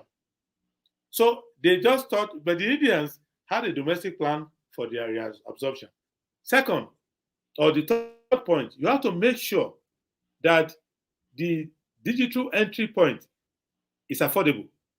If you look at India today, access to bandwidth is cheaper. And there are dedicated centers for bandwidth access in a community, however remote it is in a village. You have bandwidth access, you will go there and you can do the work. Then the fourth leg was that they learned on time to buy into outsourcing. And that outsourcing, two waves of outsourcing has passed, and Nigeria is not participating in it. And as a lawyer in New York, I have done many outsourcing agreements. I go to India regularly, Kerala, many parts of India, where you will find this outsourcing. And this outsourcing is what they are using to run railway services in London. This outsourcing is what they use to run the NHS. This outsourcing is what they use for many services.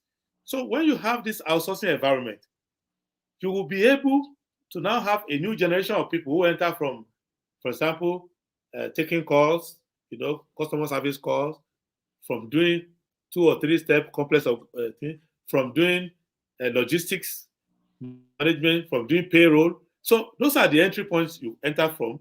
And once you enter from there, you can now start doing advanced coding that will lead to messaging, money transfer, middleware creation, and things like that.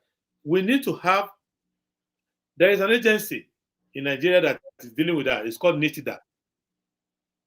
But I can guarantee you, the government of Nigeria will look for the most available idiot and put it there. Because the money of NITIDA, they are using it to service First Lady, using it to sponsor governor somewhere. So that money was, so when you make a telephone call in Nigeria, a portion of it goes to that NITIDA. When any of the telecom companies makes any profit, a portion of it goes to that NITIDA. So NITIDA sometimes has like $1 billion, $2 billion. They have a lot of money there, which they could use to support IT education. They are not. So those are the things we are going to attend to, and you will see that we will make a lot of headway. Luckily enough for us, even though they are disaggregated, we have an aggregate of manpower that can be at entry point. And there is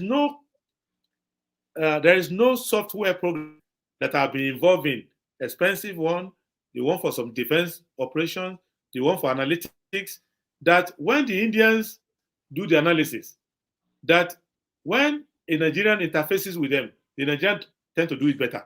I don't know how they manage it, but I've done more than 30 programs that from New York we take to India to do. When a Nigerian in any of these companies is to review, they do it far better than the Indians. It's just that there's a national policy on the harvesting of ICT. Nigeria doesn't have any. And the one we have, whether with NOTAP, whether with NITDA, whether with the Ministry of Science and Tech, it's all lip service. Because those who are in government now are not able to know the cutting edge gateways for new wealth. So they focus on oil, they focus on taxation, but they don't know that an investment, for example, in America, and I'll conclude with this, Americans always complain that Mexicans and Latinos are coming to steal their jobs. But the people who take American jobs the most are Chinese, because they don't come, they stay in their country, and the job goes to meet them. The second who took the job the most are Indians. They don't come, they stay. So if you look at the EB-5 program, if you look at all the employment visas, they limit it for Indians. And when the American government started limiting it for Indians, then the American company started shifting the job to go and meet them there. So we can create that infrastructure here. And we have, our people are very smart. So once we modify their education, and I've been doing a lot of training for people in ICT. I've trained thousands of Nigerians on ICT. And if they want to volunteer, they can come and explain to you how I expose it to them. And for many years, I've been servicing ICT companies. I know even for avionics, even for automation of vehicles, autotronics, I've done a lot of programming. Even in Germany, as strong as Germans are, many of their programming is now done outside because of comparative cost advantage. So those are the things we can do, and we'll do them. All right, thank you so much, Prince. Let me just say that Okija just see how Okija threw me under the bus because of you. and he described you as someone who that nobody has ever been this smart about the issues in Nigerian history. It's true. And coming from Okija is, if you know Okija is I know Okija very well. I think it's in Ihiala. Okay, all right, he's from here. So we have to round up. We are 15 minutes away from 5 hours. So we agreed to do. So what we're going to do is we take 2 more or 3 more follow-up questions from everybody here had a chance to say something. So James, make it short, please. No preaching now. Just a question. We can't hear you, James. You have to unmute yourself. On that. Okay. Yes, he has spoken well. There's no doubt about that. And he's in a good position to prove Shakespeare wrong. Because Shakespeare said there's no art to find the man's construction in the face. Should he, if he's elected president of the republic, I think he's afraid with the problems of the country. So he's in a good position to prove Shakespeare wrong. So there's one thing I want to draw his attention to. Should he become president of the republic, the welfare of Nigerians abroad. They are going through hellfire. There's no doubt about that. I want to cite some examples. Please. When during the apartheid era, Nigeria was not trading with South Africa. At the end of apartheid, trade relationship was established. The first consignment of crude oil from Nigeria to South Africa was diverted to Cayman Island by private people. This was meant for the government of South Africa. Here in the Gambia, on July 22nd, 1994, Yahya Jammeh toppled Jawara's government. When a commission of inquiry was set up, they discovered that Buhari's military government gave this country 18 million barrels of crude oil free of charge for developmental purposes. Till this day, it's unaccounted for. During Yahya Jammeh's government also, there was a crude oil deal. So the Nigerian government, they are not helping African states, they are only trading favors with other African heads of states. So this is what is there. Despite this unquantifiable magnanimity, they treat us like shit out of envy, not that Nigerians are bad. It's not only Nigerians who are bad all over the world. They treat us like shit out of envy. This is the problem going through. Here in the Gambia, they had a cause to take a man to court, and the magistrate was misbehaving. So I had to write the, Minister of Justice of the country, reporting this woman. The minister did not even acknowledge the letter, let alone doing anything. I wrote the Inspector General of Police, and nothing happened. And to make matters worse, when you go to the Nigerian embassy anywhere in the world, the first question is, how can we be sure you're a Nigerian? Oh, I have a Nigerian passport. They said, no, anybody can own a Nigerian passport. They are not willing to help you unless your tribesman is there. So these are problems we are going through, and it's unquantifiable. I was passing through Jomo Kenyatta International Airport, I can't remember the year. I was asked to stand outside the queue because I'm a Nigerian. I refused, and it caused commotion. A senior immigration officer had to call me to his office to resolve the matter. The same thing at Entebbe Airport on the shores of Lake Victoria. I was flying to Johannesburg. They had to take me out for special questioning just because I'm a Nigerian. I committed no offense. So it's not your responsibility as head of state to address that, but the office responsible. It is. No, what I mean is that you will not go and do it, but the office responsible for that, there should be a responsible person there. Because the woman who is there now in Nigeria, she seems not to know what she's doing. There are a bunch of idiots. So I thank you very much. And I sincerely wish you well in your endeavor. Unfortunately, I will not vote because I'm not in Nigeria. But I'll talk to my people at home to think about doffing their heart for you. Thank you so much for coming. And we sincerely wish you well in your endeavors. And we hope that Buhari will not be the last president of Nigeria. It won't be. Thank you, James. Thank you very much, James. Okay. All right. Thank you. Thank you. All right. Kwankwaso. Yeah. They said how you in this politics, party politics we playing, how you win, we go a long way to determine how you will govern. Now, if you're looking at your main competitors, at this stage of the game, it's all about numbers. How do you convert your permutation to digits? When you look into your core room, your engine room, what is the number looking like? Do you think you have enough to face somebody like Atiku Abubakar of the PDP, who has been training, giving and taking, cutting deals across the country for the past almost 30 years, looking for that seat? Or do you have enough number to go against Bola Tinubu of the APC, who is a known fact that he has done well for himself by building a lot of political heavyweights across the country, if I should put that way, including the party that you are contesting on that on. It is a known secret out there that he's been one of the #1 financier of the SDP. If you look at what transpired a couple of months ago, where he single-handedly hand over the Senate ticket or the governorship ticket to Magnus Abbey of Rivers, which is originally from your own party too. Or do you have the number to go against a person like Ibrahim Konkoso, who is the leader of one of the most sophisticated voting groups, Rabiu Konkoso, who is leading one of the most sophisticated voting bloc you can think of when it comes to Nigeria.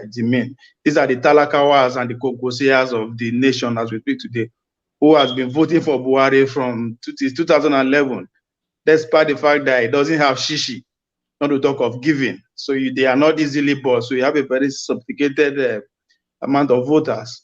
Or do you have enough to face the obedient, who all of a sudden woken up to the reality that politics is no longer evil. Politics, as a matter of fact, is fun. But most importantly, nothing can change within the space of our life without politics. Do you have what it takes to go after this man? Or the show warriors, the Take It Back movement, who were given a hard blow 4 years ago, but they did not go under the radar, but they went under the ground to start mobilizing and educating people how to go about it. All right. In reality, as it faces today, do you have the numbers to go against these people? Thank you, Ovia. Now, I don't have the number. If I had the number, I would not even honor conversation. I would just be lying down my house and be preparing for swearing-in ceremony. So I'm looking for the number. So and the number is out there, and we'll get to the number. But at this stage, I'm more concerned about people understanding the issues. I'm more concerned about people holding to the fidelity that we want to change the country. And the change we want to change is not change into oblivion, change that what we don't know. So we're articulating these issues. I have not done 1 day of campaign anywhere. So all of these people parading themselves, going up and down, some of them are doing it illegally because there are certain people who believe that rules are never to be obeyed. So when the rule says campaign starts on the 28th of September, some people will think, what does it matter? And I believe that any person who cannot obey law when they are not in government, when they enter the government, they will not obey laws. So I'm a lawyer, and I've told my party people, no 1 million man march, no 1,000 man march, no 100 man march, no campaigning, no rally. Wait. If you love me, you're gathering yourself together. When it's time to start campaigning, you will know whether we have the people or we don't. If there is any person financing my party, I'm not aware. Because one thing I know we are short of in SDP is money. So we tax ourselves, we do everything. There are some people who came from other parties to our party in their state. Like you mentioned, Magnus Abbey. Magnus Abbey went to the party in his state and he won the primaries in his state. That is not my problem. But in many states, the people who are our candidates are people who have been in the SDP for a long time. There is no alliance, there is no relationship that can happen between light and darkness. I think at this point in Nigeria today, APC and their leadership, they represent darkness. Not just darkness now, but a very bleak future if you go and give power to any of them. Why do I say so? PDP is good at ruining your future and ruining your present. The APC is the only party that can ruin your future, your present, and also ruin your past. So if things you have achieved in the past, they will go and dig it out and ruin it. So if we are going to do election at all, we must be able to remove PDP and APC at the same time. Now, with regards to other people who are contesting against me, I can only wish them well. But anybody who wants to be president must be used to beating people. So if you're not prepared to beat Kwankwaso and his overrated regional catchment that he's talking about, if you're not able to beat Obedient and his cyber activist, you are not ready to become president. I believe that there are 176,840 polling units. We need to go there and do the work. And there's no single polling unit out of the 176,840 that we don't have operatives working for us there. And that's how they were talking to us before Ekiti election. They were making noise around there. But I remember journalists saying, "Oh, do you think you can do?" They went to Ekiti. We did very well. At the end of the day, they cheated us there. They bought votes. They were in court. And they have been doing rigmarole, delaying the case, doing what. At the end of the day, SDP will win in the tribunal. We will collect our Ekiti back. And from there, we are going to win all the other states that we need to win. So we are not delusional. I believe that nothing entitles to be a governor or a president or senator unless somebody votes for you. So I'm looking for voters. For those who have logged it in, who have enough people, they can stop and leave me alone. Let me go and look for people. I still need a lot of people to come and join me. So I'm comfortable. I have no worry. We have 5 months of campaign. So just watch whether we know how to campaign, or we have the message, or we have the people in the various places to help us win. But people should not have insinuation. They should wait. And Dr. Damages, I have a sparring partner here called Forefathers. We have an unsettled issue. Yes, because yes. I'm hungry around here. That's why I've not tasted water since. I want to make sure. We'll get to that. We'll get to that. Yes. But let me say this. Let me say this. This is your answer to this question by Ovie. Yes. Was a little different from the recently you've been given this answer, but this is an improvement. Pundits who eat their words in February. So that's an improvement I noticed from the answers you've been given about this question about your position, the position of your party in the upcoming election, which is that the election campaigning has not started. So, all right, we take 2 more people. And I said that the pundits, yeah, they will their words, and yeah, we are going to be around serving them the menu. Yes, and I was worried when we were saying that you mentioned something like you wouldn't be here talking if you had the votes. I thought you were going to say that you wouldn't be on this show if you had the votes, but I was happy that wasn't where you were going. No, all right. What I mean is that why are we still talking? Yeah. Those who say they have won, why are they still talking? If you have won, go and sit down now. They did a poll recently where they said somebody was leading. I said, if you are leading, you need to get a tailor to start making your inauguration dress for you now.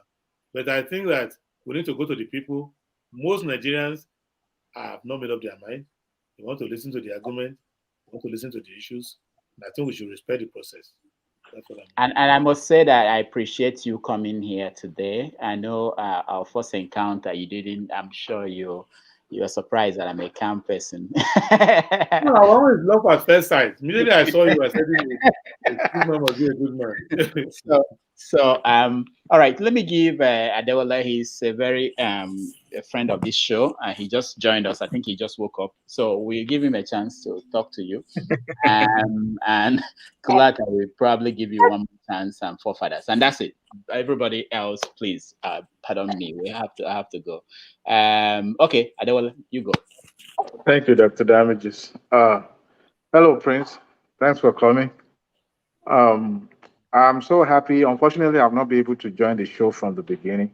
But then I have some other questions, but because of time, I won't be able to ask them. But I'm glad that you are joining you're part of the discussion now. You're no longer, part of discussing, but you are part of the discussion because people will be talking about you online, in the television and everywhere. If good people with intention, come forward like you did, I think our politics will be better off. Now, you've answered my first question, which Juan Kosoa asked, whether you have what it takes to win. But my second question is this: if everything doesn't work out, who would you support among every other candidate? Thank you. Thank you. Well, first, if things don't work out, I have to find out why it didn't work out. And I can only find out on election day. At that time, it's too late to support anybody. So, but what I can round say, two. If it goes round two. If it goes round two, that's a good I'll point. be looking for people to support me. Because if it goes round two, I'll be at that time. I'll be looking for someone to. Because those who drop out, I'll be talking to them to support me. So, because there's no, if it goes round, that means there's no winner. And those of us who remain to do round two, then we'll be looking for someone to support us. And if, for example, the top two, we don't belong there, then we have to choose between one of the two.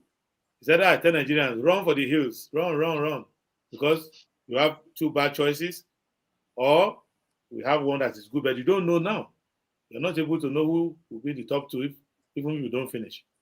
Because the real politics hasn't started. What they are doing now is online skirmishes. And people who have friends in the media can help you project you. So when they say INEC calls candidates, if you like Obi, you will say INEC call Obi and 16 others. If you like Tinubu, you say INEC call Tinubu and others. And so that or that, you still have room. But when it comes to mano a mano, you go from polling booth to polling booth. Even the editor-in-chief has only one vote. And the Panwan Tapa has only one vote. So I want to wait and hear the verdict of the people. But in the elections in which we have contested, I've seen that our candidates, using the same principle, have been doing well. There's a by-election now that we are involved in Ibadan Southwest local government. There's a House of Assembly seat. We are contesting. Some of these people making noise all over the country. They don't even have a candidate in it at all. But they are tweeting away, but they don't have a candidate. Then we have a candidate that we even need police protection for him because he's doing so well that the sitting government is worried about him. So we have candidates in key places.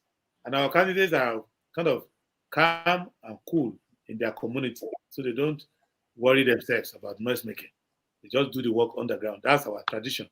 Because of this new political party, SDP is the only one who has experience of actually winning elections before. So we know what it takes. We know where we can win. If you ask me now, analysis, I know where I have problems. I know where I don't. So, and I want you to watch out for the polling units or some of these candidates in their own polling unit, in their houses. Watch out on election day, how well I do in their own home polling unit. That's the kind of thing that I'm interested in. All right. So that we keep an open mind and all right. I wanted Kolata to go first. Omori, I'll come to you. All right, Prince Adewole. So I have follow-up questions from my last time, but let me first commend you. Out of all the presidential candidates, you're the one answering the question, and you're not only a brilliant man. It also shows you have lived experience. You're relating your personal experience to each and every. And honestly, I'm surprised at your depth and your breadth. So I want to ask you, what is the most important thing that you have learned from the presidential campaign? And what is the most important thing that you have learned from the presidential campaign? And what is the most important thing that you have learned from the presidential campaign? And Okija's question is very important. And I want to give you a tip where you can short circuit that process. We have Microsoft, Oracle, all of them in Nigeria. There's nothing stopping them to go implement a course in FUTA, in IFE, in Unilag, in all these engineering schools, and have them marketable after 2 semesters. It's just IT. It's not rocket science. So we can start earning foreign exchange in 2 years, well, less than 2 years. When you train these kids and you staff them on all these projects, it's going to be box package software. You don't have to go reinvent the wheel and write new software. You can implement some cloud software or something. So that's just a tip. But my question, so I don't ramble, we were talking about attracting foreign investors to kind of like spawn the economy to create jobs. But how are you going to tackle 2 of the major arbitrage issue we have in Nigeria? The first one is having multiple foreign exchange. If I'm an investor, I will not want to put my money in that kind of environment because I don't know what returns I'm going to get because of dual foreign exchange. The second issue of arbitrage is the fuel subsidy. That one, well, PIB laws ensures that we're going to take it off. But taking it off is going to skyrocket inflation.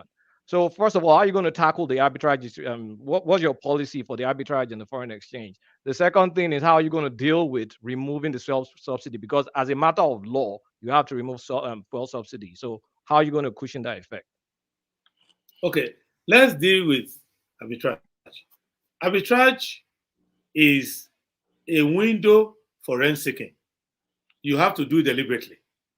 Because if you want to have a controlled economy, which very few countries try these days, it won't work. And if you try to make it work, the international system will sabotage you because they don't want that kind of thinking. So you can't have a fixed exchange rate where you just stubborn and say this is the exchange rate. So you're more likely to float. And when you float, you don't wait. So is your policy is your policy floating the naira? Let me tell you, sir, you cannot but float the currency. Because if you fix the currency, you have to create a rationing system where, because for example now, if I fix the naira at 200 to the dollar, somebody who ordinarily was saying no buy, taking a no buy decision when it was 600, if I fix at 200, it will take a buy decision. Many times when I make decisions as to whether to import something or to find an alternative, I look at the exchange rate. And if you make the exchange rate, some people have their children overseas. If the exchange rate is too high, they will withdraw that child. Some want to buy a vehicle from overseas. If they look at the exchange rate, sometimes, like recently, I'm buying some equipment. I'm looking at whether to refurbish the one I have or to buy a new one. Exchange rate plays many roles in decision making. The problem of fixing is this: you have a supply problem. Because if you fix too low, you will have a problem of people making demands and you cannot meet. And if you cannot meet, you start rationing. And when you are rationing, the fact that you have fixed your own doesn't mean that the autonomous exchange rate will not continue. Because the market does not obey anybody. Market does not obey government. So demand and supply curve has to meet. So I have 2 demands and supply curve. So now, in my own, I force it. I say, looking at the parameters, I fix naira at 200 naira to the dollar. Now, the market forces, based on supply and demand, will fix it at 710. So look at the gap between. So if I use the same gap, if I use the same curve now, what are you going to do? Because we know the problem. The arbitrage is what's creating rent seeking. No, not everybody knows the problem. You know it. I know it. Okay. Buhari doesn't know it. Oshibaji doesn't know it. So we need to now, and Emefiele doesn't want to know it. So let us give that basics that the gap between where you have my own convergence and the other person's convergence, where the 2 meet, that's where the problem lies. Now you can't finance that. In between will be middlemen. So what I want to do, I have abandoned the notion of having parity. I don't want parity. I can't afford it because I need a lot of productivity to push me to parity, which means that I need 700 billion increment in my GDP every year to get that, and I can't get it because my total aggregate now is about 600 billion. So I can't dream of that. So what can I do? I will now do stability. Our economy is stronger than that of Kenya, but the Kenyan shilling has been 100 shilling to the dollar since time of Kibaki till now.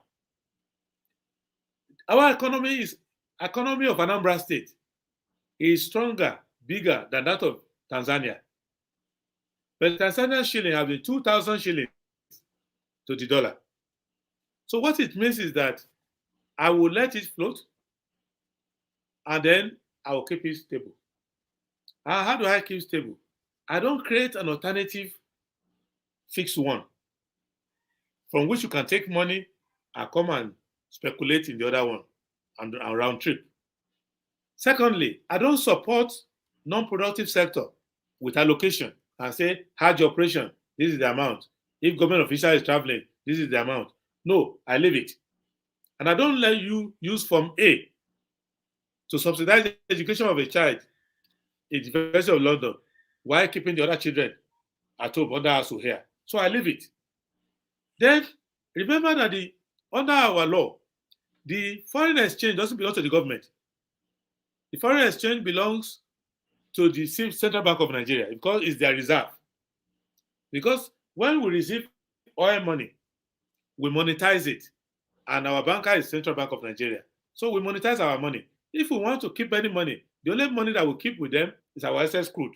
That's the only money that's ours.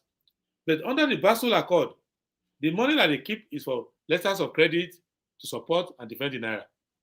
The problem we have with central bank now is that internally on the monetary side, is using its monetary levers to support the fiscal hold that the government has. So domestically, is not able to funnel to production. So when government is spending money on their fiscal side and their deficit, central bank issues treasury bill for them, number one. Secondly, the priority of government, like donating money, building halls, and doing school, central banks start to do intervention. In agriculture, all those gaps that they have. So CBN is not using its money for the monetary side. Now, the consequence of that is that they are also allowing people in government, either some tycoons who are sponsoring politicians, to have a large chunk of our foreign exchange. So these people take foreign exchange at a low rate and they send it overseas and then resell it. People in central bank are making a lot of money. Those are all the things we need to change. Once we change that, the Central Bank of Nigeria now has no skin in the game other than to chase away speculators and to keep it within a mean. So you will have, whether it's 700 to the dollar, but it will never go beyond 700, 702, 700, 701, 750 kobo. That's how it will be. That is what I can guarantee. Now, what I will now do is some diversification that I need to do to see that I can earn foreign exchange.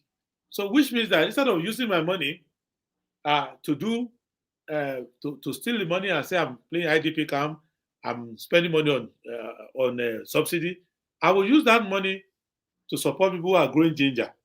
So that if you are growing ginger in Southern Kaduna, in Niger Republic, Niger State, and all of that, you can now start to do some processing so that the $20 million, $60 million we make from ginger every year. If you start extracting ginger oil, that 20 million, 60 million will go to 1.4 billion for ginger alone. Then gum Arabic, then other things. So we start to now do export. And what about the trade agreements? What about the trade agreements to facilitate, like, because like the reason they rip us off is you don't really need that much trade agreement to buy raw materials. But when you put some more things in your value chain. Let me explain something, value chain, then let me deal with subsidy. You mentioned subsidy first. Subsidy is a fraud. It is not the subsidy itself that is the problem. There are 4 crimes committed at the same time. So if you want to take them to court, you take them to court on the 4th 4-count charge of economic sabotage. One, they emasculated the refineries. Because ideally, we are supposed to only import the differences between what our refineries can refine and what we are consuming. And the last time they checked the number, it was around 450,000 metric tons of what they can do. Now, what they have done is that they keep refineries, and they are still keeping them in the books in order to create a cost center out of them. That's why they kept them in the books. But they didn't keep them in O&M. If we don't want to sell them out, operate and maintain, you can give it to anybody to do operation and maintenance. And you don't give them any money. You run the refineries, whatever profit you make out of it, we share the profit. But I will not give you money. Many people will take the refineries because some of them are still quite good. If you look at the petrochemical at One, you see that the people they gave it to, they don't have the most efficiencies, but they are managing it. So you can manage Kaduna, can manage Warri Refinery, can manage the two in Port Harcourt. You can do that. That's number one. Number two, you can go modular. Now technology is so advanced that a catalytic crashing system is not even up to the engine of a truck.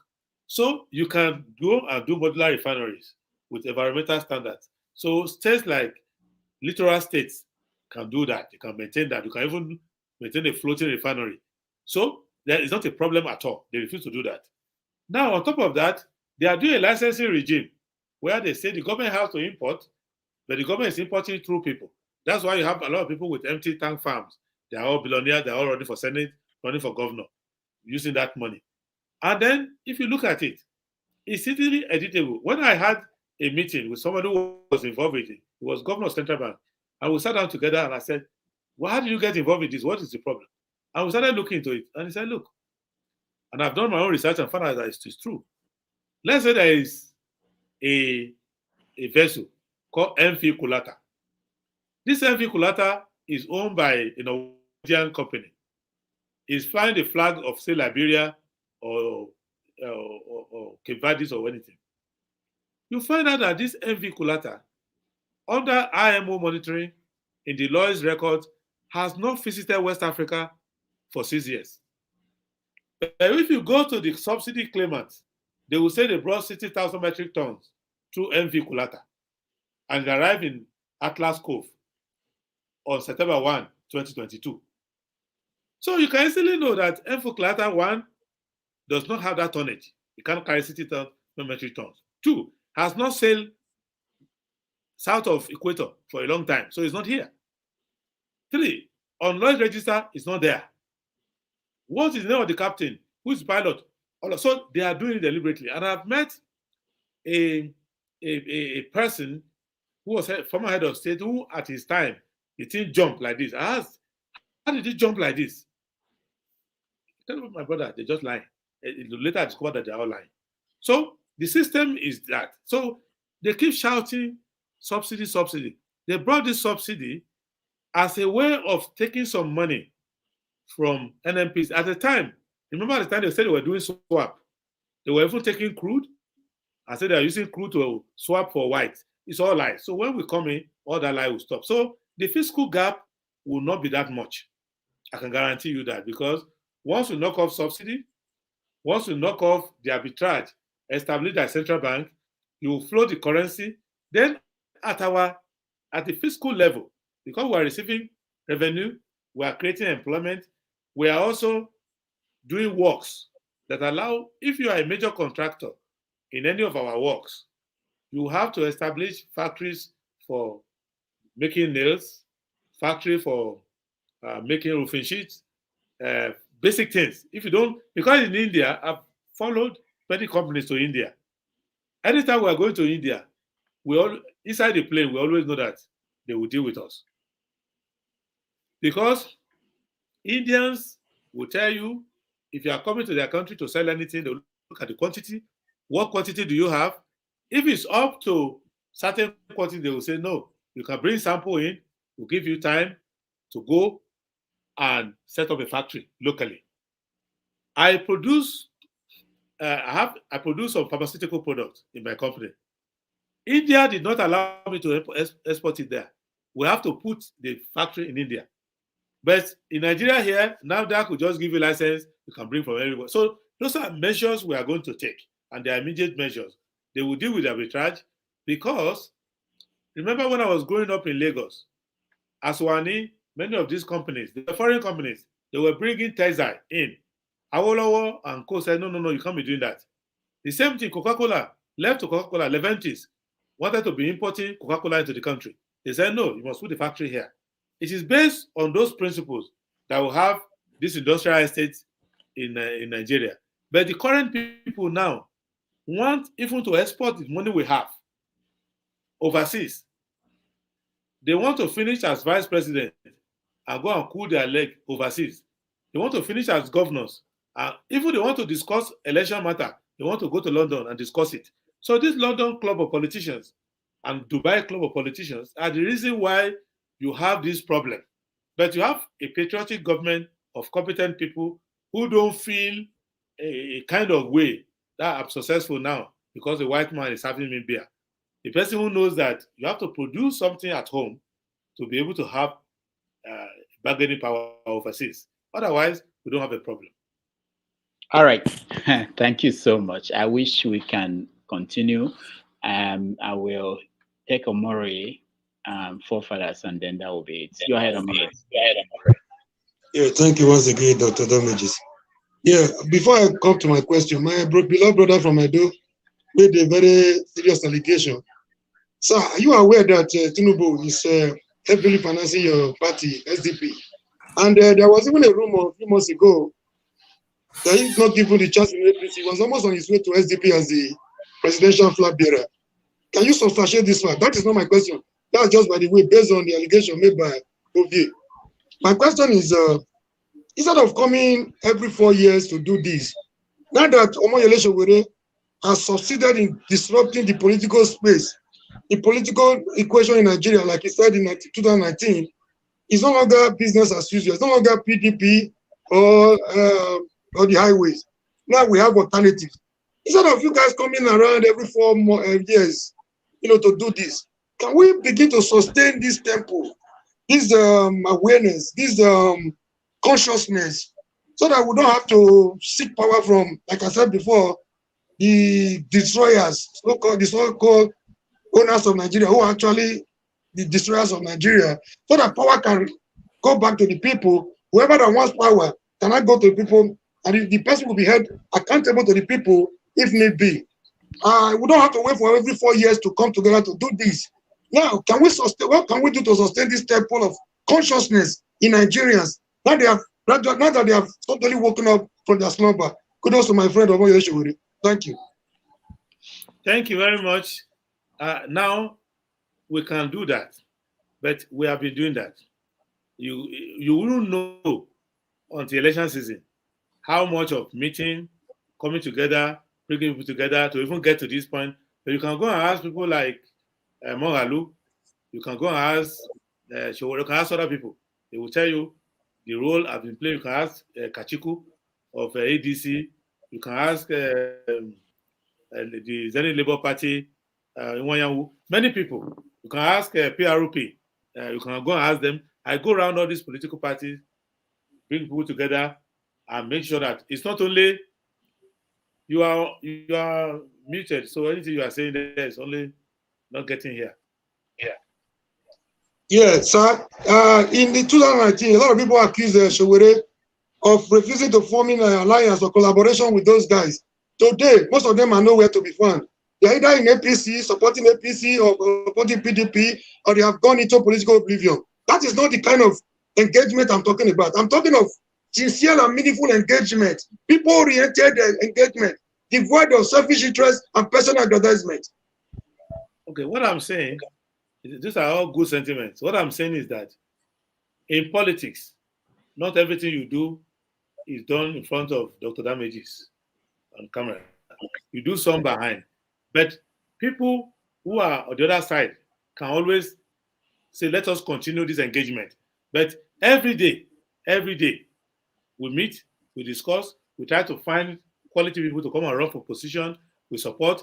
I don't want to say it, but many political parties today that INEC did not deregister them is because we supported them, even though we don't belong to their party. We give them support. Many parties will give them offices if they don't, because we don't want them to collapse. Because what these big men want to do is to say there's no alternative in Nigeria and force themselves, 2 of them or 3 of them, on everybody. So we start to support the weaker ones. Now, with respect to the man with ubiquitous amount of money who spreads his money everywhere, all I know was that before I won my primaries, everybody was lamenting on my behalf that I will never win my primaries because the person was coming to pump a lot of money in my party.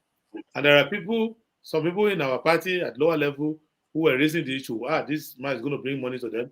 But at the end of the day, we who are in the leadership of the party, the national chairman, national secretary, and the NWC, we are not involved in any of those things. We are maintaining our party, we are doing our work. And when we had our primaries, they tried to bring some ECOMOG. We defeated all of them. We have our primaries. If there are people in his camp who know that he's a man who spends his money anyhow, maybe they are duping him and using our name to collect his money. And since he didn't work so hard for the money, I don't want to cry on his behalf. But this money is not coming here. We are going to run this election on our own from beginning to the end. I don't know what's going on their side, whether they are duping themselves and do whatever they like.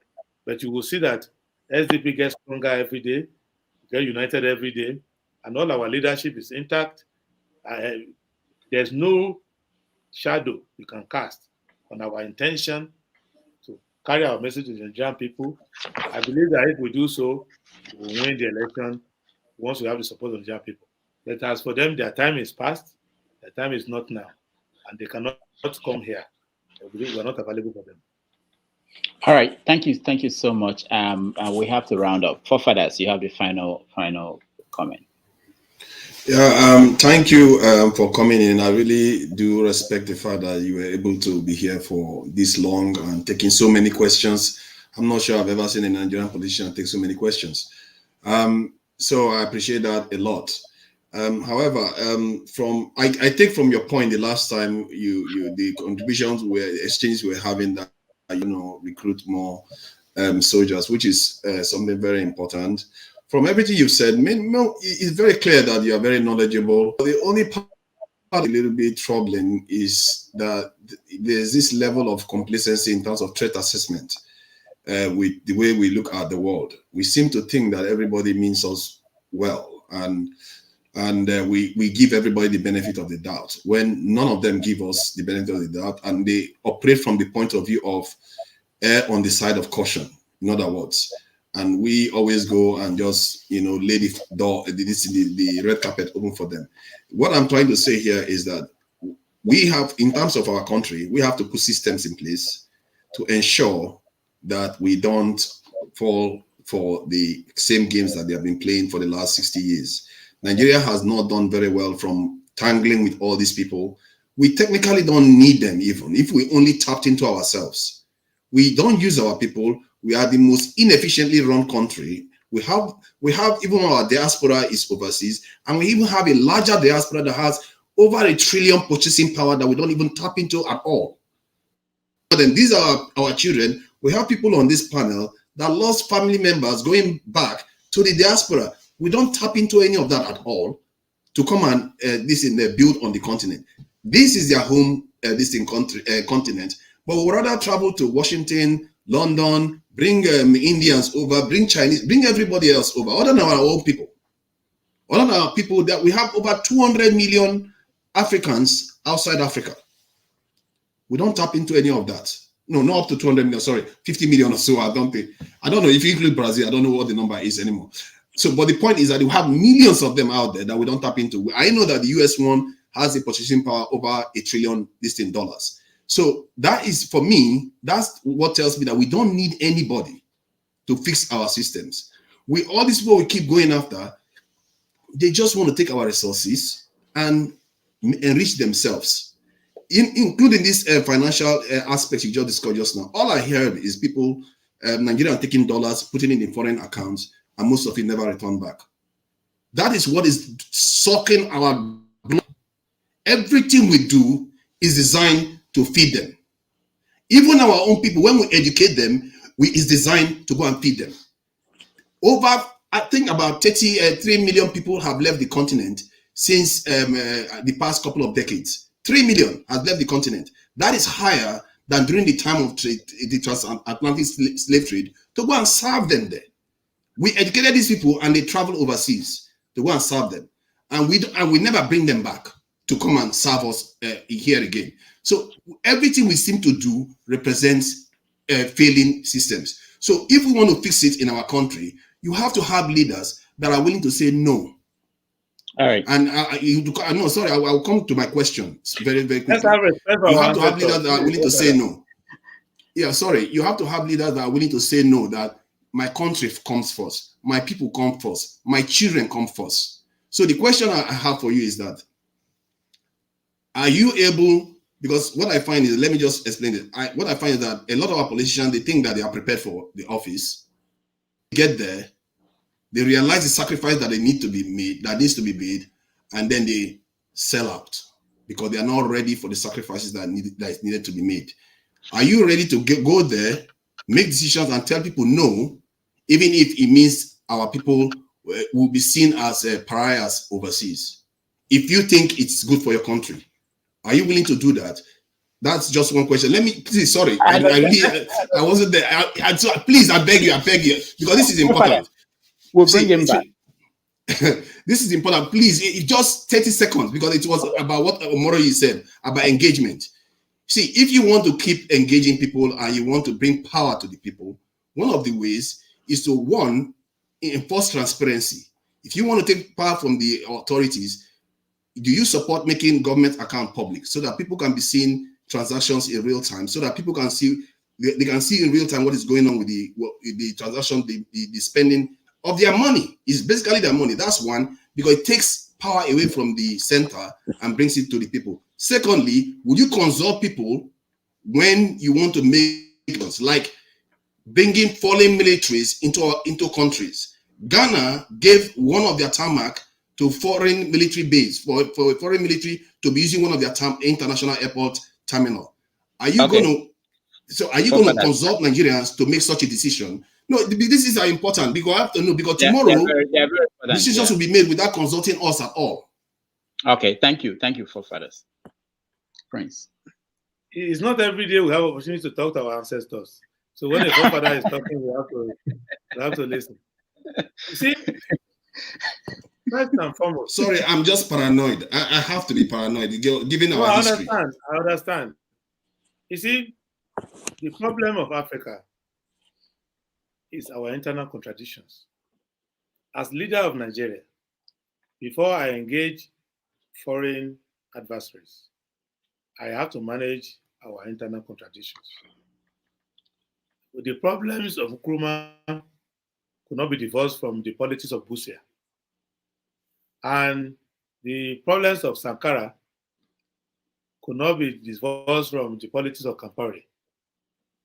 So we have to be careful that we get our people to understand the hostilities in the international scene. When you take office out of office as president of Nigeria, one of the solemn oaths is that you will defend Nigeria against enemies, foreign and domestic. So it shows to you that you are not entering into an innocent office. And if you want to be president of your country, you have to realize that it is this office you are going for is the office as a result of which they put a bullet in the forehead and blew the head of Kennedy. So it's the same office that Lincoln went to theater and didn't come back alive. So we need to understand that international community diplomacy is a cover for robbery. So, and that when the British were jealous of the Spanish, they set up pirates and buccaneers to go and attack Spanish ships on the high sea, so that the wealth of the New World will not be taken across the sea and to Spain. So There are so many things a world leader needs to understand. But a person must be able to carry a big stick, as an American president said, but speak with a soft voice. And many of the fire-eating radicals in Africa who talk, end up without being able to do anything. So many of the measures that they take for the liquidation of Africa and undermining, they are taking in friendly gestures, including sponsorship of some of our people on NGOs. So any idea they want to sell to us, they sell it through NGOs, and people will be repeating it. So we have to take control of the mind of our people first. Because I think it was one African leader who said that when he's fighting the white man, he doesn't use two hands, because he has to use the other hand to defend himself from Africans who will be attacking him for fighting the white man. And if you see what happened to my very good friend, the president of Burundi, and if you happen what happened to the president of immediate past president of Tanzania, none of these things they may look innocent, they're not innocent. So in dealing with, you have to have a strong armed forces in your country, that you can see what happened in Zimbabwe. They understood that Mugabe was getting senile and he was being taken advantage of, but they didn't destroy their government. They did it in an intelligent way. So when you have a soldier who does not understand philosophy, he's not better than an armed robber with a gun. So there are a lot of changes we need to make in terms of political education, in terms of the commanding heights. If you have some people who are in high position in our security, they are even foreign agents. They are working for foreign organizations. They're just helping them to sell ammunition and arms. Some of the problems we are having are not people who are ordinary peasants who cannot even farm. Those only become sophisticated with ground-to-air missile, with supply of guns and all of that. You don't come upon those things except international enemies of the country decide to make these things available. That is why I say that we must go back and consolidate first. Have patriots in government. Give interpretation. Some of the people we post as ambassadors are not even representing Nigeria abroad. They are more foreign. They are more loyal to the foreign people. Nigeria is the only country, go and find out anywhere in the world, where you can be the rank of a colonel upward and you have children schooling abroad. Some other country will think you can't. You cannot be a defender of your country, and the most precious members of your family are schooling abroad. They could be used against you. They could be used to manipulate you, things like that. So many things. Nigeria is the only place that somebody higher up in the military can travel to Dubai and come back, and the commanding officer doesn't even know. Whereas overseas, you can't do that. So many things you need to do. And if you study, a lot of things going on. So it is not good to come and do what our ancestors used to do in the First Republic. You stand up to hell with the colonialists. Africa, viva. No, you go now and do it with policy, and you do it carefully, and you will see that they will start to feel the effect of it. You manage if we just manage our income, manage our resources, do our licensing well, and train our people in defense. And any country that does not have an indigenous doctrine of defense that is training, George Washington was able to defeat the King George, defeat the British, because he realized at the beginning the American army were fighting as if they were a British army, and they were not able to defeat the British. So they went back and started using methods that are indigenous to Native Indians, indigenous to the Africans, and use it to defeat the British. Even the training of our manpower, the training and doctrine will change, a lot of things will change. But you must have a leadership that is able to think. Our leaders are busy eating and plundering, and that is where we have problems. So if we can manage in this republic now, this next election, to take into consideration all these issues, then we can actually have a government that will protect us against hostile forces. All right. Thank you so much. I heard what he said about the this No, thing. forefathers. No. That means something.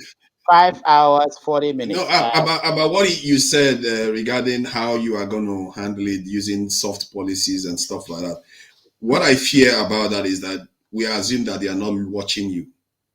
Because if it was me, I would be watching you and I would sabotage everything. Let me tell you one thing clearly.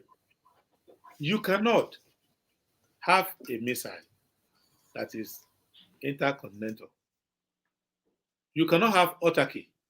If you have autarky, in which case you say, we're not trading with you, we are breaking up with you, and we did it under Abacha, we didn't even do autarky. You will be thrown out of SWIFT. If you are thrown out of SWIFT, do you have a new payment system? So you will be in New York, sending money to your family in Benin, and the money won't get to them because there's no SWIFT. So you don't have this alternative system. So you have to make sure that you do things that can be defended. But the greatest problem facing Africa is the greed of our people. They want to be like the white man. They want to have a house with them. They want to be part of them. If you just are contented with what you have and you stay at home, for example, you don't go overseas for medical treatment, you don't attend meetings that are not necessary, and when it comes to anybody owing you money, do you know today that oil companies in Nigeria owe a lot of money? Each time our people talk about it, they will just give a job to somebody, their family, they will open an account for them overseas and put money in it, and they leave it. So if you are able, these Europeans and North Americans and Asians, they also do business in countries of our sizes, countries of our age. It is the owner of those countries that set the boundaries. And I think that if we set the boundary, we will be able to first control ourselves. But I don't believe in railing at the white man if you at home don't have control of the psyche of your people. You worship the white I agree man with God. you. I agree with that. You said it yourself. You have to be able to defend whatever you do. And that is why I thought. Forefathers, I have to stop you. Yes. Prince, thank you so much for coming on the show. I really appreciate it. And I know you will Forefather, don't worry. Call me. Yeah, I'll connect the two of you. Yeah. I'll connect Can Prince kind of give his website or for people that want to support his campaign or support him financially or something? We'll do that when the election starts. We don't want to violate the law. Okay, good. So next week we'll do it. So that they won't say the man broke the law. Okay, good, very good. We'll do it next week. We'll send it. Also, I have to say that we have open invitation to other presidential candidates. We are hoping that Tinubu will come and do 4 hours with us, and Peter Obi and Kwankwaso and all the candidates. We are writing them. We are just reaching out to them. Hopefully they will accept and come here, and we'll bring them next week and the week to come. Thank you so much, Prince, for joining us today. We really appreciate your time. Yes, thank you very much. And Kwankwaso, that Hausa gentleman, let's be fair, you are misrepresenting me online that I said Tinubu is financing my party. I didn't say so. Let's be honest. We can't be criticizing our leaders and we're not honest in basic things. We're all here. All I said is that if anybody is throwing money at my party, is wasting his time because I'm the president candidate of the party. I'm going to compete against you.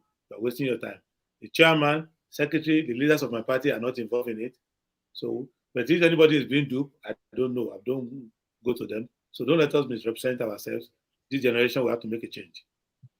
All right. Thank you so much. I'm sorry. I don't mean to be direct. We're just a common form of a question, but I'm glad you clarified that. Okay. Yes. And Prince, I know when the campaign starts, you'll come back, and that time I will get ready for 12 hours or maybe 16 hours, whatever it takes. I was thinking of 24, but it's okay. But All right. So everybody here, James, thank you so much for being here. So thank you, Forefathers, thank you, Omori and Colette, and all the people who joined us. I appreciate everybody. I'll see you next week. Thank you. Thank you.